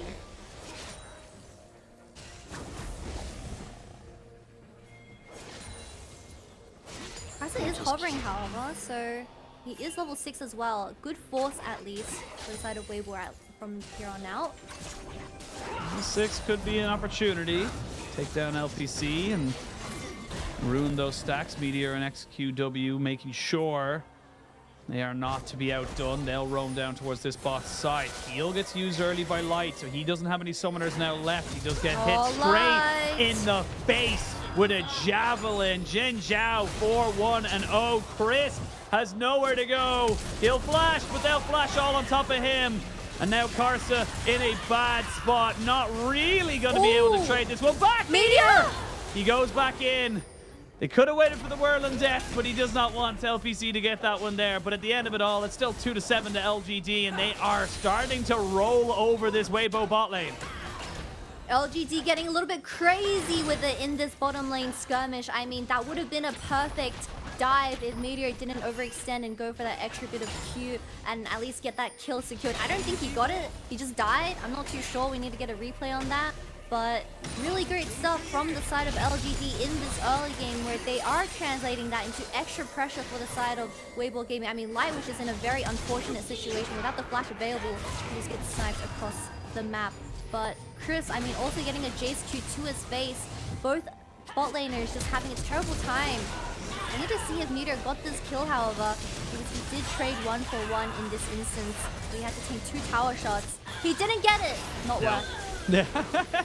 XQW will say otherwise, as he came out with 2 kills after that, so not bad for him. And Jin Zhao is a very, very happy support player right now. 3,600 for a support at this stage. The game is kind of nutty. Already has his Umbral Glaive, sitting very happy with the amount of gold he's been able to pick up for himself. And this bot lane working very, very well for LGD and Weibo. They are going to be able to trade it off for a Rift Herald for the moment, so they're going to be able to get that one for themselves and maybe trade that one into some things. But they know right now they just can't stay in this bot side. They're not level 6 yet, Kitty. They don't have access to those massive key ultimates. Yeah, and Jin Zhao has the Umbral Glaive already at 10 minutes, so just look at the vision control that LGD has been able to garner over the past few seconds. I mean, LPC, 3 plates going to his pockets, solo plates as well. Meteor, of course, always hovering this ADC as well, but I mean, Weibo, you gotta pick it up. Oh, LPC, he gets brought into the Kalista ultimate, so he's not going to be brought back out until he is safe. Jin Zhao is not going to fall just yet. They're looking for LPC. The smite doesn't finish him, but the fault kick does. And that's going to be 1 traded for 1. It's the Kalista for the Vi, and now Meteor isn't in a great position either. Xiao, who says, I TP'd in, I'm getting the kill. There's the Ash Arrow. Xiao, who gets a double, and all that hard work, and Weibo just take it all away from them. In the blink of an eye, LGD throws the game. I believe a 3-for-1 trade, only killing the jungle of Weibo. But Jesus Christ, that was a very long extended dive, to say the least. And they definitely were a bit greedy with it. Xiaohu flashing forward. Does he land the last Q? Oh, stopwatch. He needs... And boop! There it is. Stopwatch was kind of pointless there at that stage. You don't really have a way out, but I love how genuinely tilted you seem to get about these things. He was like, Jesus Christ, what are you doing? It's not how you play the game, but it is unfortunate for LGD now. Out of you know, the last 2 minutes of play, we're looking at 2 kills going over to Xiaohu, who's going to be able to go back, pick himself up so much. Yep, Luden's Tempest finished up straight away. So he is in such a point of power. And let's have a look at the replay here, because it almost goes well for LGD, but they just take too long to do it. LGD definitely getting a little bit greedy. I mean, Jin Jiao just going straight forward too light. 1v1ing him, misses the Q especially. Burns the flash from the ADC, but that does mean you are 1 HP. LPC also sitting on no mana, so no axes from this Draven, doing significantly less damage. And both the bottom laners of Weibo actually hit level 6 from this play. And it was just an overall winning fight for Weibo, and he lands the last Varusol onto LPC, and this was Xiaohu picked up as well. Oh no, LGD, it's all coming apart. They have got support here, but the Ash Arrow is going to stop Jin Jiao from getting in there. Not quite to get him. I'm going to say get their mid laner out, but XQW cannot get out of there. And you can see just so much hurt being poured down by Xiaohu, who is 4 levels ahead of LPC. He is level 11 right now and just catapulting himself way further ahead. We haven't even looked topside in about 13 minutes because it's all Xiaohu who is grabbing Weibo and his bot lane like a crying child in the shop and saying, we are going home, we are taking this win, I don't care if you're throwing a tantrum. Look, I'm also crying for Xiao Qinghua because, like you've been saying, I mean, he was just consistently hovering for this Draven Kalista lane where it did allow them to get ahead, but you need to remember that Jin Jiao has all these kills in his pockets, no one else, so everyone else is suffering for Jin Jiao to get ahead. But in that play bottom lane, I mean, he just straight up died, and Xiaohu, as a result, he has been farming in the middle lane and getting those mythic items online where he is now one-shotting the side of LGD.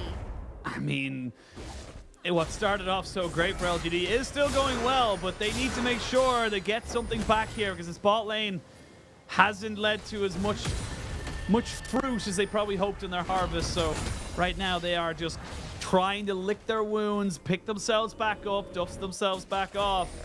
As Meteor clears out that ward, he does get spotted out, but right now it is all the Xiaohu show because he is just doing so much to keep their team in this. Let's about the replay here because again, it is just XQW thinking he's safe, but Scat of the Week is so powerful. Xiaohu is one of the best singers we have in the entire world, and he just timed that CC perfectly onto the Jace where Chris picks up this kill, even burning the ultimate and getting an extra onto Xiaohu's pockets. But yeah, this Syndra is getting a little bit out of control. I mean, your spells have to land as Nidalee, but the Kalista comes in and picks up that last kill as well. With this Nidalee, once again, we're not seeing too much from Meteor. And you need this Nidalee and Jace ahead to play towards your win condition, which is playing for poke. Yeah, you just can't really function if you're not able to get this Nidalee chase going for themselves. And there is some decent kills, but you're not on a first item yet for XQW, who has really just been left in the dust by Xiaohu. And sometimes the way it is, unfortunately, you have 17 teams in a league. There are just going to be definitively worse teams than others. It's kind of the nature of things, as we just see the replay of the mid lane turret going down in favor of Weibo, and the 1,000 gold lead whittles down a little bit more. Dragon was taken while that was all happening by Weibo, so they've got themselves away from losing a soul to LGD in this early stages, and all that good work, all that early pressure that they were able to put down to the side of LGD feels like it's for naught right now because it's just not really equating into anything. And even on the top side, yes, there was some moments there where the Shy maybe thought Xiaoshu had an opportunity to kill him, but 20 CS up, you're still as happy in this matchup as you ever were.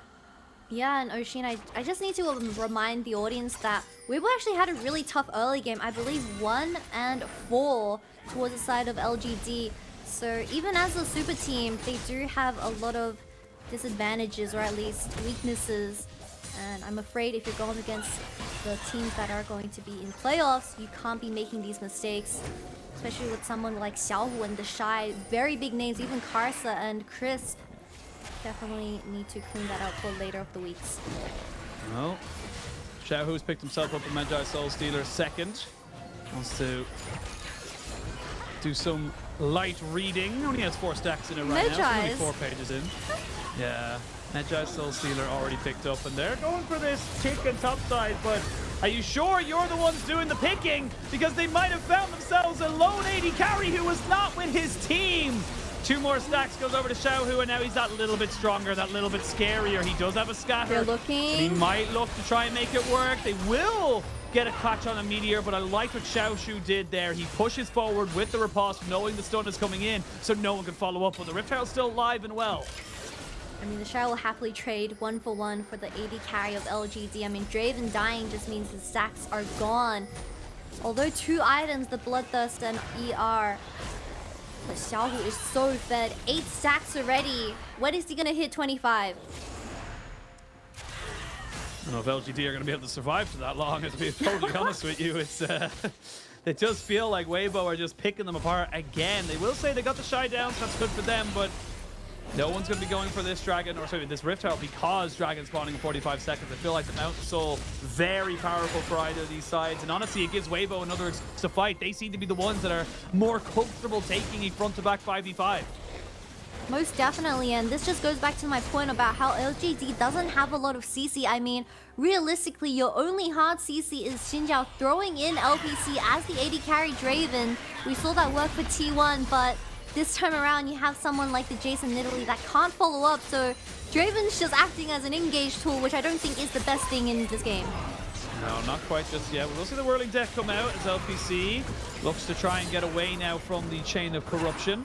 Xinjiao loses about half his health bar as LGD lose topside control, gain around the Dragon, but looks like Weibo are very happy with this trade for the moment. They're getting a turret, they're getting priority in this top half of the map as Xiaohu looks even more menacingly to try and kill off Xiaoshu and say, you cannot have my slightly augmented name. And Shally gets to drop down in this top side, so that should just be the tower confirmed, and XQW shouldn't be able to do much about it. Weibo is definitely just saying, take the Dragon. We don't care. We're gonna get 2 towers in this top side, just in extreme herald value and opening up the map once again, where LGD, the macro game, just isn't in their favor, and Weibo gets to regain that vision control in this top side.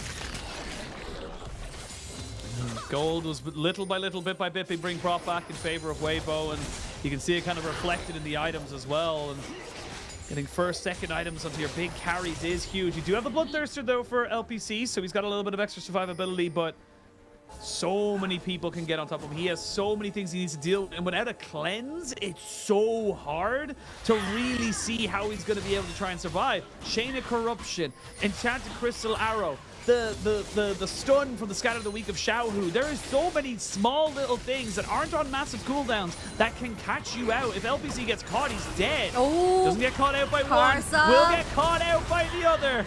And they will force out the Kalista ultimate. So that engage you talked about doesn't exist anymore.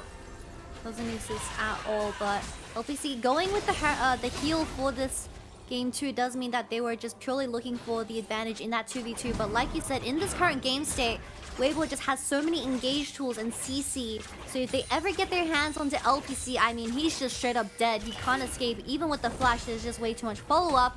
But especially for Draven, I mean, you want to be the one moving forward, you want to be the one playing aggressive, but I mean, caught out again. What do here? He flashes, he stays alive. TP comes out there, and that's going to be more summoners burned here on the side of LGD. And what did it cost you really on the side of Weibo? 2 ultimates. Oh! So nice there, block by Meteor to make sure his AD carry. I don't even think he really had a choice in the matter of whether or not he blocked it, but he did, and they will not lose their AD carry. I'm not too sure if LGD predicted that Ashe ultimate, but it was really good block from the tank. Who is the tank? I wasn't too sure. I'm getting a little bit tired, but it's okay. He's caffeine is life. As Xiaohu is still sitting on that 8, he is very comfortably playing this game as the wave state and the entire map state is working in the favor of Weibo, where Xiao Qinghua does live on 1 as he flashes away, but it doesn't matter because you burned so much towards this bottom side play where you can't recreate something like that once again. And the TP also gets burnt as well, where Chris predicts this back. It does get blocked by the Nidalee, in fact. Blocked by the Nidalee. Good bro Nidalee there.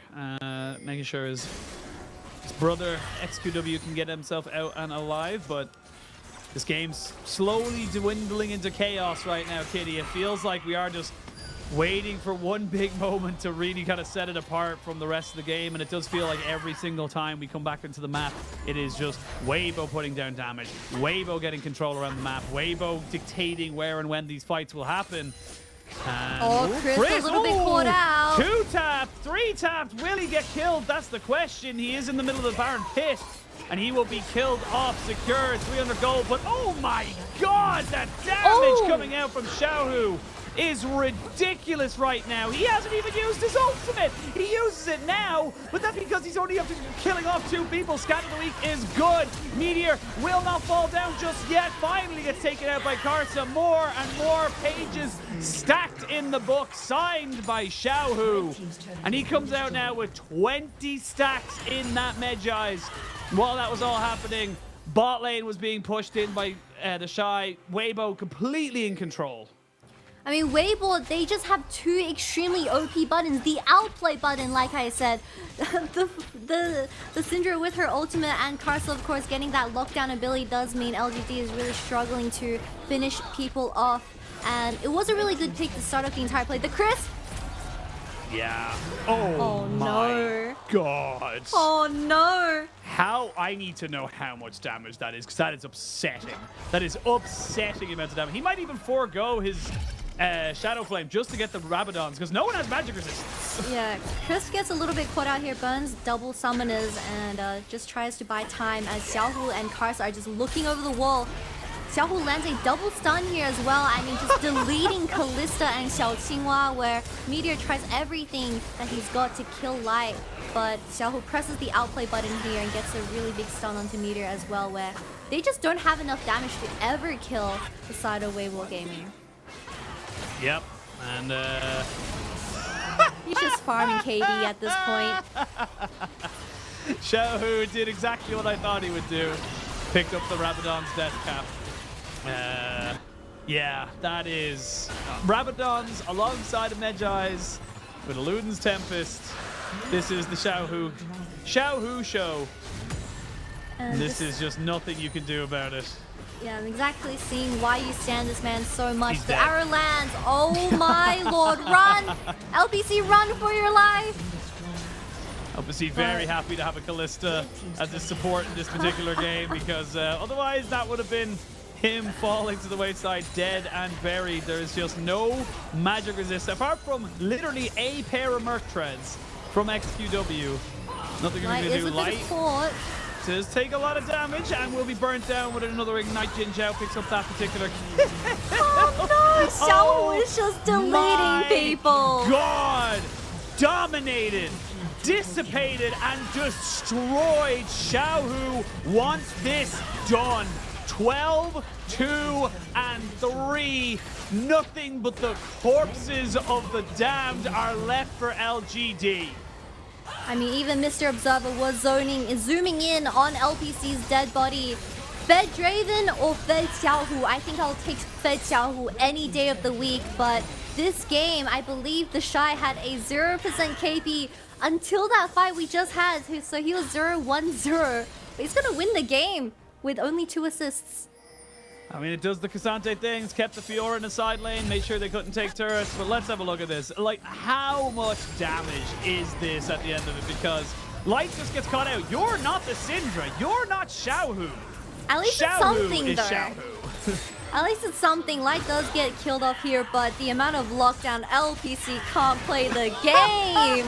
Straight up dies. I mean, even with the Nilly Spear landing, you don't have any follow-up. Not XQC, oh my lord, XQW. Just had to kind of just stare at the Syndra as like, hey, what's up? I'm trying to clear the wave here before my Nexus explodes. I want to see him ult. I want to see him do a Q on like Jin Zhao and see if it just one-shots him, because he's got a Shadow Flame now. I want to see a Penta. I want Xiaohu to get a Penta. I'm a Xiaohu fanboy. Give my boy a Penta. He deserves it. He's been playing so well. Even in Weibo's losses recently, Xiaohu has proven that he is still a cut above the rest. And just doing so much here and showing why he has such a preference for the Syndra. Once it gets ahead, it is monstrous. Playing alongside the vision control as well. LGD does smell the Baron getting started. I mean, your Fiora is still in that bottom lane. Don't have a ward to TP to. I mean, you have to go for the seal. Gotta go for something. And Sharo lands light though. Taking a fair bit of poke damage across the wall. Hit with a spear and the accelerated shock blast. There is Xiaohu claiming the Baron for his team. They're going to jump straight in onto Xiaoshu. This Karsa and the Shy were waiting with him to try and make a move there, but it's all for naught. Baron now available. You got one last hope. You got to fight. You gotta do it now. LGD, do you have anything in you? Or are you just gonna be deleted, eviscerated from this game? They're trying to just kite this one back. Doing a successful job of it so far, but the minions are flooding in, and now Xiaoshu can't join the rest of his team. Oh my lord! Goes the Weasel! Double kill for Xiaohu, and he knows there's no more kills to be had for him. He's gonna end the game. It's an ace. It's a 2-0 series, and Weibo slapped back after what was a dodgy early game. They say to LGD, it ain't about the early, it's about how you finish. It's also about how Xiaohu ends the game 14-4 on this Syndra. Second game in a row. I mean, you just shouldn't be giving Xiaohu something like his Syndra. It is definitely his most iconic champion, and it dominated the entire game as LGD never stood a chance in those team fights.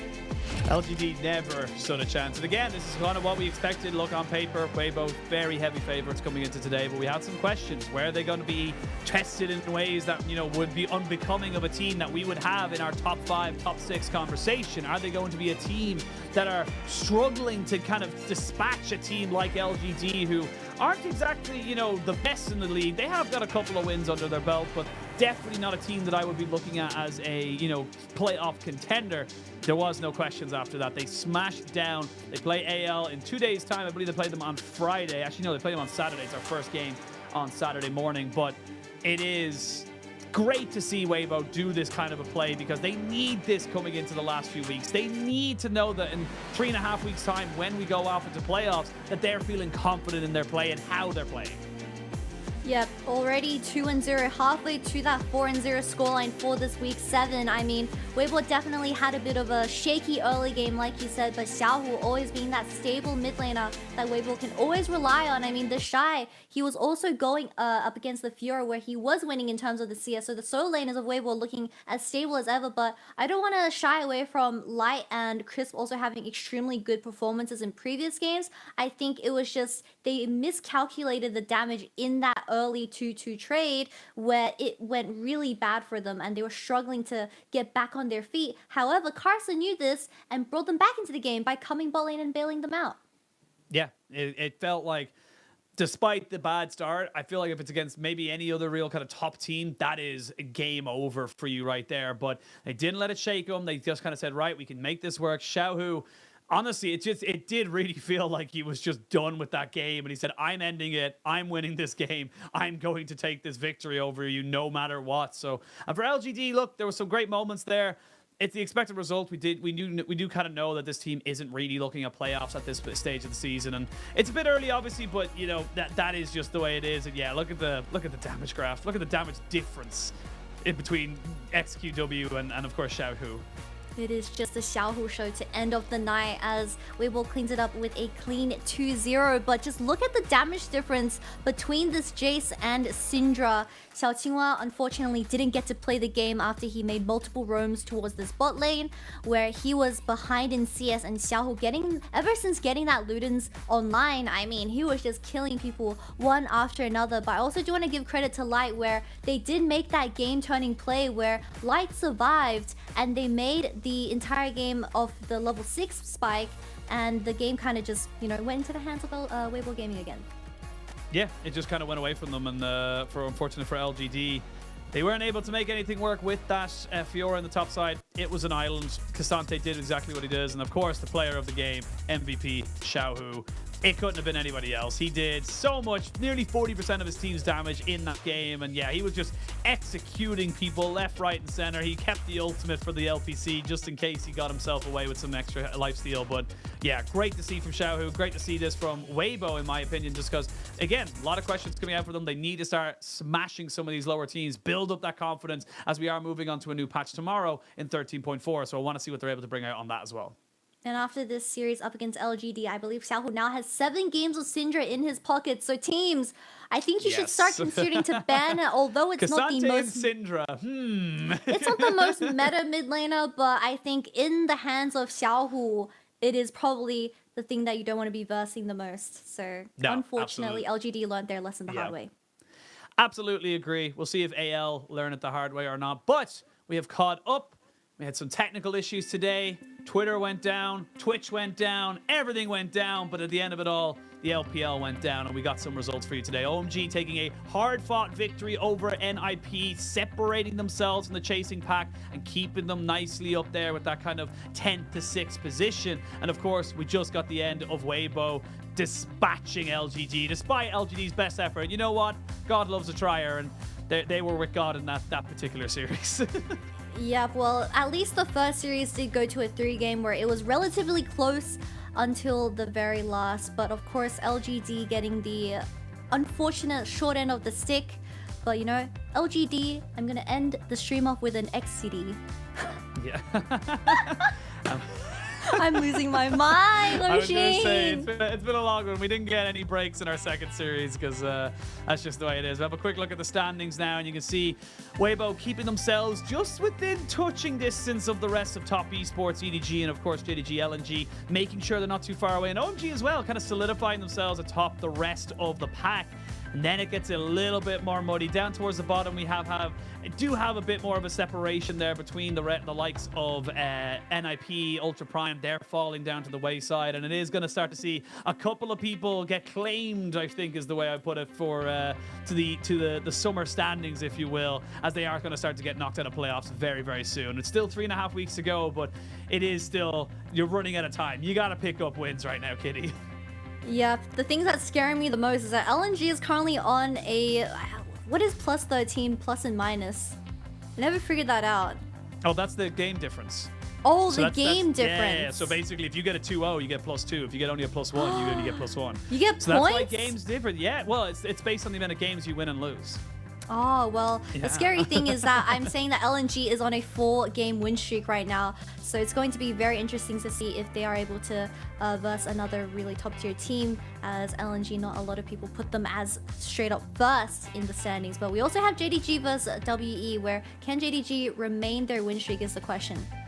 Yeah, absolutely. I think tomorrow might be a little bit of the final nail in the coffin for FBX. They need a win. That's as simple as it is. You go 1-9, there is just no real world where you're going to be able to get it. They're not mathematically out, but definitely going to be thinking about summer split outside of it. Whereas TT, they had a great start, and they were kind of slowly getting a bit knocked down there. We had a lot of different expectations for these guys. It's very hard to figure out where they're supposed to be, but tomorrow they need to win, get UCal back up and running, and show that to the LPL that they are not just a random playoff team, that they might be a little bit of a dark horse as well. I think TT and OMG are definitely the dark horses of the middle pack for LPL this spring split. However, when we do compare the two, I think TT still has that extra bit of spark in them compared to OMG, since they had such a messy 3-game series tonight. But I'm more than happy for them to prove me wrong. Game 2 draft, and you say TT have a spark over them? My gosh, look at that draft. TT couldn't even dream of playing Lily atop. Look, we need to leave the cooking to OMG, and hopefully TT outcooked them, because we saw the Rel and the Lilia for tonight. We're going to see an Udyr next time. We're going to see something like the Teemo as well. I don't know, Sheen. Good night, everyone. We are extremely tired, but tonight was a fun one. It was very fun. We're going to end it there. Thank you to everyone who watched us. Thank you to our production staff. Without them, none of this would be possible. And of course, thank you, Kitty, for bringing me through the weird and wonderful world that is the LPL. We'll be back tomorrow on the same channel at the same time on a different patch. 13.4 starts tomorrow, and we'll see you then.